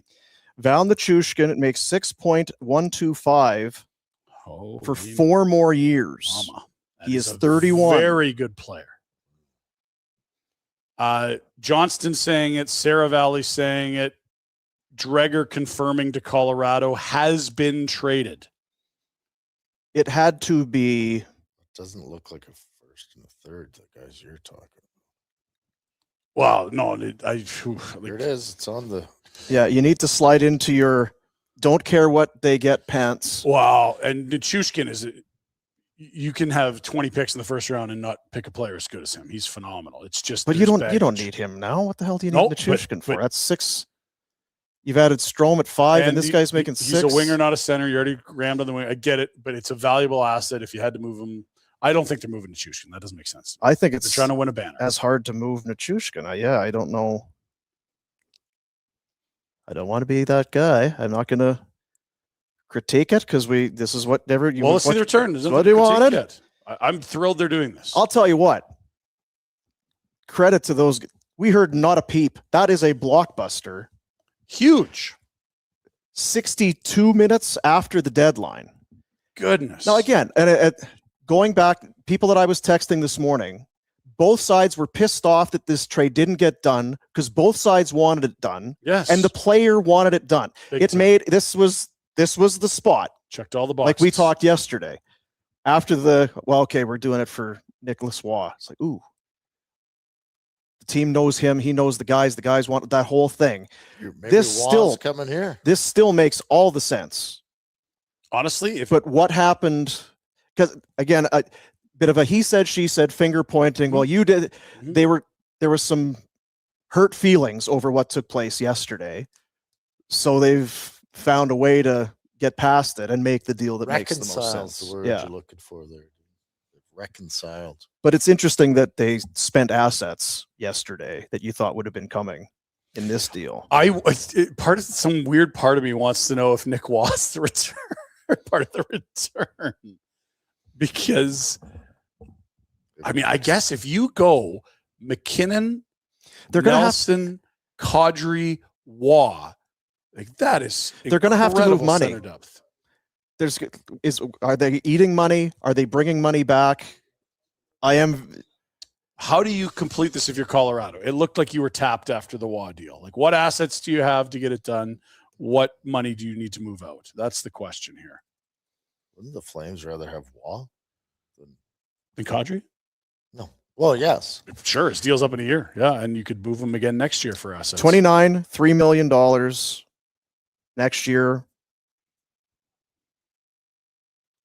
Ross Colton is the other guy that's been talked about. He's also 29. He makes $4 million. They would not be trading Lehkonen. Nope. If you want to move money out, Colton's the best target. Nichushkin has 4 more at 6.125. Nichushkin's a game He's a changer. core player. I just If I you're know trying to win a he's- cup, I know he's On the back end, they love this Sam Malinsky, Josh Manson, Devon Taves. They've got Bakar, obviously. Kulak is. I'm just trying to think of where are the maybe it's both. Maybe it's Watt and Colton. Colton. and that while you've gotten rid of Nazem Kadri and you've made the money work, now what are you giving the Flames of value, right? You Because might not be giving him anything. It might not because be. you can be saying that. Well, you can go trade Watt for a first. You idiots. move If him we at just did. July 1. Yeah. Would they have traded for Strome if they were getting Waugh back? That Probably it doesn't make sense to me. What I think Waz their 4C and Nazem's their 3, and they've got the deepest center group in the league. Yeah, now. That's maybe what they built. take the Colton guy and Colton's bad money in terms of not a bad It's player, but 4. making too much. If they eat, and it's 4 of Colton coming this way, Yeah. Then that probably makes then you're makes it you're sing. probably pretty close to where you need to be. When's their next first? Is it a 28? Getting greedy, but I want you're to know. getting greedy. Well, it's Look, going to set 28. prices. I'm cool with it, and I want you to be greedy, and I Yeah. want you to be right. Here's the Colorado pick situation. No first, second, or third this year. No first next year, 2 seconds in 27, and no thirds. A first rounder in 2028. When I look at the market for centers today and we remove our Calgary hyper focus, a first is the currency. Now, maybe it got to the wire and you said, we're going to do a solid for a veteran because he needed to get out of here. But if you just looked at the deals today and you said, now put Nazem in, that 28 first is part of this. To again, just reference things that I had been, when I was texting, is that the person was a little surprised that this broke down because the Flames wouldn't eat money, because his belief was Flames are good to eat money in the right deal, kind of a thing. Yeah. Not And this this is a terrible deal and we'll eat 5 million or 50% or whatever, but they were prepared to do it. So it was just a little bit kind of, well, is there more to this? Because the deal broke down because the Flames won't eat, so it's over. Just that led to believe there was more to the story than that. And maybe there isn't, but it is interesting that they've come back around. How happy's Nas? He's got to be thrilled. How happy the Avs? Like, we haven't seen what they've deleted, but God, like down the middle. Whew. And if you're the Calgary Flames, make no mistake, your draft pick the next 2 years is going to be higher. You're adding another futures asset, I imagine, in the form of picks and or prospects. And you don't have to worry about getting caught holding the bag on a guy that's 37 or 38 and suddenly Father Time catches him by the shoelaces and tackles him. Yeah. That's a win for everyone. You said it. It was the fit the whole way. It was the there fit. Was never a fit better. It's where the player would want to be on the number 1 team in the world. The team saw, I mean, he scored an overtime winner with a broken hand. And it just did feel like it would be best for the Flames to move on while you can.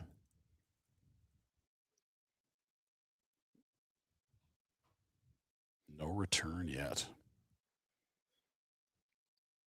Pretty amazing that it took that long to come out, though. Yep. Because, and again, we've been on phones and all of that here. There wasn't a whisper until basically it came out. Confidence. Screaming high. Soaring. I'm just glad I stuck at 0. I am too. You're welcome, guys. Good. I didn't want you jinxing it, and we get to laugh at you for a while. It's a win for everyone. Yeah. You were either going to have jinxed it I don't understand. or how been a they- negative Nelly. Like, is this made for TV that they won't let us know what the other side of it is, or what the? It's a very good question how it takes 69 minutes. Is this made How does for it take TV? 69 minutes to figure out the return on a deal? Yeah. Bettman's got it all scripted. Like, Be careful, Jack. Kadri acquired by Avs. Okay, so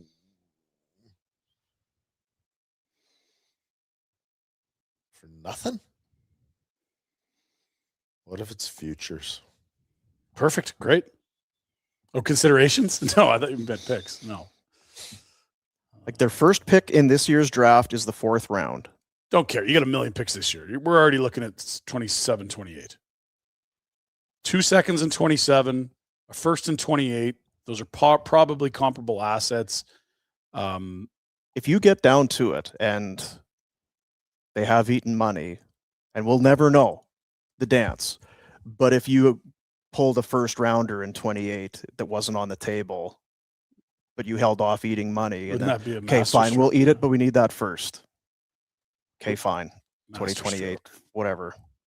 If you manage to get a first, But it's just as easy to argue the other side. yeah, You'd say, Wow, you yeah. have- it's just that whole. You'd love to know what the dance was. Yeah. You'd Kill me, love Jack. it. Sorry. Kill me, Jack. Thank you, brother. get gold. What? Who? No, What's that? no. How's he gonna tell us? Unless he knows who's coming the other way. But he's right there. I know. Make him wait. Oh dear. You've done it to Bob Germany the whole day. Just bring him on screen for a sec. Of course, you know him from Warmies and from Flames. Hi. Hi, Mike. Do you know what the return is on the Kadri deal? No, Rhett probably hates me for that. Sorry, Rhett. Come on. Ah, The hell of isn't this crazy? It felt like they couldn't possibly be done, didn't it? Like you hear about Ryan Strome, and that makes some sense, but only as sort of we kept a one repeating piece. ourselves that like make it make sense. Well, In a way, it's a good thing that Strome deal was there because that was the only inkling that there was anything else coming. If they hadn't done that deal, then, and I still don't really know why you had to do it, but it was the only slight heartbeat to anything resembling a trade coming. yeah. The thing that makes me really think right now, because we don't know anything as it stands, but there's been so much that's been quiet around Montreal this afternoon, Mm-hmm. and the cap situation that Colorado's facing, the cap situation with Montreal, with Line. I wonder if if there's a chance this could be a little bit bigger, and maybe that's a reason why it took so long to get out, and maybe why we heard so much about the Montreal Canadiens in the early parts of today. But I dig it. I really like that they have pulled this off. I mean, if you look at the upper echelon of the Saddledome, they have those photoshopped graphics of Huberdeau, Kadri, and Uyghur from the 2022 offseason. And here we are, and the last 21 games of the year, none of them will be playing for the Calgary Flames. Yeah, in a way, just looking at from the business side and from the Conroy side, Rhett, you and I have been talking about just get whatever back. You need to move on this player. With Kadri and Uyghur, there's some good days left, but I think both cases there may have been we may have to buy this player out conversation over the next 2-3 years that you've avoided by doing this. There is big age risk associated with both guys. When you bring up those two names being deleted, I think it's more what place are the Flames in today, and can we stay there? Yeah, Can we stay in the bottom three? I think Well, and there's no pretense anymore about what this team is or isn't doing. Craig Conroy trades Mackenzie Uyghur and Nazem Kadri in the span of 3 days, and takes on 2 cap dumps at the very least in the process to facilitate different moves. And these are all the moves of a pure rebuilding team, arguably the team that is maybe the most aggressively rebuilding in the entire National Hockey League at this vantage point. So that to me is really exciting, even irrespective of what comes out of Colorado. But after what they gave up for Nick Waugh and after what they gave up for Brock Nelson, that to me is really, really interesting because there were people who were saying, how does the roster fit? Like, what is Colorado's center position at this point? Is it McKinnon, Nelson, Kadri, and Waugh? Like, that's crazy. So we'll see. It's exciting times, boys. that is deep down the middle. That's really good down the middle. Like, that's crazy stuff. Off, but Yeah, like, you use the number 1 overall pick on McKinnon. You give up a first for Nelson, you give up a first for Waugh, and you maybe give up a first for Kadri as well, depending on what comes out. So it's exciting. Are we nervous that it's going to be underwhelming? Whatever comes. Wilbur and I have both said doesn't matter. I don't know, but we're still hopeful. By the way, this was sort of coming down the pipe. There were rumors about this, and I wonder about Jacob Battaglia maybe being part of this. The Flames have acquired Brennan Othman from the New York Rangers, first-round pick a few years ago, and I suspect that we might see Jacob Battaglia as part of this. Saw that. Yeah. Yeah. So just coming out now. Bobby, jump in here. Bobby's working. Is he? Yeah. Really? Away here. Yeah. That's a first. Yeah, Emily Kaplan reporting on the Othman part of it. My expectation is it's going to be Jacob Battaglia. There were little whispers on X over the last 20, 25 minutes about this being something that might be happening, and now it's being corroborated. So Othman, as you mentioned, first rounder in 2021. He's 23. Hasn't played a ton of NHL hockey. 22 games last year, 17 this year for the Rangers, but is a first round pick. A casualty of that Rangers developmental system a little bit, I would say. Now we sit and wait. That's what we were just doing. Yeah, I know. Somebody retweeted it was a Kadri tweet from May of 2025. Rule number 1, you always keep the dogs. Talking about guys that you're trading away at the deadline. You always keep the dogs. They will be pumped. The Avs fans will be pumped for him to be back. He will be pumped to be back there. It was why, repeating ourselves, but we're talking for hours on end, but it was why it felt really unfortunate that it broke down, if in fact that was going to be the end. Yeah, I feel like this era of Calgary Flames hockey will be defined a little bit of, false promises, dashed hopes to a certain degree. And it's just more than anything, it's an opportunity to move on. Like for all the talk that has been out there about guys wanting to be part of this group into the new arena, the thing that's always sort of lingered in my mind is, wouldn't it be nice to just have new guys for the new arena? Like somebody else to make it a fresh start instead of still having the lingering remnants of one of the most disappointing 3-4 year stretches in the history of the franchise, really. So I think it's good. I think I also think, given the emphasis on centers that we've seen, especially at this deadline, the fact that the Flames get a center for a complete marginal piece, a 7th round pick, who you can maybe open up once the retention slots free up next year and move for something else. I just think that's a shrewd piece of business in tandem with this. So I'm very impressed by the early stuff. And of course, we don't know what the Kadri deal is, but the fact that they've moved him at all, to me, is a bullet point in the pro direction for Craig Conroy. To the point you were having, the seemingly out there now that it's a Jacob Battaglia, Brennan Othman swap between the Flames and the Rangers. So that comes down to it. And I get how it works.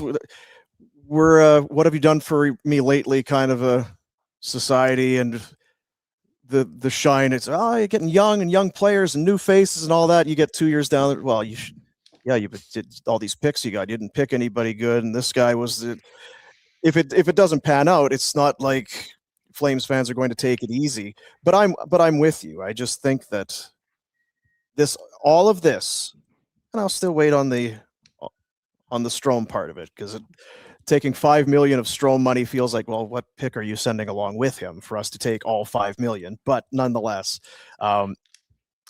this feels like the plan. This is You may judge by actions, not words. You don't want to say rebuild, fine.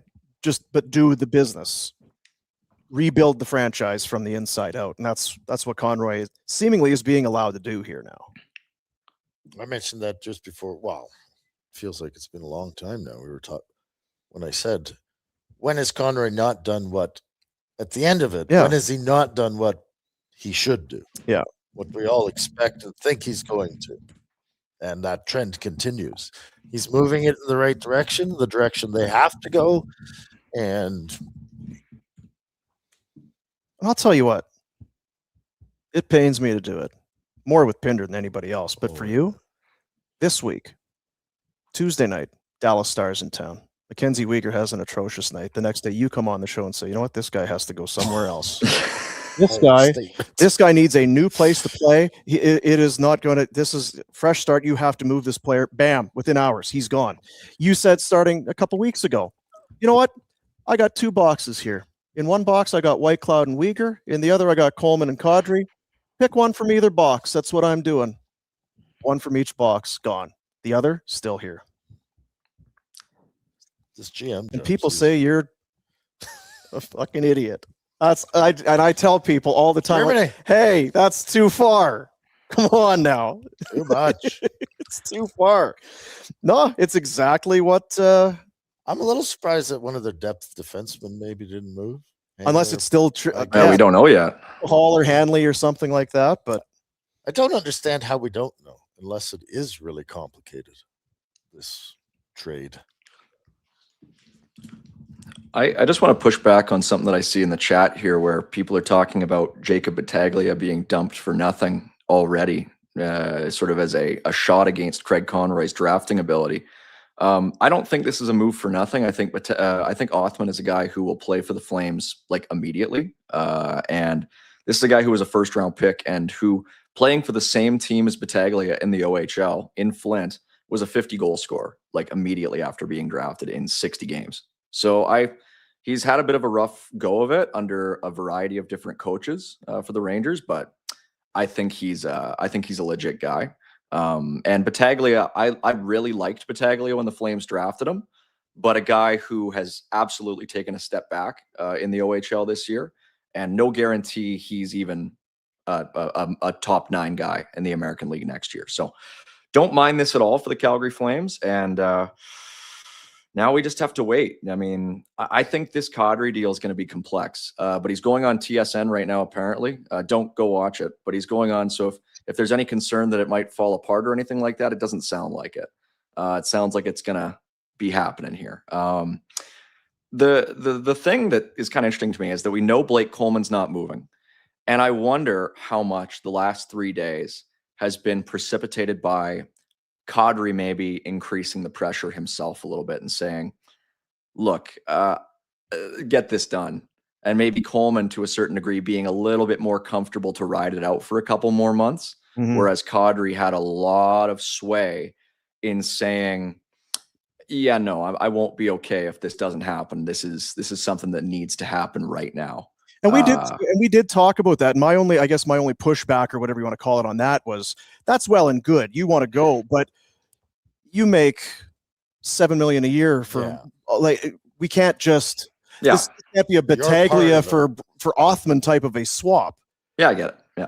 Yeah. Yeah, no, it's fair. It's very fair. I do think he would have put some pressure and been in the room asking, pushing.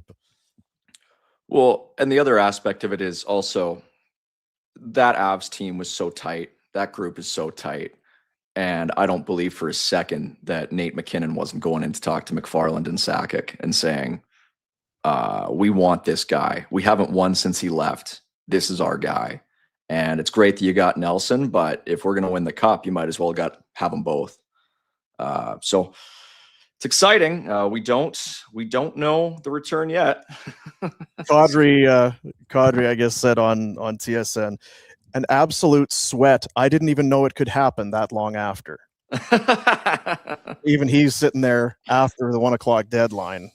It's like, is this happening? Crazy.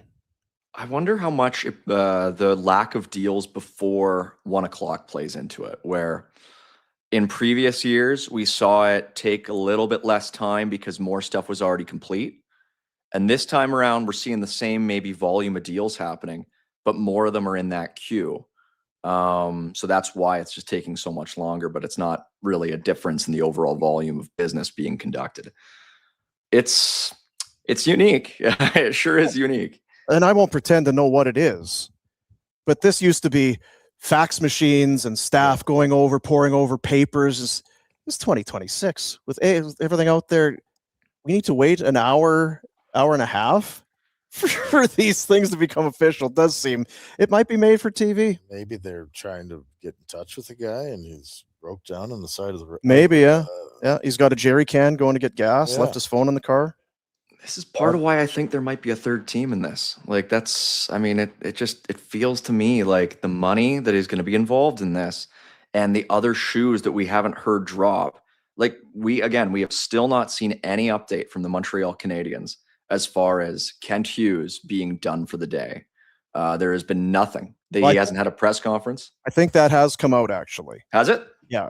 He said they were down the line on a deal, couldn't get it done today, may get done in the off season. Yes, you're right. I see it just now. Shows you what I know. The other thing we were talking about, just let me, I'll take care of you, Mike. The first that they have is not till 2028. The money they have to move out still leaves, because Ross Colton's a $4 million player. That's We've heard about Nichushkin. Does Nichushkin go to another team? Yeah. Frees up a pick. The pick goes to Calgary. Because there's still some things certainly to iron out. It may just simply be, now they're taking this money and Flames are eating some money on it and it's done. Well, there's 4 minutes of Rhett on this show because they need to get this figured out. Yeah. Well, yeah. It's wild that Kadri's has been interviewed about this before we know what he's traded for. That's something that I don't think I've seen before. Like, does he even know? Like, you may not know or care. It's done. Yeah. Get packing. Yeah. I'm headed to Colorado. Yeah. You guys can deal with the rest of it. But I guess just thoughts. I think we all kind of feel the same way about Nas. You look back and the deal that was made with Monahan, that cost a pick to get the cap space, to bring him here, all of that aside, there were some games at the end of that first season with Darryl behind the bench where it was not pretty to watch. But outside of that, the guy did Flames and the fans proud. He was a hard worker. He'd fight hard, score goals. He was what you wanted out of a guy. It's exciting, the fact that this loop has sort of been closed. We don't know what the asset base is going to look like now that the Flames have made this move, but we knew what it looked like when they got Kadri in the first place, and it was kind of ugly. They mortgaged what they had, and now they're liquidating what they have. They're paying it off, they're paying it back, and maybe they'll come out ahead. I mean, it would feel nice if they came out ahead in the end. They move out that first to dump Monahan. They sign Kadri effectively for free. And so do you end up sort of profiting off of that? Because for a long time, that was a huge knock against the latter year of Brad Tree living in Calgary, is that hemorrhaging picks, gave up that pick. It was like the first that he got in the Tkachuk trade didn't even matter because he basically gave it right back right away. And so, it is a stockpile of picks for the Calgary Flames to an extent that we've never seen before. 4 picks in one round is not something that I've ever seen the Calgary Flames do. I mean, 2 first this year, 2 first next year, 2 first last year and the year before. Like when I was, it's sort of a matter of circumstance because the Flames don't have their true superstar skaters already in place. Whereas the last time they went through this process, by the time they started selling guys off, Johnny arrived a year later. And so they didn't have that intermediary period where they were sort of flipping assets the way that rebuilding teams typically do over a long period of time.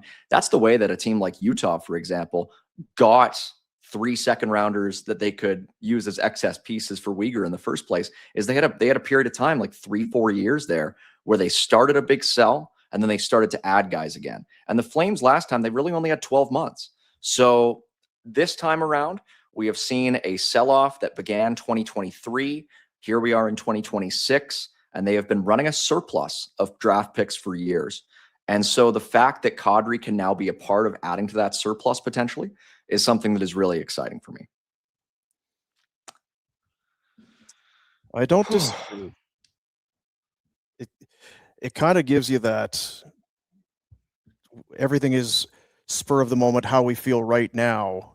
And did Kadri, did it work out for the Flames? Well, no, it didn't. They never played a playoff game with him here, right? That's Nope. so if they can get a pick back that's in that, okay, well, you gave up a first to get him here. That it's however you want to frame it. But giving up a first for somebody just to take that money, Montreal will be like, well, we got a first and then we traded that player again for another first. That's real good business. Yeah. But what is your confidence level, I guess, Mike? If it didn't happen today, it's like, well, you got the off season, you can do a deal. And they get into next year, he's still going to have some term left. He'll still be a good player. Do you feel like it was you'd best do this now, or a potential to trade this guy and get a return evaporates? It's funny. This is the second time this week that I have had a conversation with a co-host on Afterburner. Oh. And the following day, they trade a player who I said maybe they shouldn't trade. With Uyghur, I was a little worried about selling him when they did. Yeah. Just because of the year that he's had, but they did it anyway. And the same was with Kadri. I kind of, Bobby and I had a bit of a back and forth last night saying, I just said by the power of inertia, the Flames might be a higher scoring team next year, and Kadri might have a little bit more value. I'll just jump in on you there. Please. Nick Kyprios, who had kind of the Flames won't eat money story yesterday that caught fire, has tweeted out picks involved, including a first in 2028 going to Calgary. Calgary retains 20% on Kadri. So that is the next available first for Colorado. 2028 is down the line, but it's still a first round pick. And 20%, do some math there. What's 20% of 7? You can wrap your head around it. It's not 50. No, it's not 50. 1.4. Still, or can you do that anymore? Can you have multiple teams eating money? That's done, right? No. You can't. They retained him down to 5.6. Yeah. Is there another team out there that's taking it 20%? But that is. So that's the deal, and we waited for that. Well, picks involved, including a first in 2028. Hope there's more than that. I mean, if that's a great starting point, I love that as a starting point. That's it. If that's it, just that. Why was this just not announced? Like, we were all speculating. I still don't know why you go get Strome unless it's the floor. We had kind of talked about is this a spot where they need to be over the floor to compete? They don't have anybody else that they could put in. I don't know how that will all shake out, or if they did it just in case this deal goes through. I don't know. I think it's sort of an opportunity cost thing, really. I get it. You're not getting paid to take on that contract, but I mean, maybe you get paid to take on that contract if it's a winger. But the fact that it's a center, and a center is a premium position, and you have the retaining spots opening next year, and you don't have a lot of guys on expiring contracts next year. If you're planning on being a seller, you're basically just getting a free little test drive. I mean, if the Flames were in free agency this summer, right, they would be signing, in theory, guys to 1-year big money deals. We saw the Flyers do it this summer with Christian Dvorak. They gave him 1 year at 5.3, I think. This, in essence, to me, is them basically doing just that, getting involved and trying to make something out of, the space that they now have, while plugging a hole for the rest of this season. Sort of precludes them from, it just allows them to beat the UFA market, to me, at least. That the Flames made a Kadri deal and got a first-round pick. I would have been firmly in the camp a year ago to you were 0% today, Dean. Well, that a deal would have been done. I still wasn't. They got a first. Yep. The team ate salary. They got a first. They moved out 2 aging players. It's been a very good 2-3 days in my eyes for Craig Conroy and the Flames here. It's first plus to offload players. So it's the cost of doing business. They had long-term contracts from the time Kadri signed that thing. Flames fan be like, Jesus, that's not going to look good down the road. Well, they got some good years out of him while missing the playoffs, but still he was He was full value to that dollar Full figure. value. They did well. And then pull a first on the back end. I wouldn't have had that in the cards for sure. Before Craig Conroy became general manager of the Calgary Flames. I don't want you to get upset. Did you order food? Got a big game to get to. Yeah. What time is that game? 3:30. 8 o'clock. Is it 3:30? Get going. Right now, it's 2:30. The other kid. The other kid. I was going to say, before Craig Conroy became general manager of the Calgary Flames, the Flames had only made multiple first-round picks in one draft ever. And it was the 2013 draft. Didn't exactly work out that great. This puts them in position to do it 5 years in a row, which to me is bananas. Like that's incredible. And I think it's a really good thing that the Flames had never really pursued before. And now they are in position to possibly do this. Super exciting. That is Well, it really is. That's how you have to do it. And what it does too is if you're afraid of the Buffalo 14 years, 10 years, that sort of thing. Now you're a number of years into missing the playoffs, but that can be a way to speed things up. Get multiple picks in first rounds. Yep. Scouts, get your asses to work. Todd Button, let's go.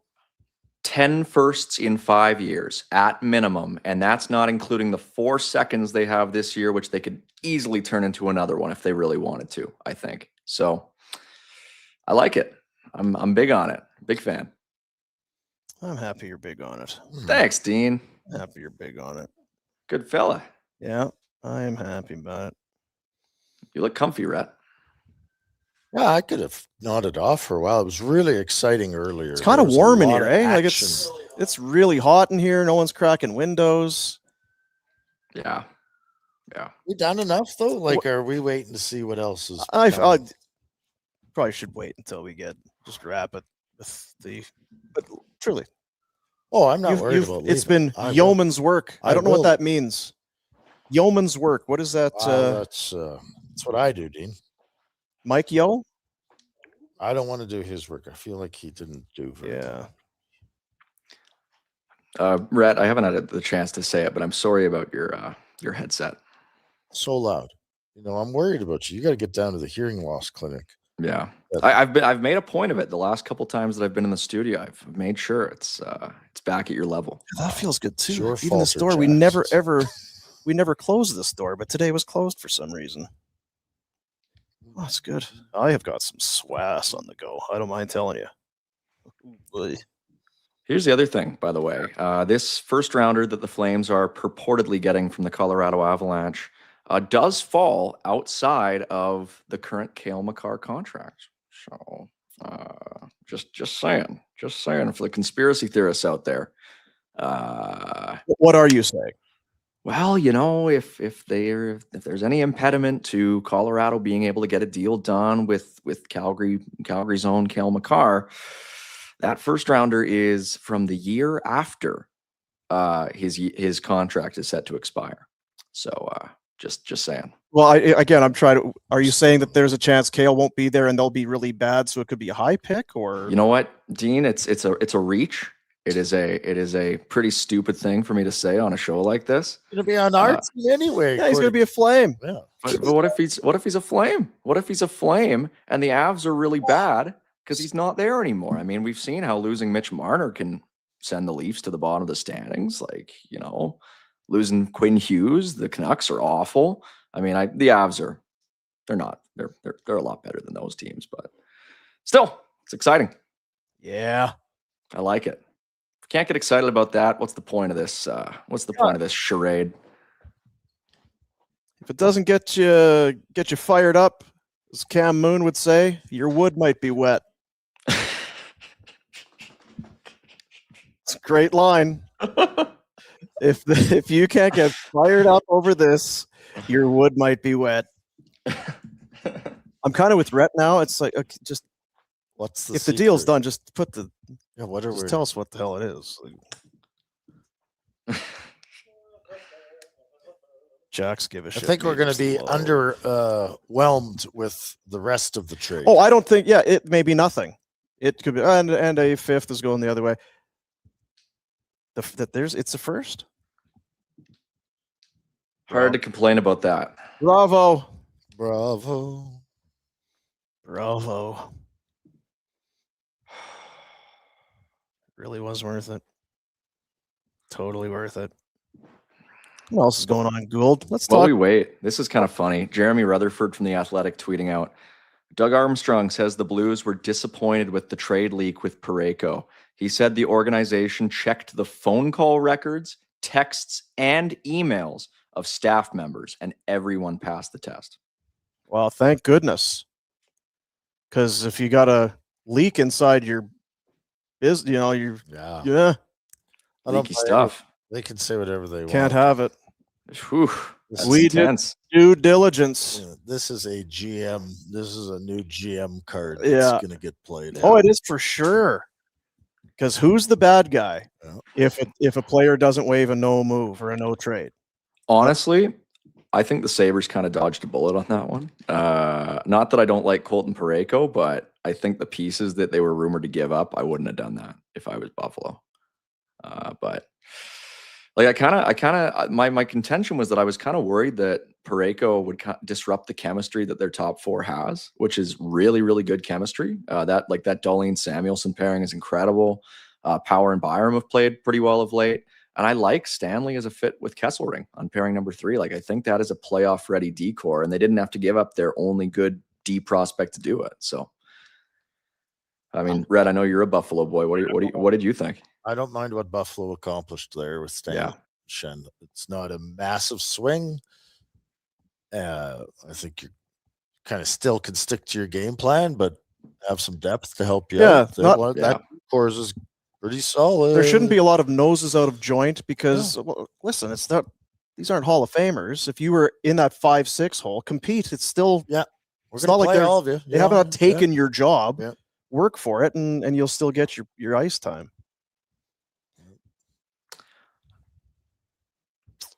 So there's lots of rumors flying around. Is there? There's a few on X. One of the guys who is sort of being discussed as a possible prospect the Flames could be getting is a guy named Max Curran from the Avalanche, who is a Czech center playing for the Edmonton Oil Kings this year. Was a 5th round pick of them in 24. Has 41 points in 31 games with the Oil Kings. Had 74 points in 74 points in 65 games with the Tri-City Americans last year. So again, a 6'3" center, very similar in profile to a guy like Jonathan Castagna. But we'll see. It hasn't been confirmed yet. Just a couple of things flying around out there. Yeah. We don't like to speculate on internet gossip, Mike. Well, I mean, it's worth discussing because they don't really have a lot of prospects at all. Like even with the knowledge that we don't know exactly who it is, if that proves to be a guy who is on Calgary's radar, I would like that. There's a few other guys who I like in Colorado as well. But the weird thing is the guys who they've picked in the first round of late, they're not amazing. Like they had a guy, a Russian defenseman who they drafted a couple of years ago in the first round who would not be of interest to me at all. I'm just curious to see how they make this cap work. You'd have to think there's some money coming back, even with the 20% retention. So, Ross Colton maybe, or a Victor Olofsson. I mean, it's hard to say.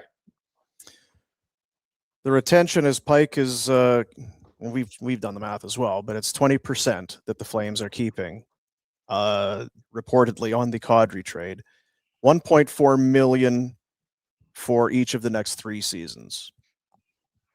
Feels very palatable for a team that's well under the cap, is not going to be spending in free agency this summer. Again, that's why it was so frustrating to hear that a deal broke down because of the lack of desire, the lack of stomaching salary retention. They've used all 3 slots. That's a first. Yeah, and till the end of this year, right? Because then don't both come off this year. Rasmussen, and Markstrom both come off, so they'll have 2 going into next season. You don't want to be in that business of eating money. I get it, but it just felt so integral to do it this time. And maybe that's why Coleman doesn't go as well. Maybe other teams needed him. But I think they're quite happy to have him come back. They did not want not want that to They're not worried about his attitude moving No. forward as being a Calgary Flame. no. And those are our words, not theirs, that maybe they would be about Kadri or whatever, but I don't think you have to read too far beyond the lines to see. We're all fairly aware. Okay, so David Pagnotta from the fourth period just tweeting out now. Believe there's an Avs player going back to the Flames, along with a first and a third for Kadri, and Avs retain 20%. Avs, or he probably means Flames. Or sorry, yeah, Flame. Well, he said Avs, but he said probably means Flames retain 20%. So The first, a third, and a player. You wonder if that's that Ross somebody for money to make money work. Okay, well, that's good enough for me because Victor Olofsson, is it Olofsson? former Sabre, that's a good trade. 1.575 million this year UFA at season's end. Is that And it is Max Curran going to Calgary as well. Got it. It's out. okay? So they got the prospect. There's a second rounder, maybe not a third. Oh, look at this. That's Oh, wow. Very nice. I can't see. Elliot Friedman. Again, he's just kind of, as I understand it, it's Kadri and a fourth for a first in 2028, a second round pick, Victor Olofsson, Max Curran, and 20% of the Kadri contract. So a second rounder for Colorado. It would probably be next year. They don't have seconds in 26 or 28. They have 2 next year, their own and a Minnesota Wild pick. First, second, Olsen. That's tidy business, actually. You got to give them the fellas a lot of credit. Yeah, My take from my first take to this one. Yeah. Oh, way to go. Yeah, that's watch the first 5 minutes and the last 5 minutes. yeah. Yeah, little less energetic and Jesus, that's okay. I like that. Yeah, way to go. Victor Olofsson's again. Watch it. He got traded out of Buffalo. Every time I would watch this guy's a pretty good player. He's a skilled player. I think he's maybe a little soft. I don't. He's very Igor-y to me. Yeah. Put him on the same line. Yeah, like his first year, he scored 20. He scored 20 again. He had 28 the 1 year in Buffalo. Then got moved. He was injured, has 11 goals this year, was a Vegas Golden Knight. He scored 15. Yeah, I don't know how he's a UFA at the end of the season. So I don't know. Is that a player that makes the money work? Is that somebody that he's 30? They don't need more wingers. No. So that's a guy. Thanks for coming to Calgary for the next month. See you. The deal is official, by the way. I just got a press release. I didn't even know that the Colorado Avalanche were sending me press releases, but I just got one in my inbox. You're a big deal. I had no idea. So it's Nazem Kadri and a 2027 fourth-round pick from the Flames in exchange for forward Victor Olofsson, the rights to unsigned draft pick Max Curran, a conditional 2028 first-round draft pick, and a conditional 2027 second-round draft pick. No idea what the conditions are. They did not put them in the press release for whatever reason. Yeah. So we'll probably have to wait until the deal becomes official on the Flame side. Probably top 10 stuff. Kadri plays. Well, I wouldn't be. Kadri's going to be there. It's less about that, but it's a good return. Yeah, even if I need to know the conditions on the second, I guess, if they are there. Can it become another first? Does it fall to a third? Now, I apologize, Mike. I was kind of poo-pooing you there. Tell me a little bit more on Max Curran, because this is the unsigned prospect. We know that the other night it was Jonathan Castagna coming in. He's a center from Cornell.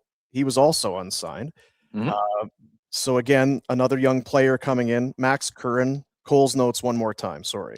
It's okay. I mean, I did have an idea, Dean, but 5 points in 7 games with Czechia at the World Juniors just this past year. He was part of if memory serves, he was part of a pretty good secondary check line. I forget who exactly he was playing with. I think he was maybe on a line with Tomasz Politin, who's a New York Islanders prospect.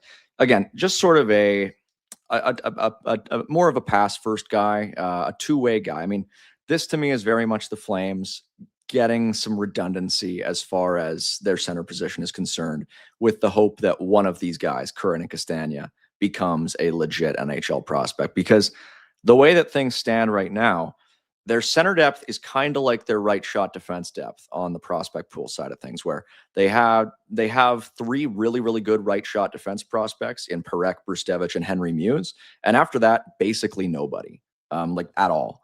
And it was sort of the same thing at center, where you have Cole Reshny and Cullen Potter. You have Theo Stocksilius, who is a ways away and is coming off an injury year. And then it's, again, really lean. You're getting into the Rory Cairnses, who's probably out of the organization in the next 12 months. Sam Morton, Carter King, a lot of sort of AHL type guys.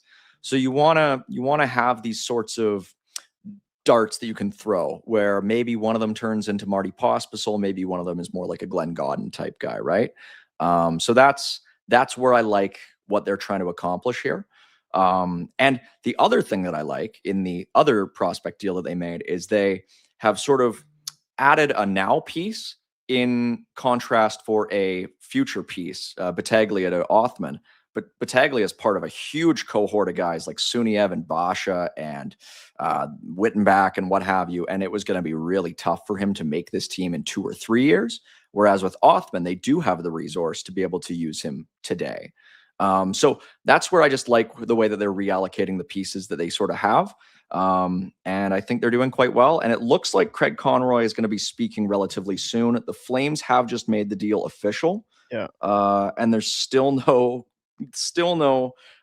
confirmation on conditions. So that one we'll just have to wait and see. Yeah.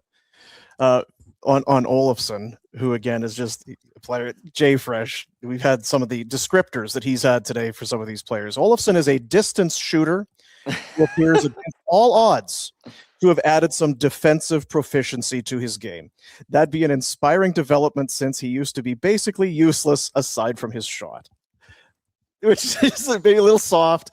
Doesn't back check or out of big defensive, but he can shoot it. I'm going to shoot it. He can score. I can shoot when in the position to score. Yeah, it's been a good week. It's been a good few days. It's been a good week. It's not going to be a good month. You know what? You can stomach it now, though, because it makes sense. I'm not complaining about it at all. I'm saying that with the ball of muck that the Huska is going to have to deal with, it's gonna, which is perfect. Don't win the game. So as far as the second round pick is concerned, it's just sort of trickling out now. Colorado does have 2 seconds next year. They have their own as well as Minnesota's. Saravalli's putting out that it's going to be one of those 2 picks, and I would assume that it's just going to be something like the better or the worse of those 2 picks. We don't know for sure, but it doesn't look like it's going to be something that becomes a first or anything like that. Yeah. So we'll wait and see on that, but it looks like that's what it's going to be. I asked you the other night, Mike, at the end of the thing we did post Uyghur draft, and at that time I think there were 22 games left. Yep. 21 games left. How many Flames victories in the final 21 games? It was a loss the other night, so that would be 0. You could say 22 or 21, but how many wins the rest of the way here? Well, I said 7, if you'll recall. Yeah. And they have not won since. How many games have they played since? They played 2. Just the 1. Okay, all right. So no Uyghur, no Kadri.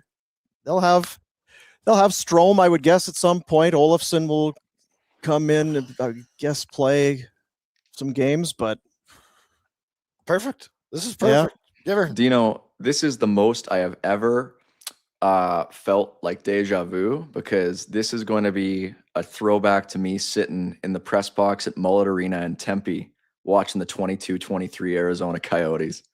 That's what this team is going to be like for the rest of this season, except minus Clayton Keller. With a better goalie, but this is a hodgepodge of guys.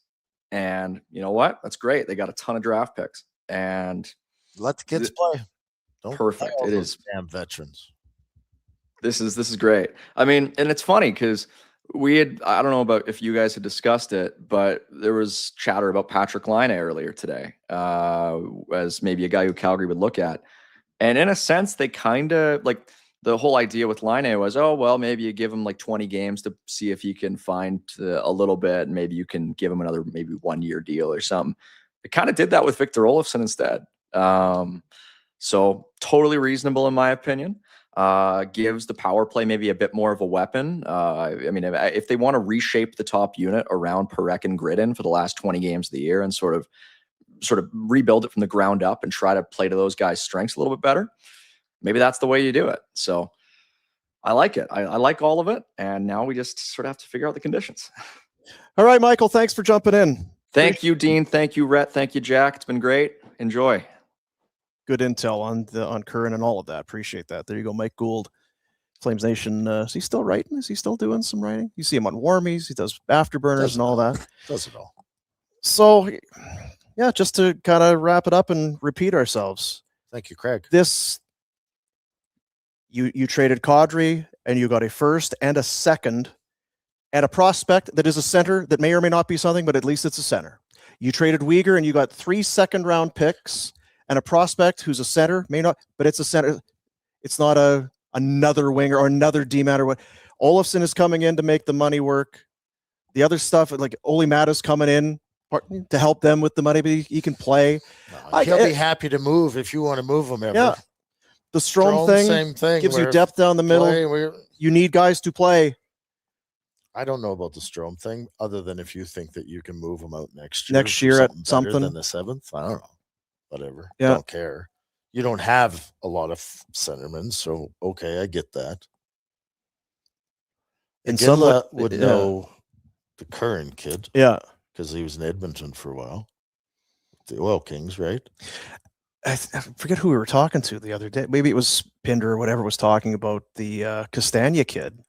Did not sign with Mammoth due to what they had down the middle. Yeah. There is all kinds of opportunity down the middle here. Play center in the NHL. Doesn't make you any best or worse, but there is potential here. And again, the plan is in place, and it's going to be some tough games this year, and it's going to maybe take a while, but it feels so refreshing to me that you know what, the owner ate money. The owner did what he had to do to get a deal done. Maybe he wouldn't yesterday. Maybe he does today. Maybe he saw the start of the show and was like, "Ooh, geez, Rhett's pissed off. I better eat some money." But whatever it is, it feels like, and you can't always say it, but see what you're doing? Well done. He's doing the right stuff. Yeah. When I said 20%, I felt like, oof. But then when I regrouped my thoughts, he's not dropped the ball when he needed to. It's enough for them to be able to make the deal and not much more. Yeah. That's how much do you need? Because that's all you're getting from me. Yeah. You're not getting 50 when you need 20. You're getting 20 and no more. Yeah. And as smart as I just was earlier talking about how smart you are, it's one of the rare times that probably it's good we aren't running things, because we would have cost the team a first and a second. Yeah, we definitely would have. We could have had Victor Olofsson. And we'd have been. Kadri would have been off to Colorado. We'd have eaten 50%, no picks. So maybe, just maybe, it's a good thing that they're doing what they're doing. A lot of confidence in the room, pal. A lot of confidence. God, they got to be drinking down at the Dome now. Damn right. I'll let you go. I'll do. Thanks. Do we want to super chats, Jack? Bang through some here. Do just some super chats here to wrap it here, as we appreciate everybody being a part of it. That one we did. I'll power through these here. This one is have a bad feeling Vegas is going to drop something right at the deadline. I'm telling you that we didn't hear from them today. Didn't hear from them. It's kind of refreshing. Someone get Rhett a steak, a book, or some cornhole going. Rhett was the thing. It's hot. It is hot in here. It kind of. Some of these are good because remember Bill Barch. He's like, I'm done. 25 years wasted. I'm moving on. The timing of these was probably important. White Cloud got Connie excited for a wild card run. That's what I'm guessing was the adding of Strome. Don getting back at us for the Rebiggle comments. I don't think so. Not sure. I'm not sure how Donnie feels about it if he's all that broken up. No matter what happens with Kadri, people will be completely sane and rational. There will be people that don't like this. There will be some. I guess I'll be here to try and understand what the thought process is, but nothing's ever 100%. We know that. A fiver for Boob's improv scale. Okay, we talked about that going down to the presser. But see, things have cap floor. We did that one. Jack, read out. See, Patches wants you to read out loud to the group. We could have done a book reading while we were waiting. Scotty B. Conroy always talked about getting that right-hand shot center. Not too sure. Strom is who I thought. Fair. Fellas, do I need to start super chatting Naz's plus minus? Not needed. It got done. It did get done. DJ Scara's in there now. The Sportsnet. RB, woo! Confidence 2026 year of the Wee Bagel. Now Naz can beat the Oiler Greasers again in the playoffs. Great day, fella. Yeah. Be all right with that. Real rampant lion. Led the team in scoring. Didn't miss a game. Legend. I'll be cheering for Colorado this year. God, I hope the Oilers get them in the second round. Kadri was a hell of a Flame. He played hard. You never doubted that he cared except for one game against Chicago 2 years ago. But last year was tremendous, and on a depleted offensive team this year was still kind of leading the charge. Flash Finance, $5, was just looking at Colorado roster. Makara UFA in 27-28, our new arena season. Does Calgary do a max term? I've said that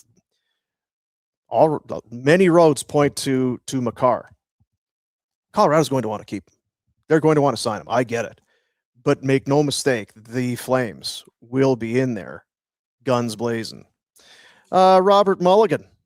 Love that the Flames tweeted this deal. Ole Mata skating in circles still haven't referenced the Strome deal.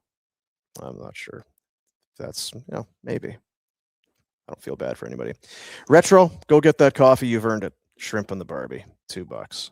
That's an Aussie $2 right there. Not sure how much that is. So a productive, no Coleman, no Lomberg, no Pahal, no Hanley.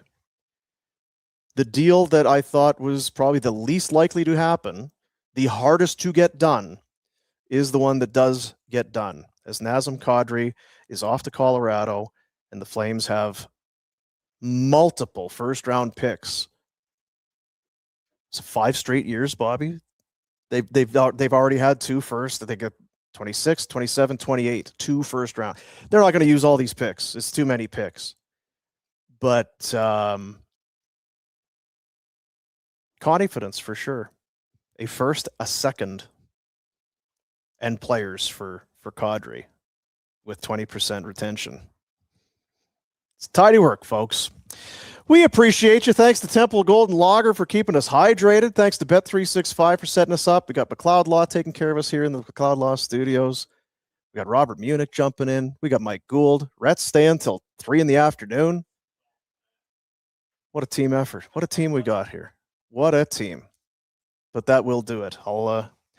Jack, how was the show today? Very good.